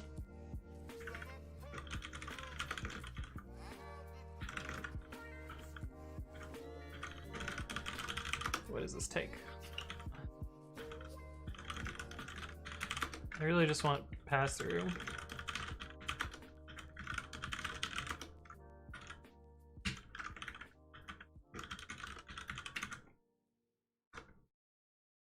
Grammar has no attribute matches files. Slowly getting there. Pilot line missing 1 required argument line.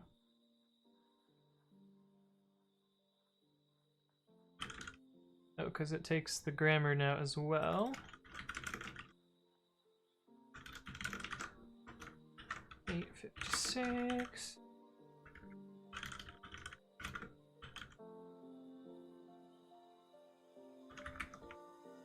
Ah, it lives! It lives!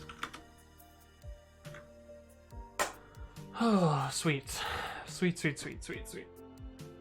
Tycode says, hey Anthony, how do I make a PyPI module?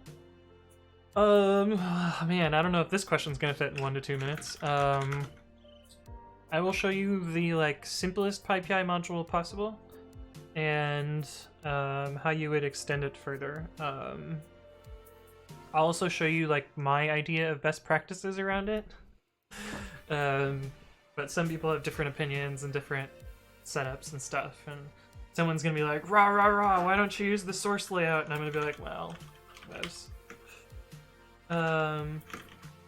So let's say that we're gonna make a package called, I don't know, foo. I don't like to use setup.py that much, so this is the minimum setup.py that you need. from setup tools, import setup, and then call the setup function.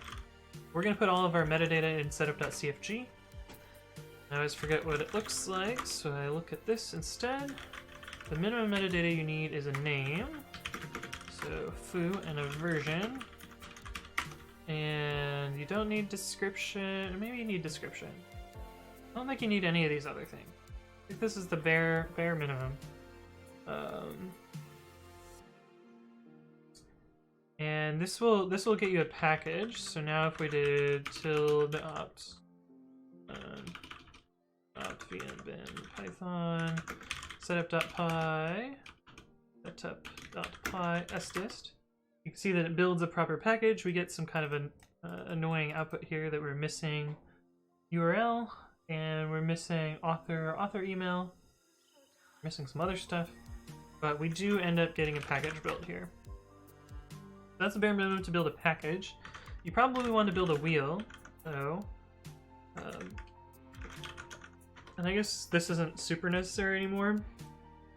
But these two lines indicate that you're a pure Python wheel and that you don't have any binary components, things like C extensions or other stuff like that. But you can add this if you want. It isn't really necessary if you're only targeting Python 3. Although presumably there will be a Python 4, and then we'll probably have to play this whole game again. But I've just been leaving it in my packages because it's pretty harmless. But people keep making issues. They're like, "Your wheels have Py2 in the name," and it's like, yeah, because they don't. It doesn't matter. But yeah. So that's that. The next part is to actually add Python files to your package. There's two setups that I primarily use. I tend to prefer single file packages just because they're simpler to package and you don't have to worry about so much other stuff.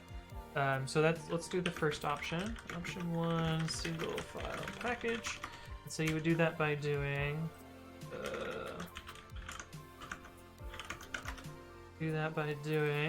options and then py modules equals foo, and this is the module name that you want, not the file name. So now if we touch foo.py, I'll print hello world in here. Now you shouldn't have module time side effects. You run sdist again. -lf tar list-f. Yeah, there we go. Now you can see that we ended up with foo.py in our package, so that means that we packaged it properly. And if we were to install this, we would end up with this file in our site packages. That's the single file approach. And then there's the multiple file approach.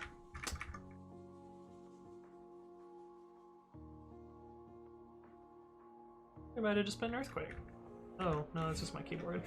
It's like, what is that loud noise? No, it's my keyboard. Losing my damn mind. No earthquake. Okay. Option 2 is a package. And unfortunately the word package is super overloaded here. Technically I should be using the word distribution when talking about things that go to PyPI, and package for things that have a folder Python. I guess more specifically a folder containing init.py, but then we get into namespace packages and pedantics around that, and like blah blah blah, who cares? So usually what I do is in setup tools you would do packages equals find packages exclude test star testing star. This is what I used to put in setup.py way back when. But I don't use setup.py anymore. The equivalent for setup.cfg is options packages equals find colon, and then options.packages.find exclude equals test star and testing star. And this is just to make sure that the test folder and the testing folder don't end up in the files that I package and upload to PyPI. And so in this case, this option 1 foo foo.py, make foo touch foo slash unit.py. I don't know, maybe you have a sub package. And the find thing there makes sure that everything ends up inside that package.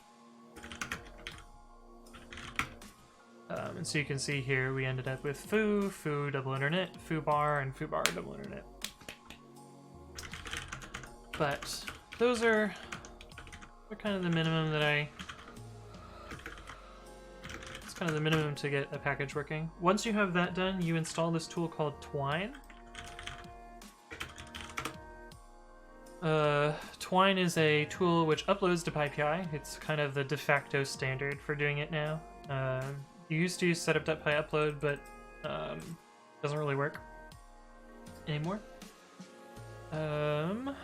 So yeah, and you just call Twine upload, and it does its thing. But I have Twine upload, or I have Twine installed, which-a Twine. I have a symlink in here. I don't know why that showed up twice, probably because I have the binder on my path twice for some reason. But yeah, I install it into a virtual env of my home directory, and so I would do Twine upload -r pypi, and then this /star. I would press enter, and I would type my password, whatever. We're not going to actually press enter and type my password, because we're not uploading a package called foo. That's kind of the like crash course on making a very minimal package. Hey, what's up? Savadis? Sorry. Thank you for the follow. Welcome to the stream. Yeah, there's some other common opinions about packages. One of them is to use a source layout, where instead of having your files at the top level, you stick it inside of a source directory. And then you have to do some fancy magic to move the package directory.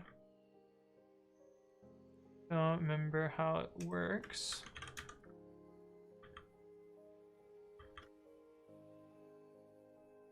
Unless that's still in setup.py. It is, yeah. So then you have to change the package dir in this setting.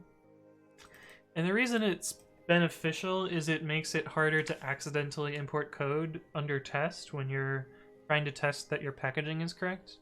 The reason I don't do it is because I'm cocky and I just assume that my packaging is correct, and then I just don't test it. But no, I'm probably in the wrong camp, and I'm probably okay being in the wrong camp. But those are my opinions on that subject. I do it because it's easier to not bother, and because then I have to type source and tab fucking million times, and I just don't have time for that shit. But anyway, packaging. That doesn't even get into like Flit or like PyProject or any of the other fun standards, but yeah, hopefully that's see, Complex, weren't you the guy with the blunt wife? Yes, so Aaron is the one with the blunt wife. How convenient to have multiple opinions on everything. Okay.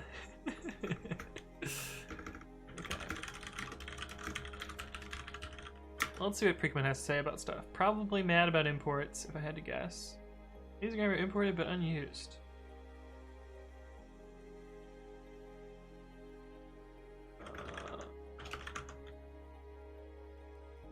Babi. Now we gotta not break this again. What is grammar used for? This should be lazy grammar.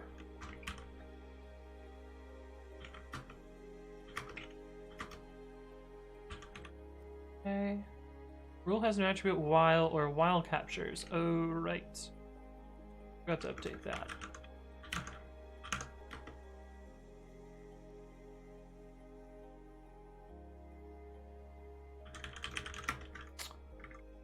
This also gains a while property,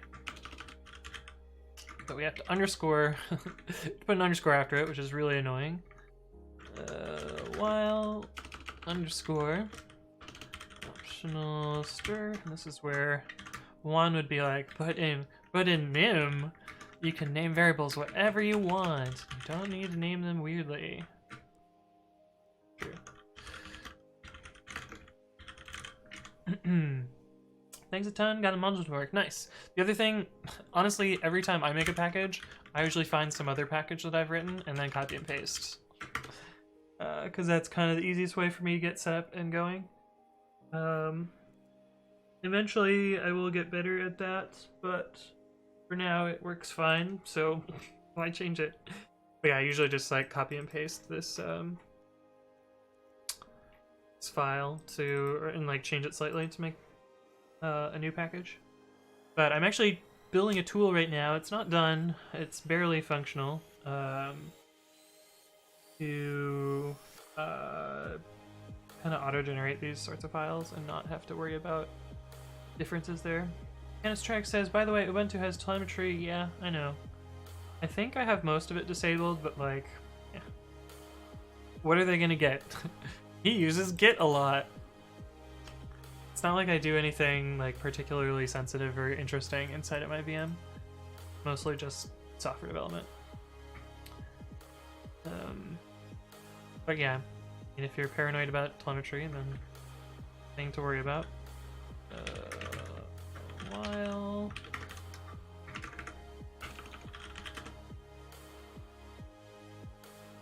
sure.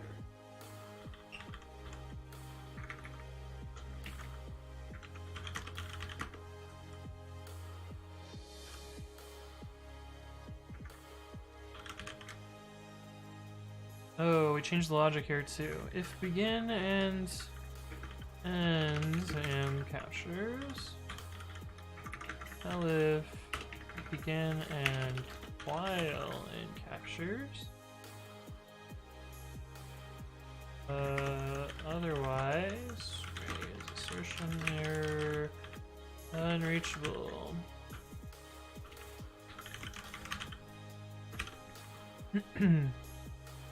Change to Arch plus i3, or is that too hardcore for you? I'm not gonna be an Arch user. It's not happening.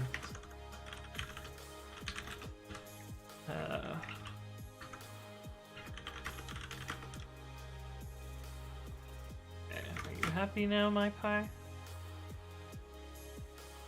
Undefined named while. Oh, because I bullsed it up. I bullsed it up. Should be while with a post underscore, not a pre underscore.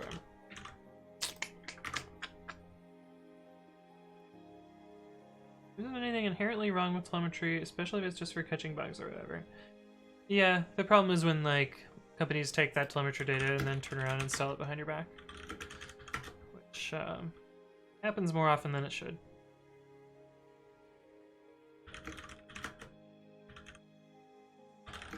Okay. Support while rules and complex captures. Oh, I should be able to open YAML files again now.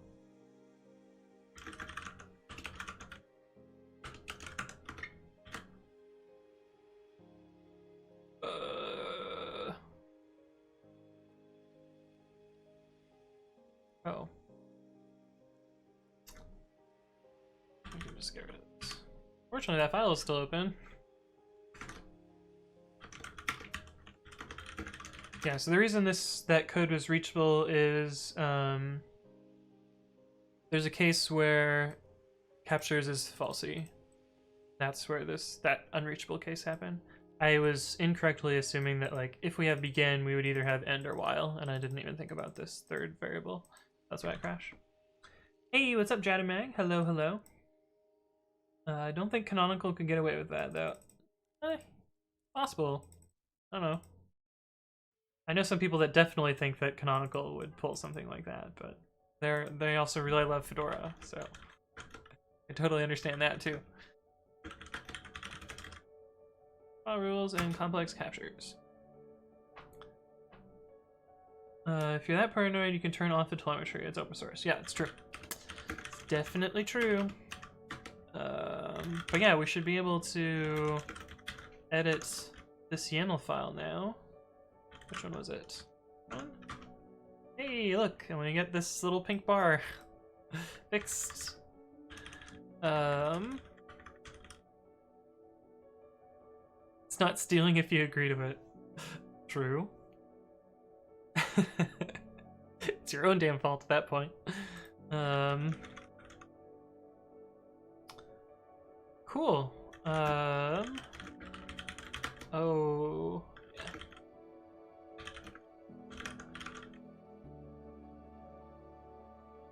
That's just the stuff we did in this commit. Cool.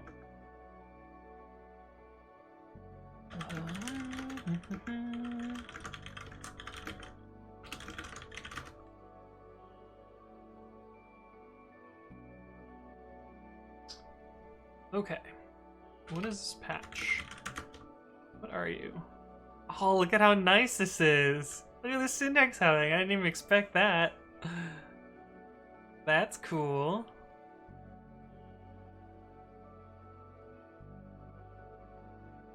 Partial style. Oh, this is when I did the try stuff. Man, that's so nice. It worked without... I didn't even think it was gonna do that. Because it doesn't have a file extension, so I'm kind of surprised that it worked. Yes, YouTube, we're still playing background music. We can get rid of that file. What is t.py? Are you the foo file? I think you're the foo file. Yeah, so the reason I have the foo file is you can see this little bug here. It's not supposed to be green. It's supposed to be white like this one. Super minor, but definitely broken. And there's another bug with it, which is even more messed up. But that one hurts my head thinking about that bug, so we're not going to worry about that one today. But I did want to work on one of these ones. This would be a good one. The new line bug would also be a good one.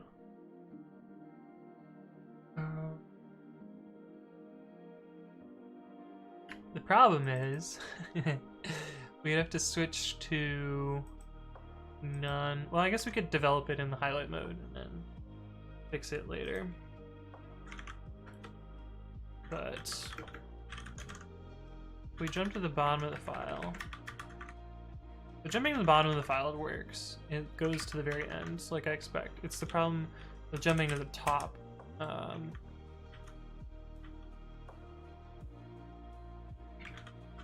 It doesn't work how I expect it would. Oh, weird. Nano doesn't maintain the line position. Probably the difference. Nano's just like beginning of the line always. Maybe I should do that in Babi? I don't know if it's intentional that it does it like that. Let's see. Test features. Probably in the movement test. Page up.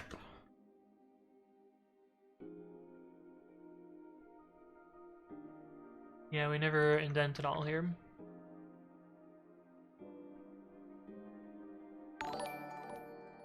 Hey, what's up, Fraggle Rocket? Thank you for the follow, and Phobos on Fire as well. Thank you both for following. Welcome to the stream. That's lawyer talk. X Large says virtual operating system. Yeah, I'm running Ubuntu in VirtualBox. I'm actually running Windows. Don't most distros use telemetry? I feel like they kind of do. Either way, you're bound to use some kind of software that uses it. Yeah. Well, I mean, if you open the internet, you've sent some amount of telemetry. Cybergenic says, Anthony, did you study computer science or are you self-taught? The answer to that question is yes. I had toyed with computers and wrote a bunch of code and had worked professionally at a software engineering shop for 8-ish years, 7-ish years before I did a formal education in CS. But then I did do computer science in college, but it was super easy for me. Billy1907 says, hello, I just came. Can you explain what you're writing? Yes, so we have this fancy command for that, and a lot of people are here. I don't know if you can hear them. You usually can't, so it's just me being crazy like, oh, the lawn people are here. But I'm working on my own text editor, which you can actually see it here because I'm editing the tests of my text editor with my text editor. Missed part, what is telemetry? Telemetry is where a program that you're using sends data back to some external source. Pip install Hazel Pie, says SciCode. I'm gonna be a little bit paranoid here. We're gonna do pip download Hazel Pie.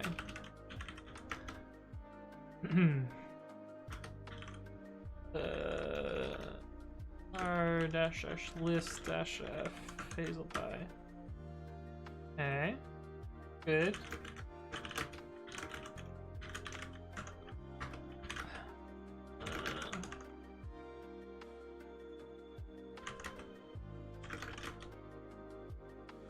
Oh look, class Hazel Pie. Nice.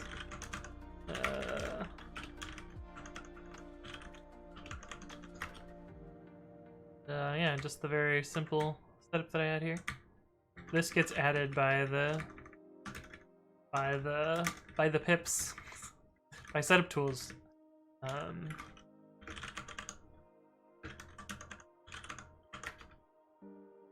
Cool, looks good.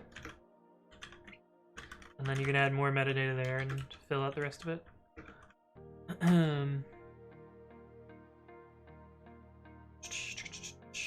Hey, what's up, GeoTrek? Welcome back. Anthony writes shitty trash code. True. True. Drew Cooper's son says, you are Google for me. Thanks for answering all my questions on Discord. Not like I have a choice, right? Cybergenic says, that's pretty interesting. Did you teach yourself code in high school and then go right in the field? Yeah, and also like in middle school. Out of high school, well, before that I did this one data transformation project. So my dad had this contact database from a previous version of software, and they didn't upgrade their database format as they migrated to the new one. And so he needed some way to migrate them, and people at his work also needed the same migration path. And so I wrote a bit of code. Actually, this was on my first code as well. It was written using XSLT, which is a XML-based XML transformation library. But I used XSLT to rewrite the contact database from one format to another. And then a bunch of people at his work also used the same software, and so got paid by his work to do that. And then my first job out of high school was actually at the same company. They were like, oh, you did some cool stuff before, come work on QA or whatever.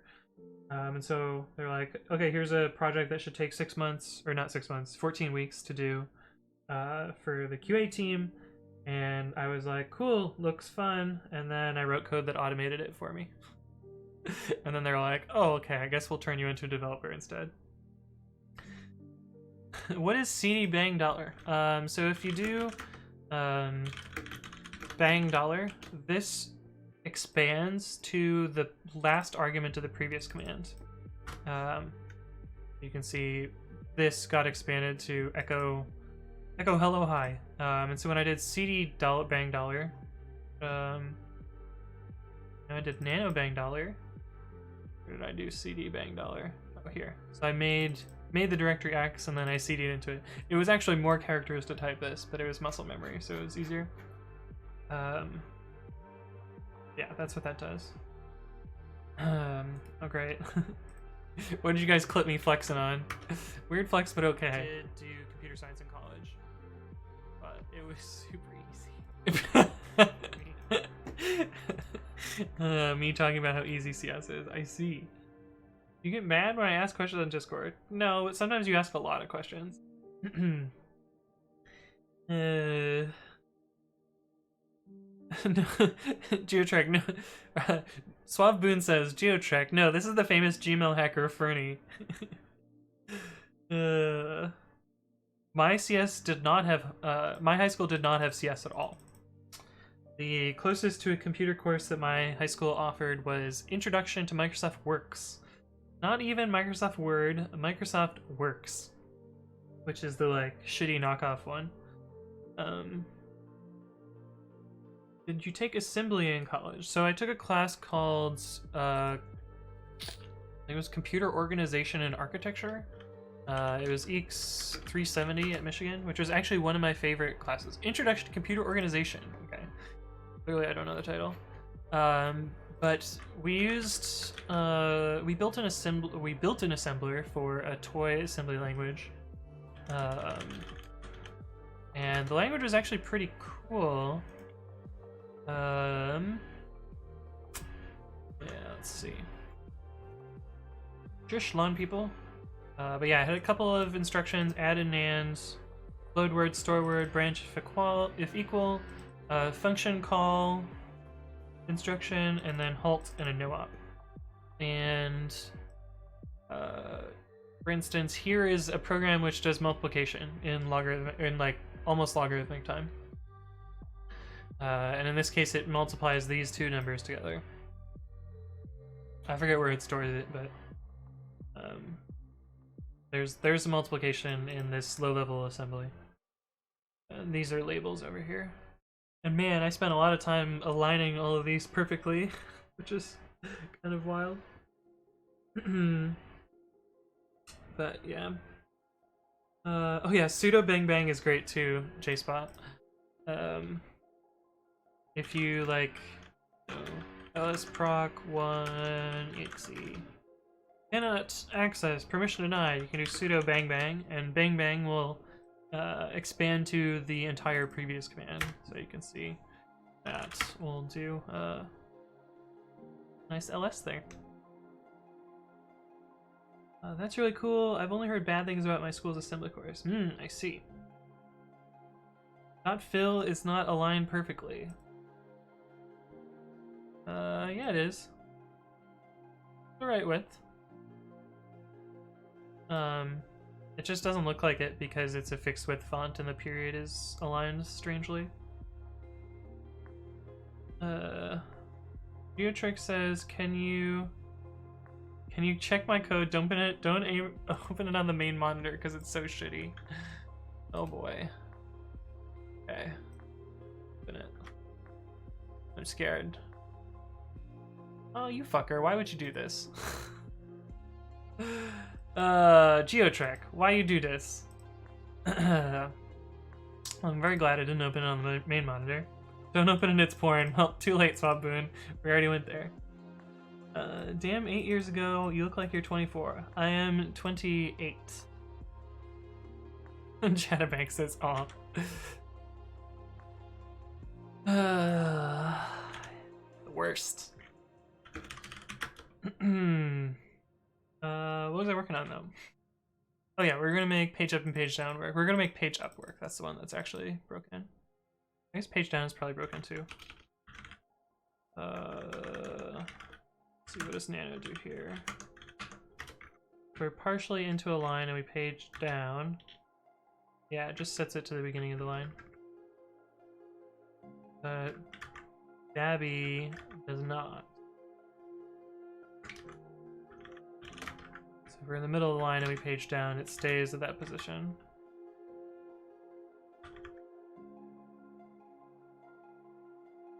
Which is interesting. Come on, man, you're in the field. No opening of strange links from strangers. Well, at least I open it off screen. Why page up and page down?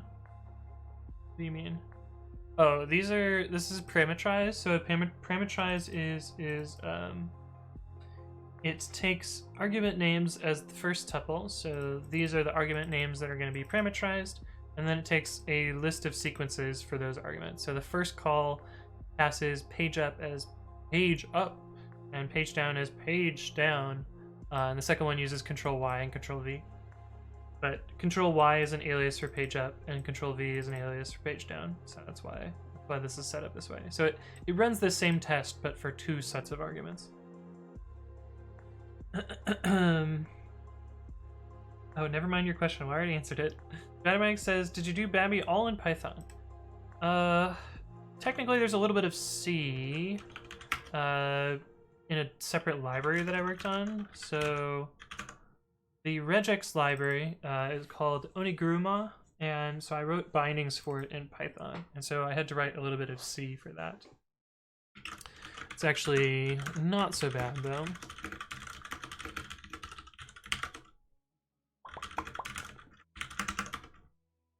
Those branches, yeah,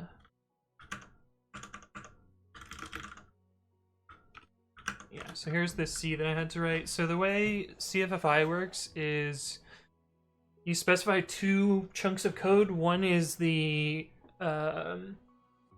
functions that you want to export, and so that's what the cdef is. These are all of they're basically just function signatures of what I want to export. You can put ... in a bunch of places to omit stuff that you don't really care about the details of, but you have to mark out what the details are for the stuff you care about. So that's what the cdef is, and then the source is a C source that you will compile down and should produce those names. So in this case, I include this library called oniguruma, and then I actually make some small C wrappers around the functions because their interface is not very good. So, oh my god, I'm getting paged right now.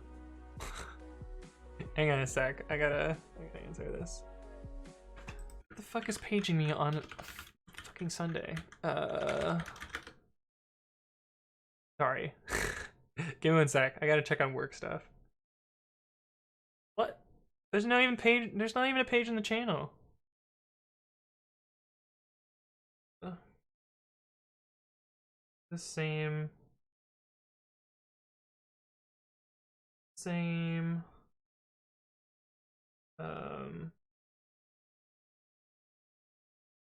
I'll just let it escalate. Actually, no, I'll just act resolve it. That's what I did last time.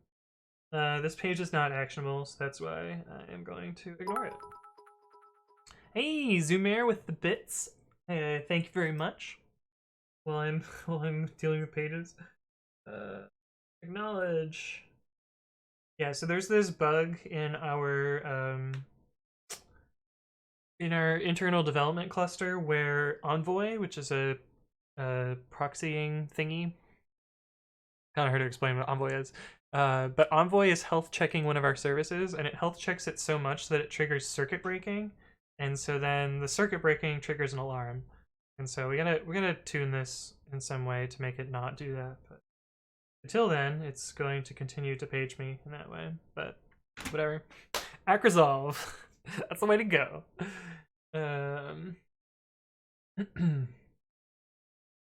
Complex says, how do you write code that is compact, working, and aesthetic? I feel like I only manage one of those 3 at a time. I mean, I don't know that my code is necessarily aesthetically pleasing or compact or working.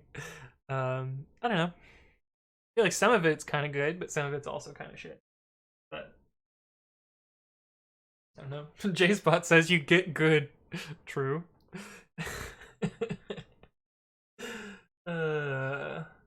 Dynamag says, I'm satisfied with code that works. Yeah, that's true.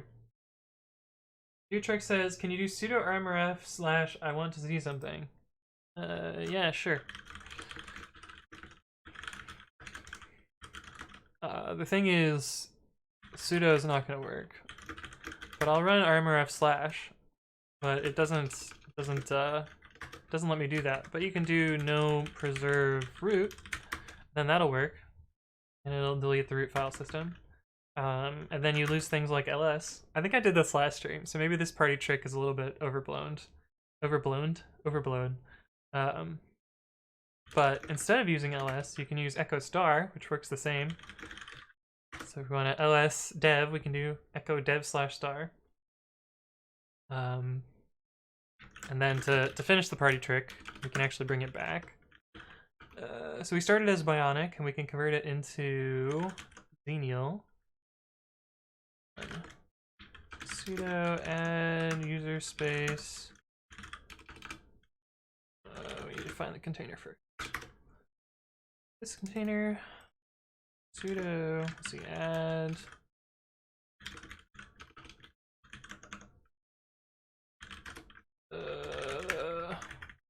Container is the one. Positional argument. Oh, the music paused. Why did I pause the music? Anyway, after this runs, it takes a while because it has to, build an operating system from scratch. But LS is back now, and now instead of being Bionic, we are now Xenial. Actually, Docker inspect this guy. Yeah, so Docker knows that it was originally Bionic, but now we've converted it into Xenial. But anyway, you can armor / and it works. Come on, Geotreg, don't be that kind of troll. I don't hear advice from a bot. Drew Cooper Son says, did you ever take operating systems? Yes, I did. You forgot to do it in the Docker. Yeah, that'd be a fun one. But no, I made sure to do it in Docker. I know what I'm doing. But yeah, this library required me to write a tiny amount of C. It's mostly just wrapping functions. I'll give you an example of kind of a crappy API here. So the regex search functionality, which takes kind of a self argument of a regex. Hey, what's up? Jlugao, thank you for the follow. Welcome to the stream. Their regex search takes a string and then the end of the string, and then the start of the search and then the end of the search. And it takes all three of these as character pointers. But I think it makes way more sense to pass the length and the start as integers. And this is also way easier to do in Python than it is to make a buffer and then link to the end of the buffer and then pass that buffer in. So I just wrote a little wrapper which does that. Try deleting system32 now. I don't think I have a system32. Oh, I need to do sudo. I don't think I have system32, but I'll delete it if I find it. Futrek says, is there a reason to use Docker not for DevOps? I mean, I use it for a bunch of things. One, it's a nice little sandbox sometimes. Dash iname.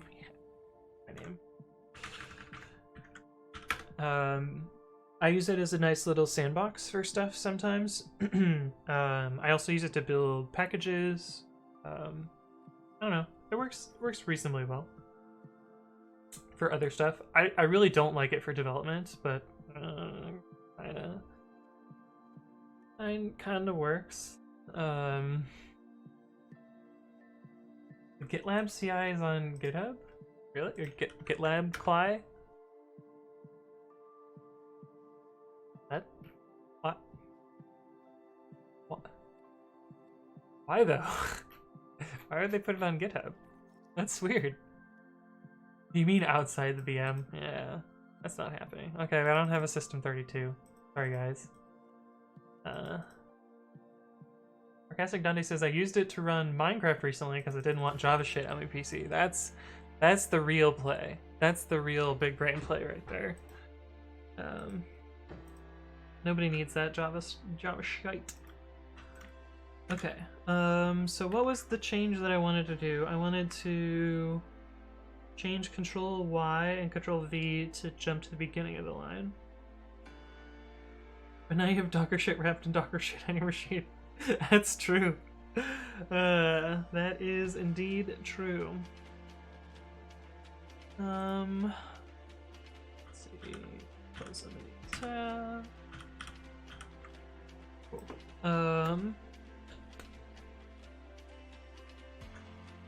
Unfortunately, in order to implement this, I think I need to check out master.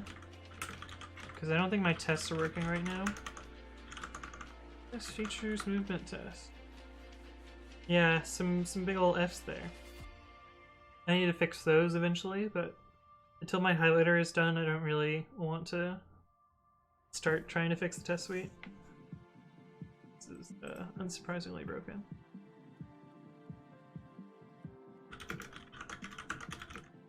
But on master, they all pass. Good.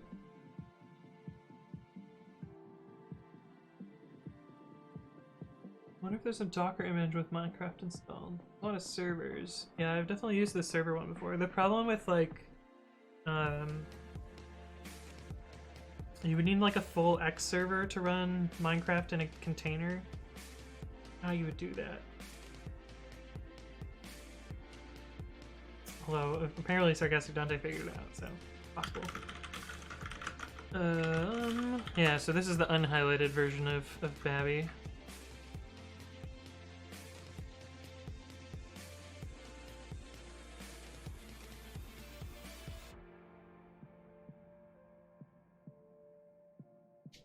Hey, what's up, Shazrobot? Hello, hello. Test page up and down. Test page up and page down. X0.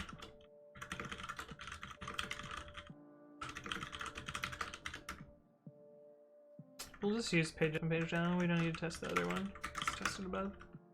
With run, stir 10 lines. Height equals 10, sure.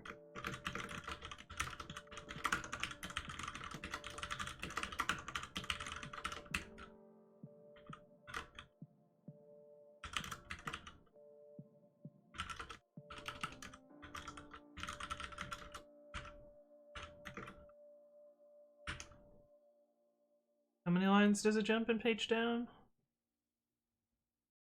I don't know. Alright though, 10 lines tall.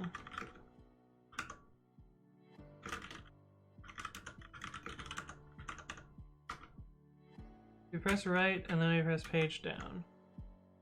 It actually stays at the same position. X equals 0, Y equals 1. H dot assert cursor line equals line 6. Press right. H dot press page up. Cursor position x equals 0, 1. Assert cursor line equals line 0. This should be a failing test now.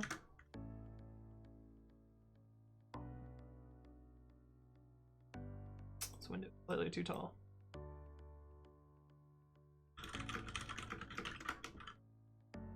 It's 10 lines. Hey, what's up, Linux Povow, who has hosted me with presumably themselves. Welcome to the stream. Some nice F's here for the failing test here. The cursor position is wrong, which is good. Oh, I'm very far behind on chat. Let's see. Actually, not that far behind. JSpot says, ever used GUI making tools like Qt or tkinter? I've written like a not very much in tkinter. I've not worked with Qt at all. I plan to at some point. Did I get paged again? Left me a voice. No, I haven't really done much with GUI tools though. I haven't really needed to. eComplex says, test page up and page down, small size window. Doesn't Pepe recommend short names or something? It does for module names. This is a test name where you want to be descriptive. Oh, we can just use the check command to get to pep8. I don't have to Google it. Hey, what's up, Amin Codes? Thank you for the follow. Welcome to the stream. Package and module names. doesn't. I don't think it says anything about functioning. Interesting that they added a type variable names. This.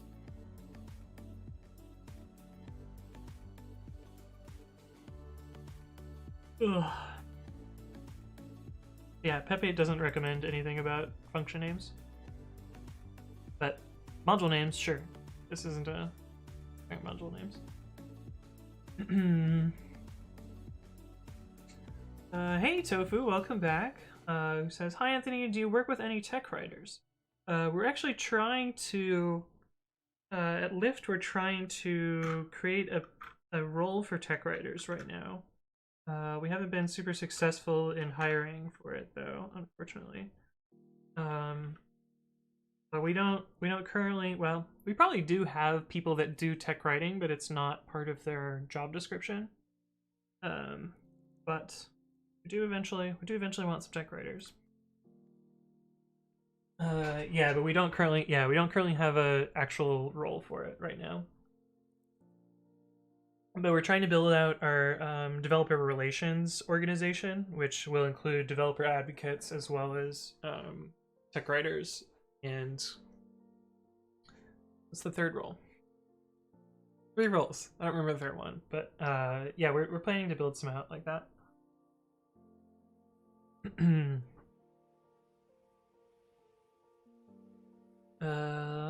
Oh right, we're gonna fix this test. Babi. I don't remember where everything is now. I think it's in file. Page down. Set X after vertical movement. Oh, looks like I intended for this to not do this before.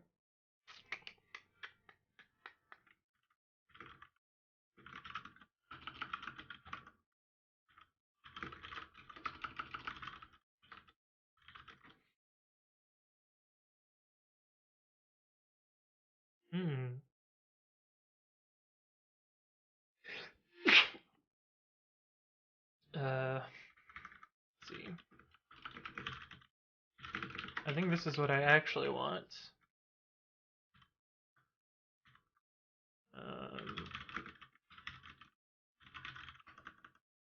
Oh, now you guys are gonna clip me sneezing. Dang it. Movement test. I just got an internship at Google for it, so I was wondering what companies look for these roles. Oh, awesome. That's great. Congratulations. You look normal.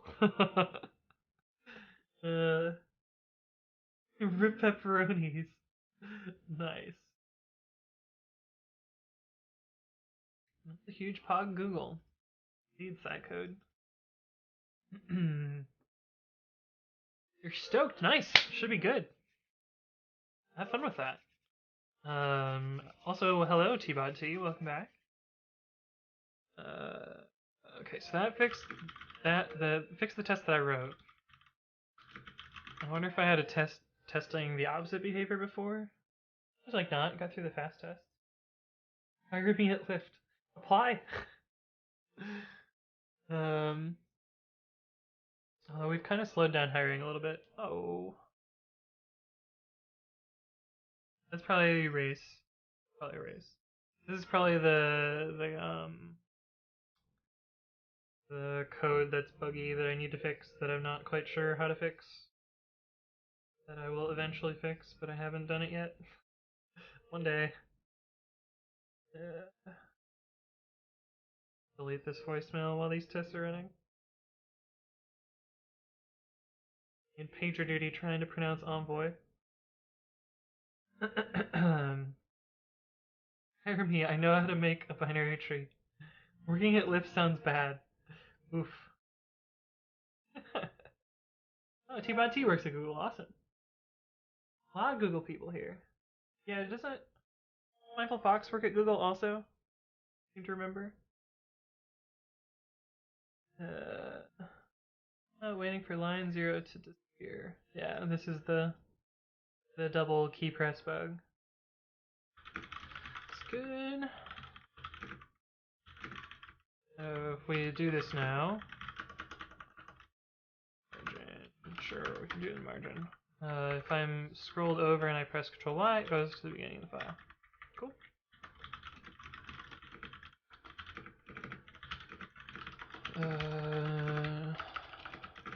Sure, page up and page down. Go to beginning of line. Geotrick says, is there a way with Python to make the console accepting input from the user all the time and in the same time printing stuff on the screen? Yes. I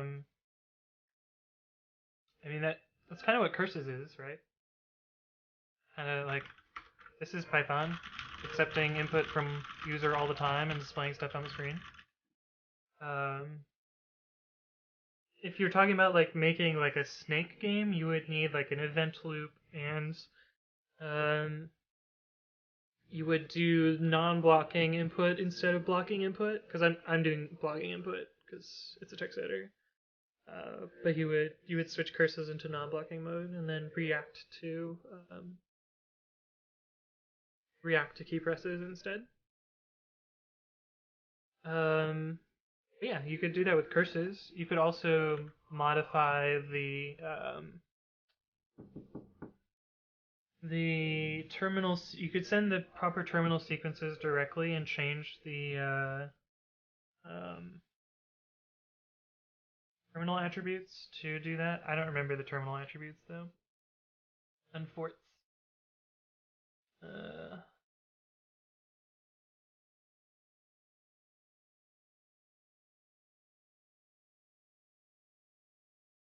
If I got hired by Google right now, I'd be more surprised than excited. Oh, because you're in high school, psychode. That makes sense. Hey, what's up, Andrew Lane? Hello, hello.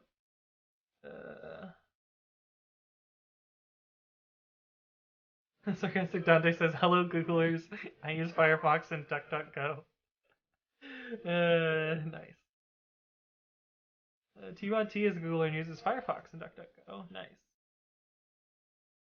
I still use Google, even though I know I probably should. Hello, Googlers. Microsoft here. I use Explorer and Bing. Use Opera GX in Bing. Opera GX. Is that the Blink-based one? Gaming browser.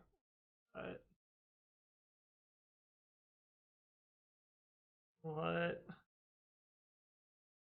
Why though? What makes it a gaming browser? It has like special Twitch integration? Why does it look like a RAM limiter? Fancy. You can run your browser in a container.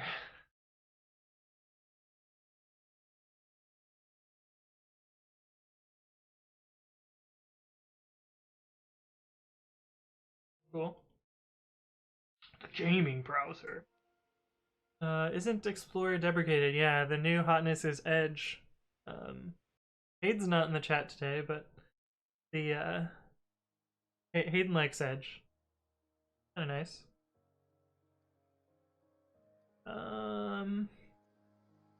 Andrew Lane says I made a Chrome extension and then switched to Firefox. Nice. Hey, Shazrobot is another bot. You're right, JSpot. We've got several bots in the chat. Flash games run better. Flash in 2020, right? We've got a command for that, actually. You do bang still a flash. You guys can see. There it is in the chat over there. I've learned to point the opposite direction. I've figured that one out. Still Anthony writes code in 2020. Yeah, that's fired. Let's see. We did that. So we can get rid of it from the to-do. Then we can switch back to colored mode. This one is a harder thing to fix, so I'm gonna do that some other time. What are we at? 5 hours? Yeah, I should just call the stream today. Problem! Problem!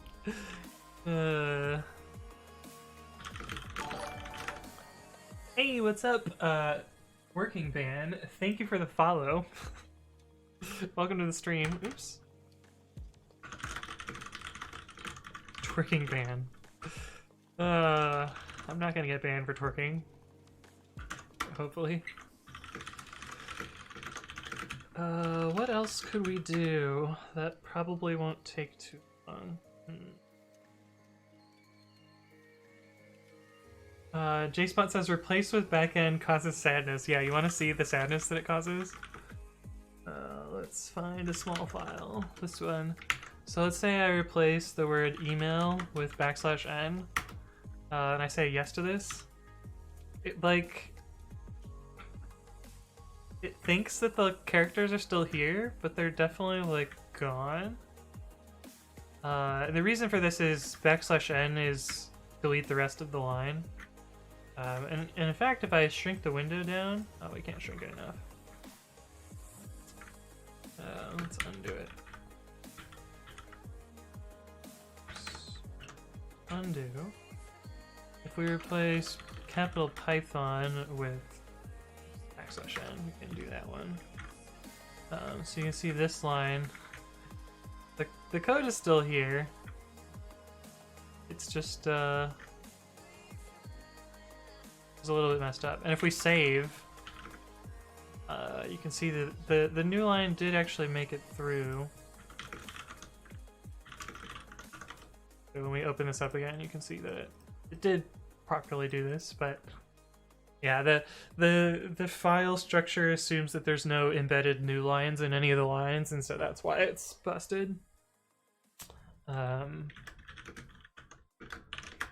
I'll have to think on that one, because I think replace is the only way to introduce that character. But I could be wrong.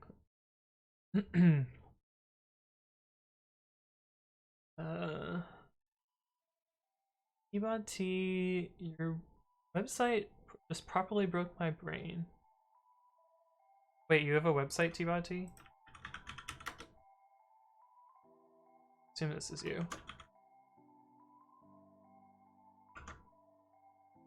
Oh my god, what in the... What is...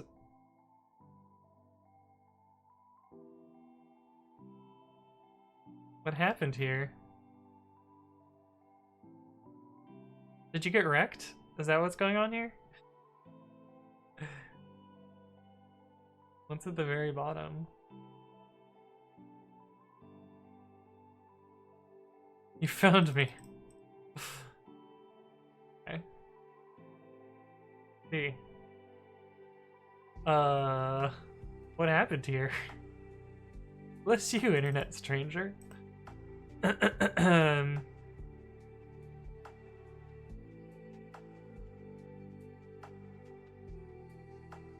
Pei is not your dad, he's Chad.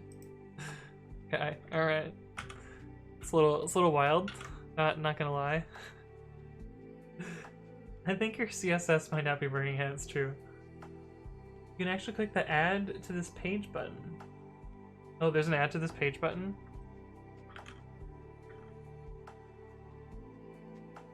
This button, I see. Wait, what is this doing?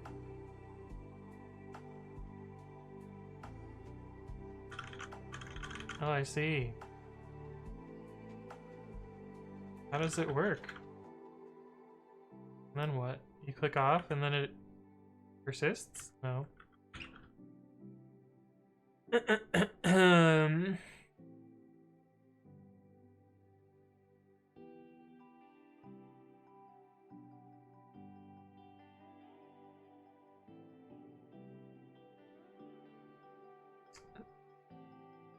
See, it goes to this bin.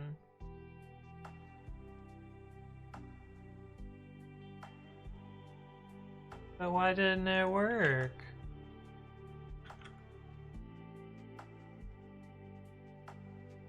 Nani? Oh well. I tried. One of the lines said, I'm not gonna say that because then you're gonna clip it. You almost got me. So Boone says, Anthony, how do you feel about gig jobs like Lyft and Uber? Do you think they should get the benefits of a normal part-time job? Do normal part-time jobs have benefits? None of the ones that I worked had benefits. Like you end up as a contractor and then you don't get health insurance or whatever from it. Honestly, I think the actual fix to the gig economy is, and I'm not just saying this because I work at Lyft. I think the actual fix is, has to come from the government level where, it's kind of fucked that it's the year 2020 and people don't have healthcare, and like that's not something that's just provided by government. But yeah, I don't know. Shrugs. CIA bin. Yeah, that was weird to me because I've seen CGI bin, but I don't know what CIA bin is supposed to be. Geotrek, I don't know if I trust you with links again, buddy. You kind of squandered that earlier.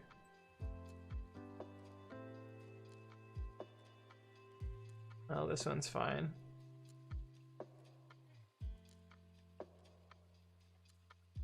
It's AIO. Are we on? Oh, it doesn't know that it's Python though. Oh, that's already a thing. That's also already a thing.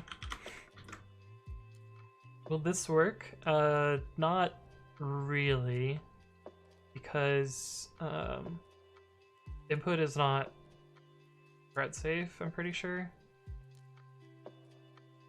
I mean, it might work. It might work if you run it. 3.8.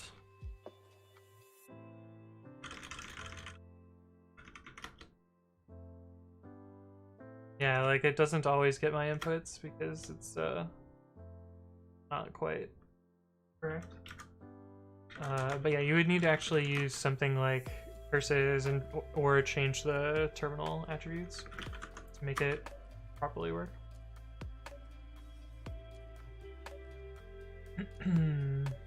Sophie says, I like that answer. Is this an issue that is brought up often in the ride-hailing tech companies? Yes, it's discussed a lot. And like some of the, oh, I see. This is a good one. Better change the URL to HTTPS before downloading. Yeah, this comes up a lot, and it's been especially topical recently with the passing of AB5 and how that would change how drivers are, workers. And like the tricky bit becomes like as soon as they're no longer contract workers and now they're actually employees, it actually changes a lot about how Lyft and Uber would schedule them as individuals. It's like right now they can work whatever hours they want and like as many or as little as the law permits. Like there's some amount that they can't work over or something, but other than that, like they can be as flexible as they want. But as soon as they become like actual employees, Lyft and Uber would have the freedom to schedule them like you must work 9 to 5, you must work in this location, those sorts of things. And so that's like some of the things that are brought up around this that people are having controversy about.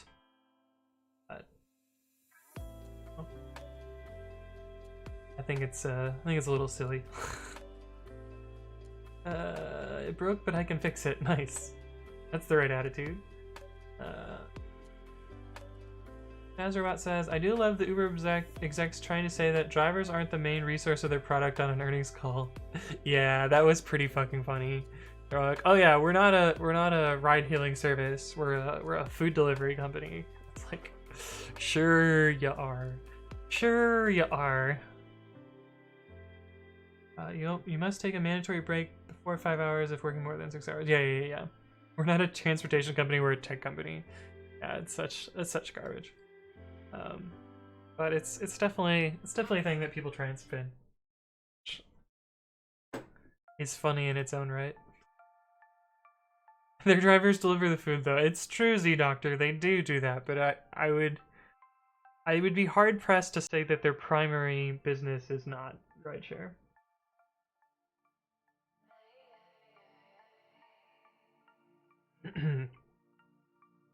Apparently, it's been broken for about 6 months. Nice. Fixed. Don't read too far into it. Yeah. Hey, what's up, Batiskev? Yeah, I'm coming up on 5.5 hours, and I forget what I was gonna do. Oh, I was gonna try and make grammar inclusion work. Oh, that's hard. Because I want this to work, but it doesn't currently. We get some markdown rendered here, but then as soon as it tries to include CSS, it fails. If we look here, we have an include rule, which is including from source.css. And if we go far enough up,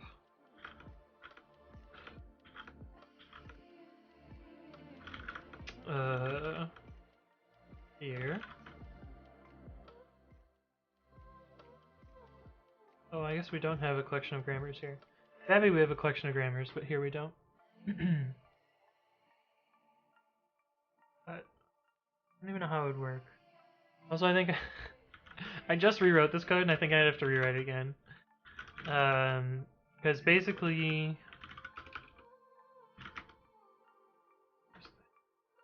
yeah, I have this include expand, which currently assumes that it's either a self-include or it's an include to a thing in the rules dictionary, but there's actually two other cases. There's, so this obviously looks like self.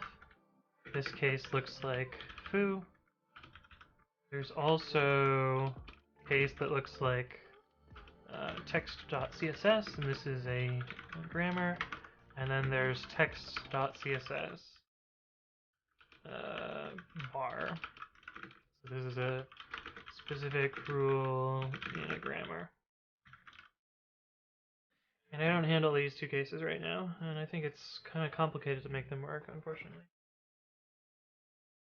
I can refresh the page and try again. Alright. Add to this page. Oh, that's not what I wanted. For the glory of Satan.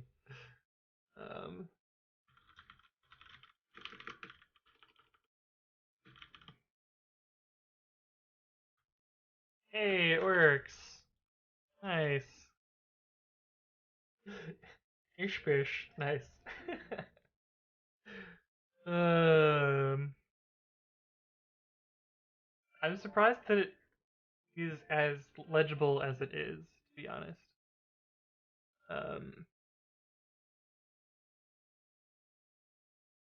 Is this the part where I try and break it? Yes, this is the part where I try and break it.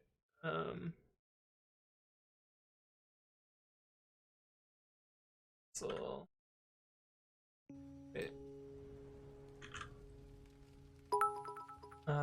hey, what's up, Zoomer? Thank you for the bits. Where did this request go? Here we go. Add.cgi.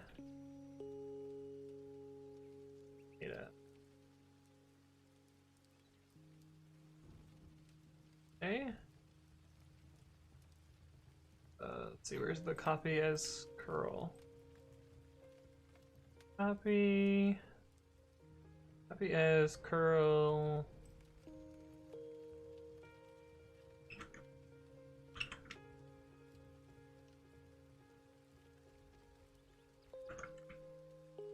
Ugh, got all these annoying headers.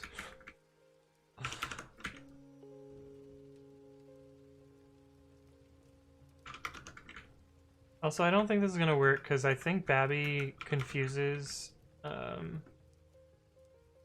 this thing somehow. I don't know how. Actually, kill %1.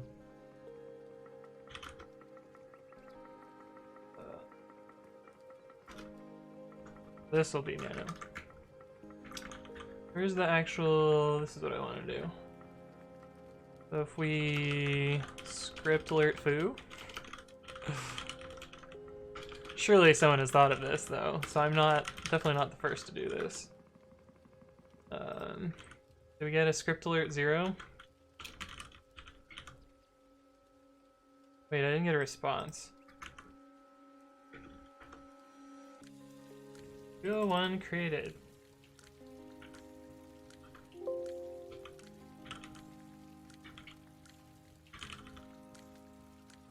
Ah, the escaping is strong.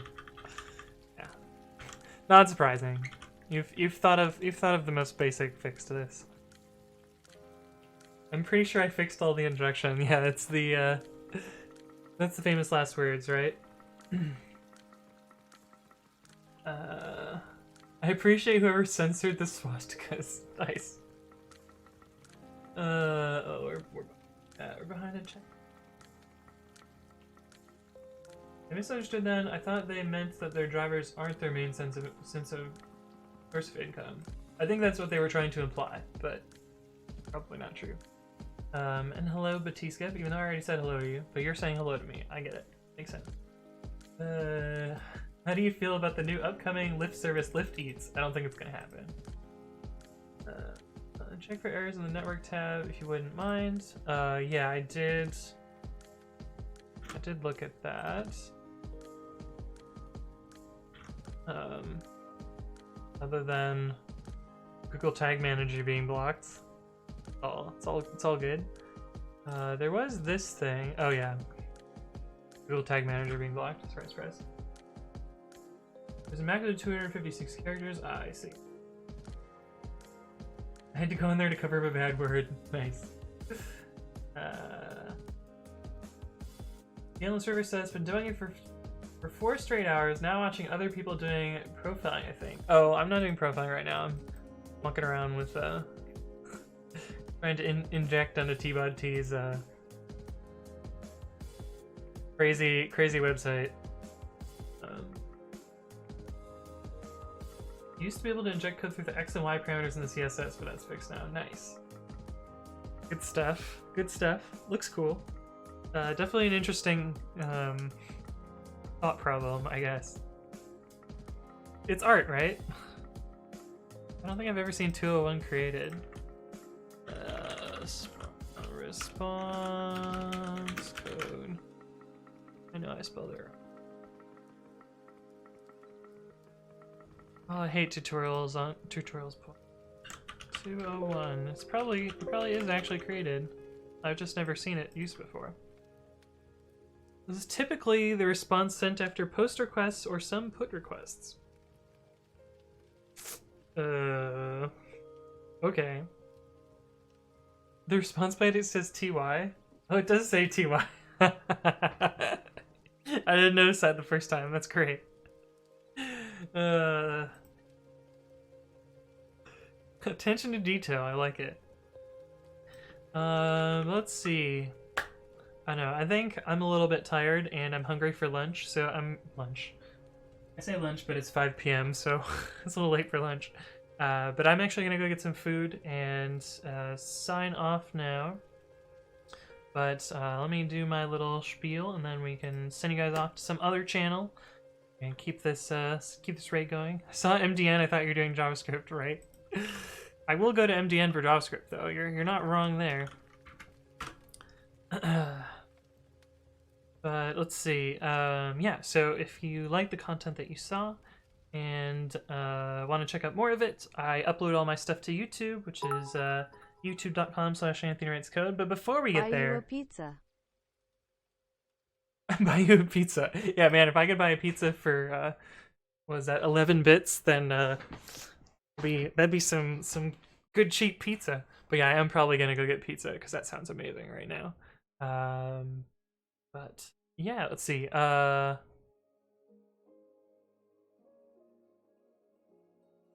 see. Oh, Thug Muffin, what did you say? It didn't have an empty line like a 204 response on F5 freaks out about causing connection reset. Oh, interesting.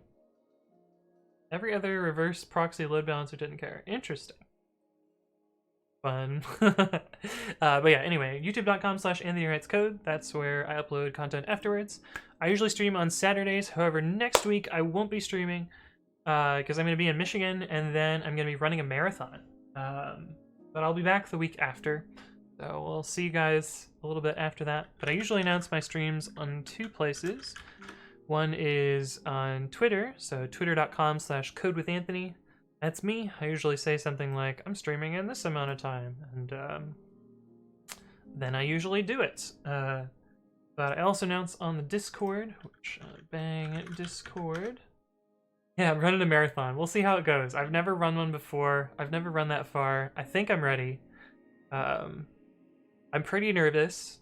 I'm not concerned about pace. I'm more concerned about, like, staying alive for the whole thing. We'll see what happens. But yeah, I'm gonna be running the LA marathon, so we'll see how that goes. But yeah, I'll buy you beer if you do. All right, sounds good. I'm looking forward to that one beer, J-Spot. But yeah, that's all I've got for today, and go find some to raid.